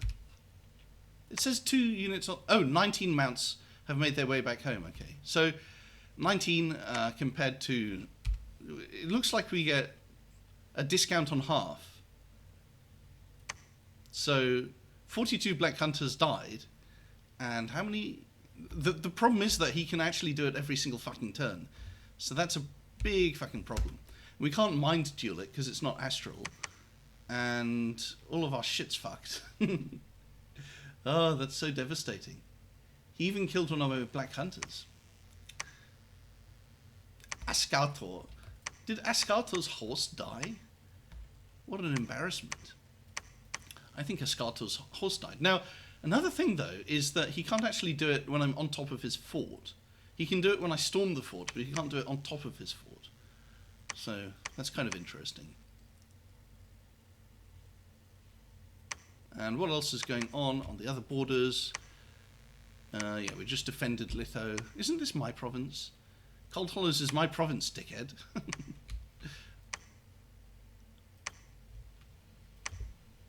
So, yeah, I don't have anything else to say apart from the shock, the sheer shock of what's happened. So, toodles. Hello.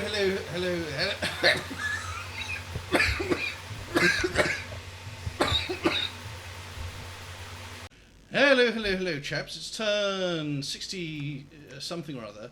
I have to show you the previous turn before I go into the new one. So as you can see, we're getting totally wrecked. Satis has an army here that I haven't responded to yet. And here's my pretender god stuck in a fort that's breached, so I cloud trapezed him in. And he didn't storm it that turn, and it doesn't have a lab, so this is a huge nuisance. Fortunately, he doesn't know it has a lab. But more importantly, this keeps happening. This is Wind of Death again, and it's just destroying me. So many dead mages, so many dead troops. It's beyond belief. And if you look at my Draconians, where are they? I don't think these are... I don't think these are all in... I think these are in a formation, but I don't think these are. I think these might have just been individuals. And anyway, so these are ghouls summoned by a ritual. This is all magic phase.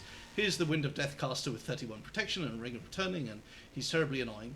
And I just love the fact that he has blood slaves. For no reason, yeah, so... I'm almost salty about this because it's such an asymmetrical mechanic. I'm almost tempted to cope by calling it cheesy, but I have abused assassinations in this game so hard.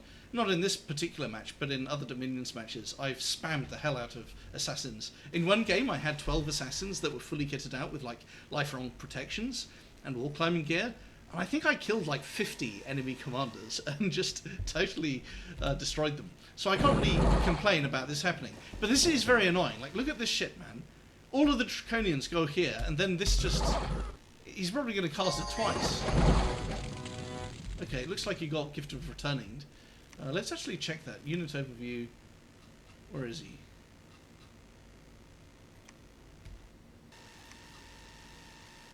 Looks like maybe he got, yeah, 1 point of damage from decay, which is quite unlucky for him, but still a devastating attack. But it's not just that. A battle in Brightwoods, I don't remember that. Okay, just a little raid. It's not just that. So we haven't just been taking winds of death to the face. What else happened? Yeah, it's this province, isn't it? Well, you've seen Wind of Death. Now guess what's up next? Where is he?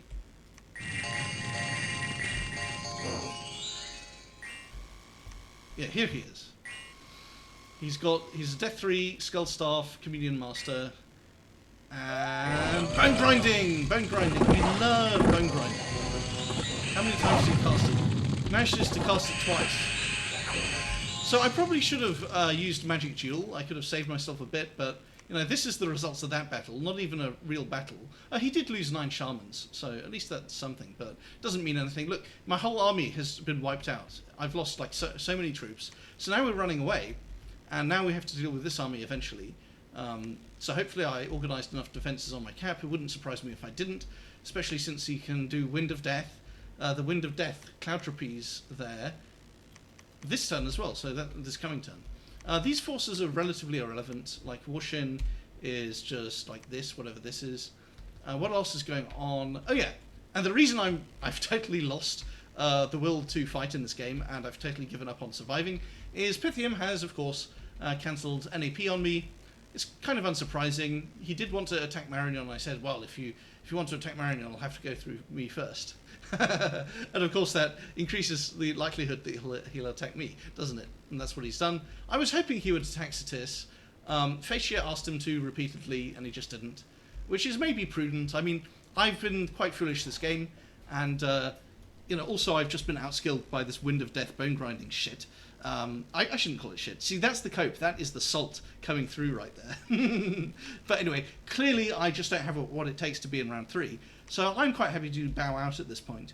Although, you know, I'll be trying to hand over some provinces to Facia and maybe Marignon, except Marignon is going to get killed by Pythium. Oh yeah, so what happened with Pythium is I actually agreed a peace deal with him where he gets these cave provinces and like 5 of these. He doesn't get Stormwoods, but he gets like 4 other provinces or something up here. So, you know, he's taking a huge bite out of me for free. He's taking a throne, and it, you know, makes things worse for me, and I'll probably still die to Satis anyway.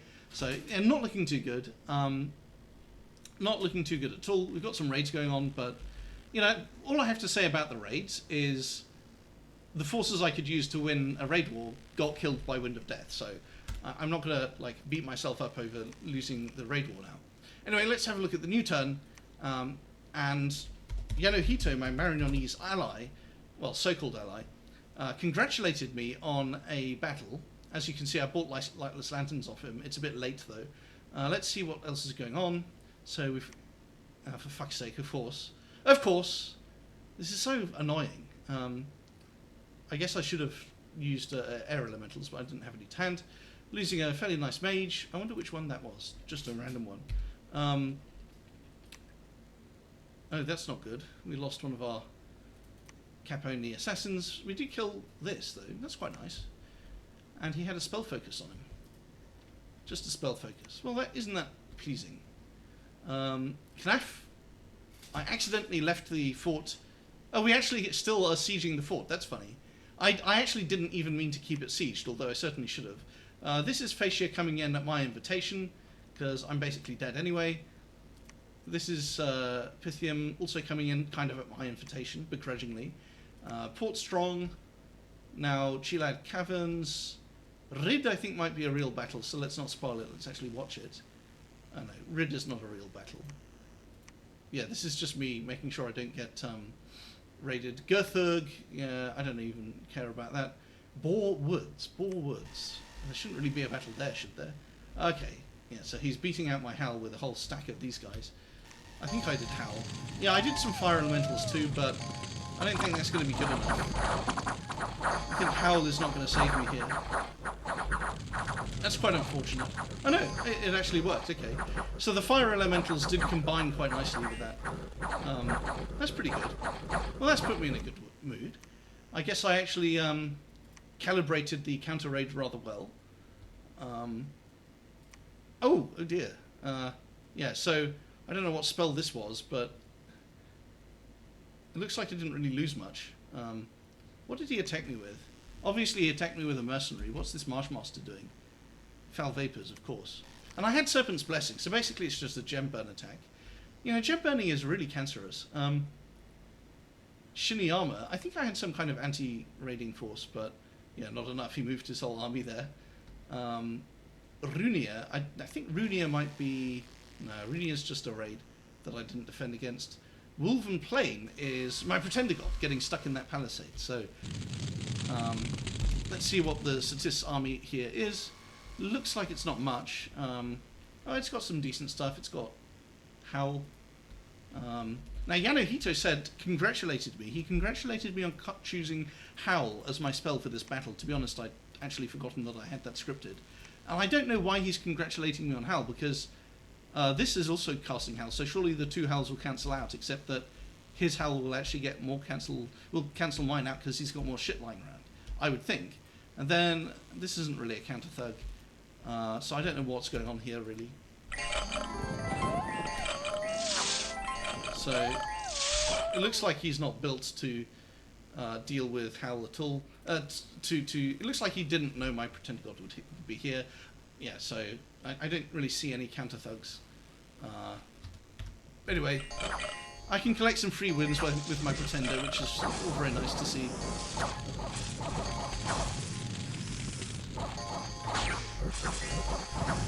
And Magma Eruption, holy shit. Flame Eruption. I didn't know Magma Eruption was that good. I mean, when you're Earth 7...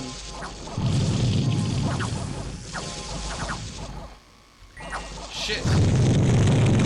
I was about to say, oh no, I got my Pretender God killed, but then I remembered that Phoenix Power exists, and is a rather important part of the script. And we now have Weakened, that's completely irrelevant. We have 15 Reinvigoration. I thought it was only 14. Where's he gone? Was that Shatter? Oh, it was Disintegrate. You know what? I forgot. Disintegrate can actually kill non-incarnates.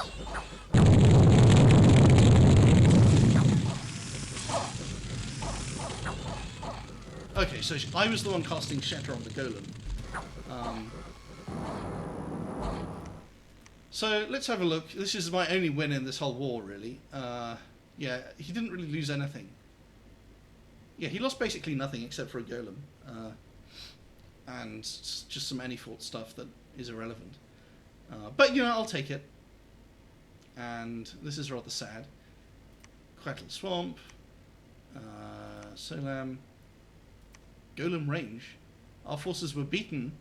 It's very sad.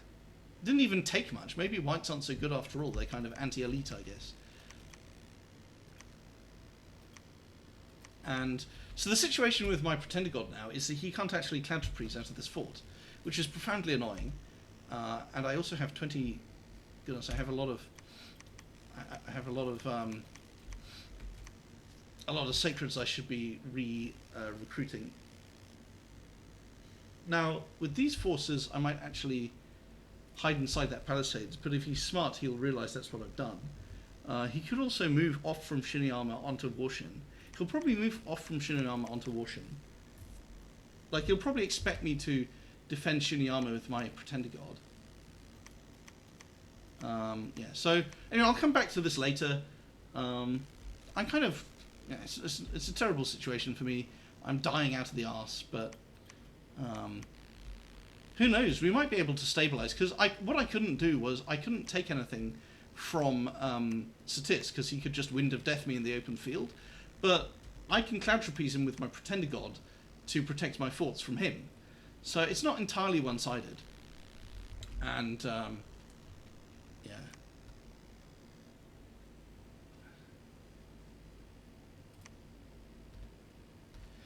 So that's turn 62, and I'm definitely on my way out. Don't really have anything else to say. The broader strategic situation, I forgot to say two things. So Facia actually pieced out from the war with Satis, but it's not really a betrayal, it's because we were just losing 2 versus 1. Marignon maybe should be criticised, because he actually told me he would attack Satis at the same time as me, and then he didn't, and he said, oh, I need Enchantment 7 actually, presumably for Anti-Magic and Serpent's Blessing, which is true, he does need it, but he could have raided with his angels, and that would have been fine. It would have helped. Maybe it would have induced Pythium to attack Satis as well. Maybe it would have induced Pythium to just not attack me, because maybe it would have taken some heat off me, you know? So, yeah, I'm not really sure what Yanohito was really thinking. Why did he tell me that he would do that and then not do it? I feel like he just was kind of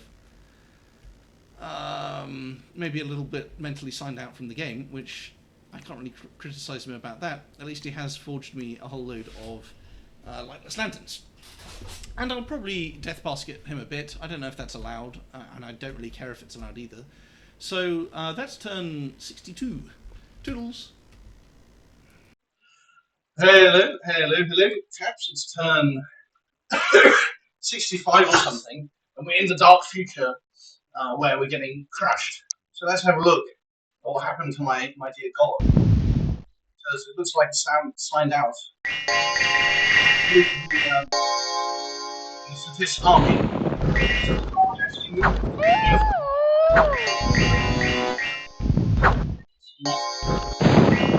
This is and it's just already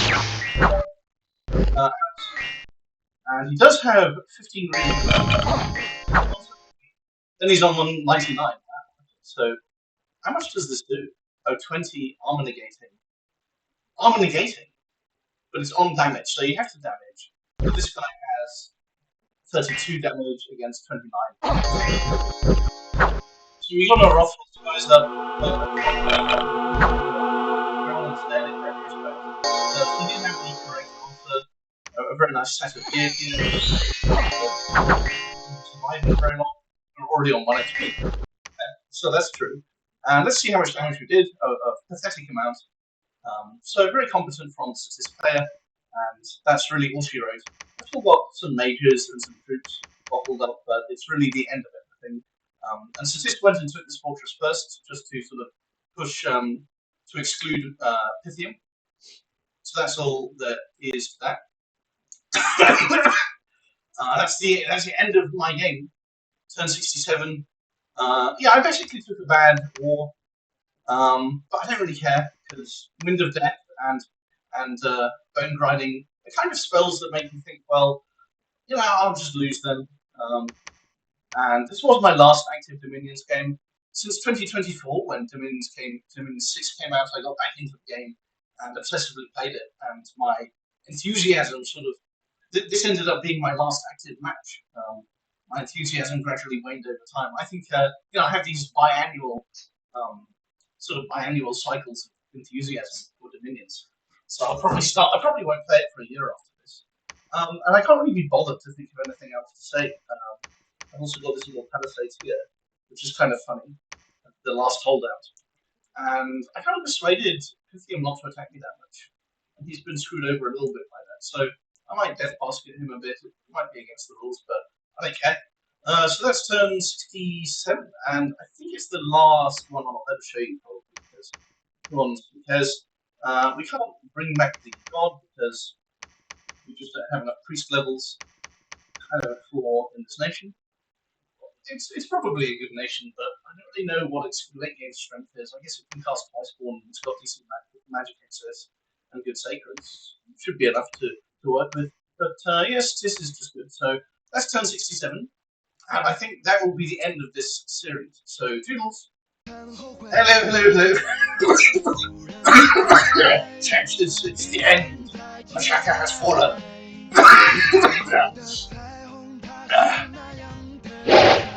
And we got thinned out.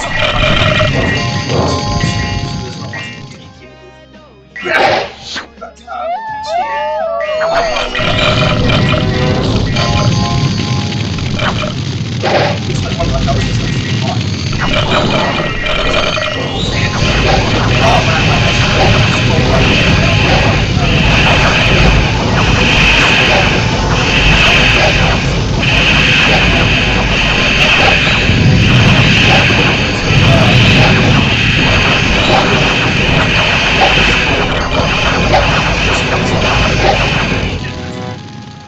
Oh, but I don't have any of my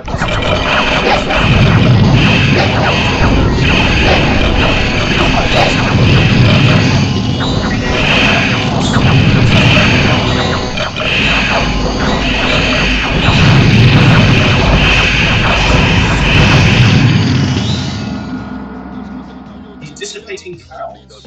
Oh, he's... Is this a rainstorm?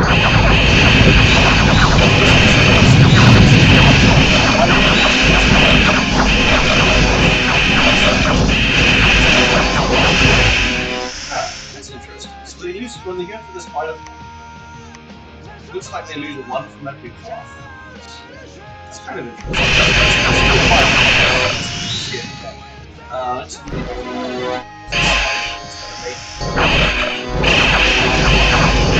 Yeah, that's basically the end. I've still got a couple of forts. I've got this fort. There's some gender mages, which I'm not very fond of. So. Also, this fort. Also, I'm just going to press enter. You know what? Maybe I'll raid Litho with some fire elements. Why not? So that's turn 73. Goodness. And yeah, in conclusion, I don't really have a conclusion actually. I just got impatient basically. I shouldn't have attacked Satis. I should have waited for, because Pythian was fairly strong. I should have waited for Pythian to make a move instead of just backstabbing me after I attacked Satis. In fact, I did tell a few people that. What did I say? I said, well, there's a 5-way standoff, and whoever makes the first move will get wrecked. And I was right, because well, it was sort of Facia that made the first move, but then I joined in and I got wrecked pretty quickly. And Facia actually backed out of the war quicker than I did. So I wonder how it's going to do. I don't really have much scouting going on. What's the throne situation? So Facia is not really doing so hot at all. That's a pretty. I mean, he could. I don't know. I don't know how you. I guess he's going to side with Pythian if Satis seems stronger than Pythian, which I think Satis is, because Satis has an equal amount of thrones, but then this is a big chunk of territory he's got here that isn't reflected in raw throne count. And I can't cast the grass spell right now. What's he doing here? I forgot about him. So yeah, maybe the players, because I think Pythian didn't attack Satis. We were of course hoping Satis would be 3 or 4 v1 instead of just 2v1 because Marignon didn't show up, possibly because he was scared of Pythian. So I guess I kind of hope that Pythian loses to Satis, because then it sort of vindicates my decision to attack Satis, and it means that Pythian threw the game a little bit by attacking me. Although I had already lost horribly to Satis, but Pythian should have backed me up. And I didn't ask Pythian to do that because it would have seemed weak, but Facia did make that request repeatedly. Pythian went for the more cautious play of just taking out Marignon for free, which I guess makes a fair amount of sense because he's promoted himself to a very strong second place out of only 3 remaining players. So I guess it's a decent play, but I still hope he loses just to slightly vindicate myself. Yeah, so what should I have done differently? Well, somehow I never counted the Wind of Death.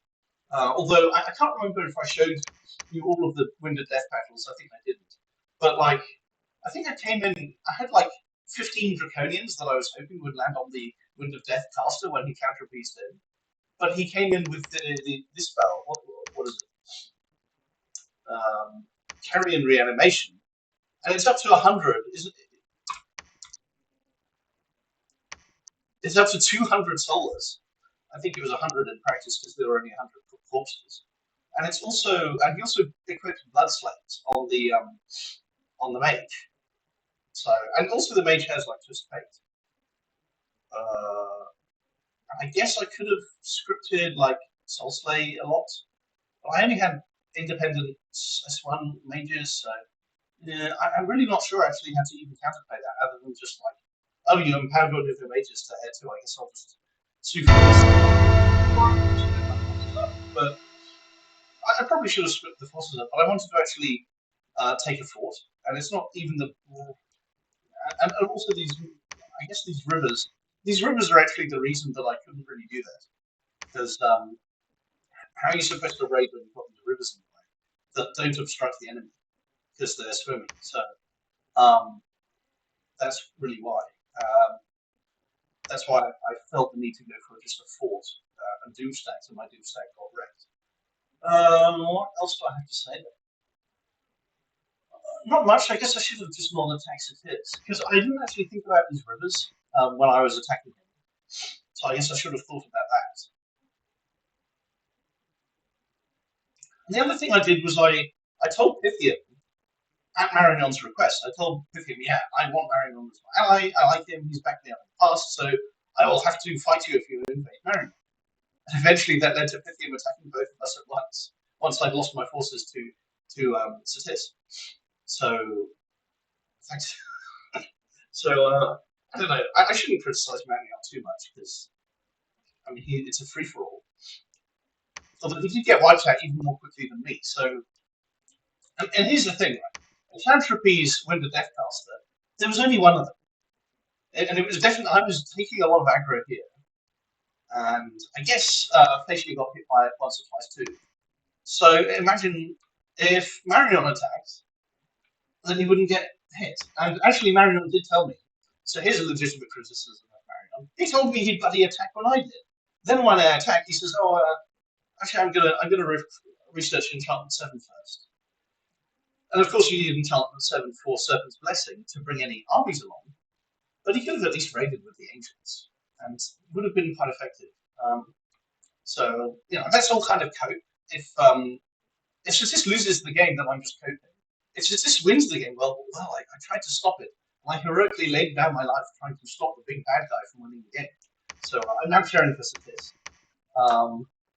What else do I have to say? Well, I think I have these sort of biannual periods of obsession with the game. And this is actually my last active match. About a year ago, I had 12 active Dominions matches.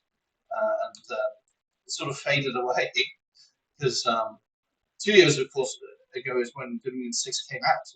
That prompted me to play it a huge amount. And this is the last one left. So I kind of, my sort of excitement for the game was dimming. And then I had this immense pleasure of just wiping out Crumbuck while he spammed just so many walls of text. He spammed, he must have written about 5,000 words about how I'm losing, but it's not because I'm bad, it's because the game is unfair. Oh, it's so good. Oh, it's so delicious. And that sort of satisfied me so much that I didn't really care about the rest of the game after that. It was so juicy. Oh.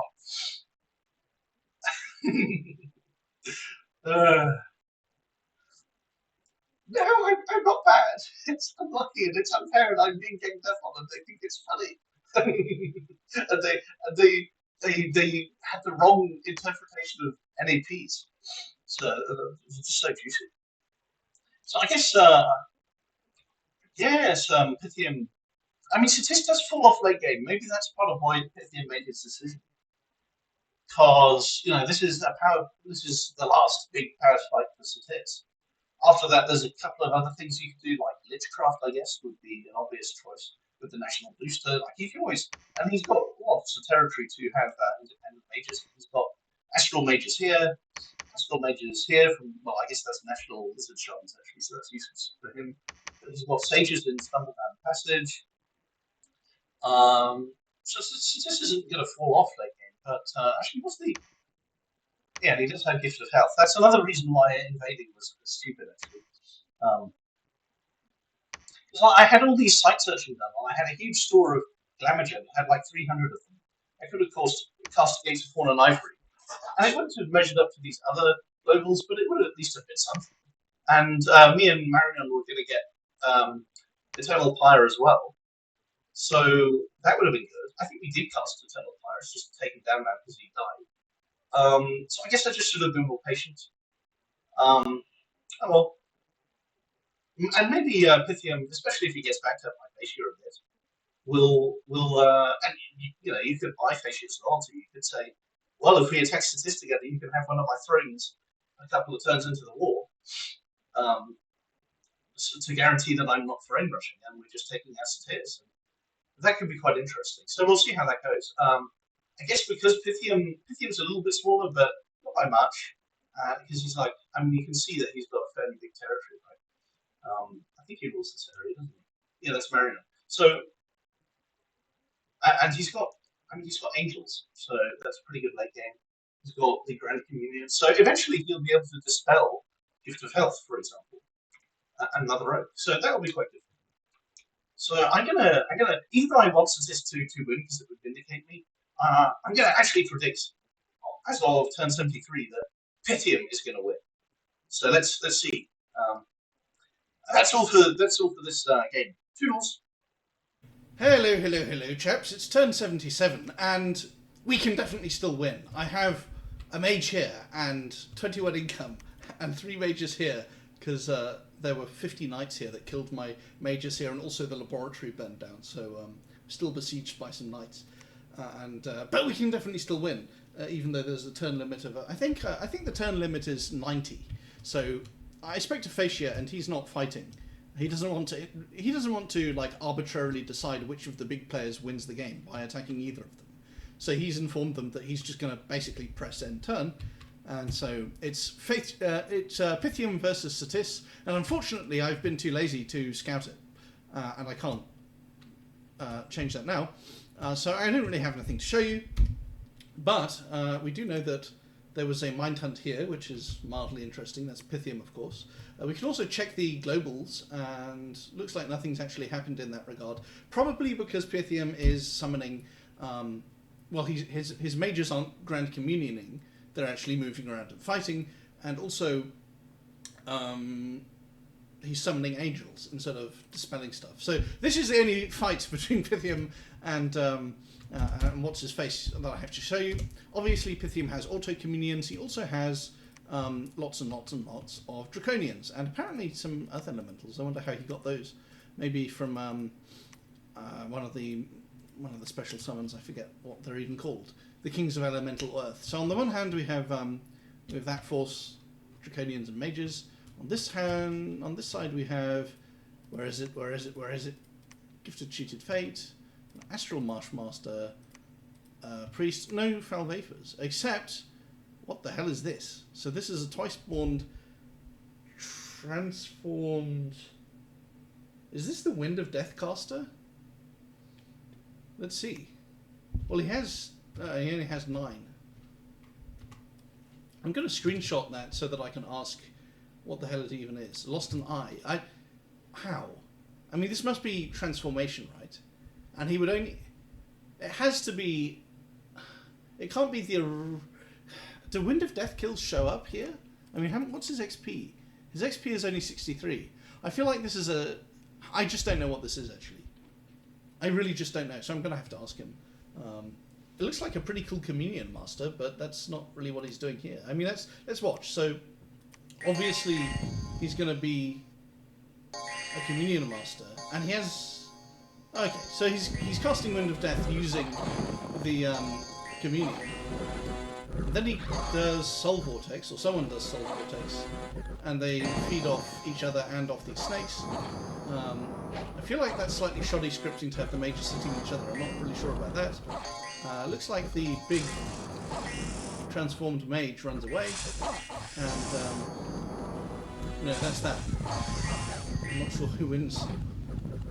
These guys mostly have the magic resistance to resist us, it looks like. So that's the end of that. Let's have a look at the casualty figures. Oh, very low casualties for... he only lost a communicant. And, everything got wiped out, including this. So I think what this is actually it's a Marshmaster with a Astral Random that was empowered to Air 1, because Wind of Death was doing so well that he decided, let's actually just get to Air 1 and then we can cast Wind of Death. And yeah, we won't have the Cloud Trapeze.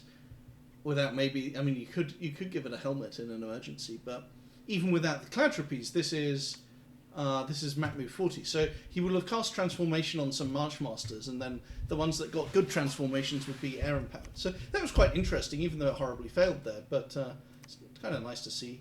And what's the throne situation? So throne situation hasn't changed. So that's turn 77. Toodles.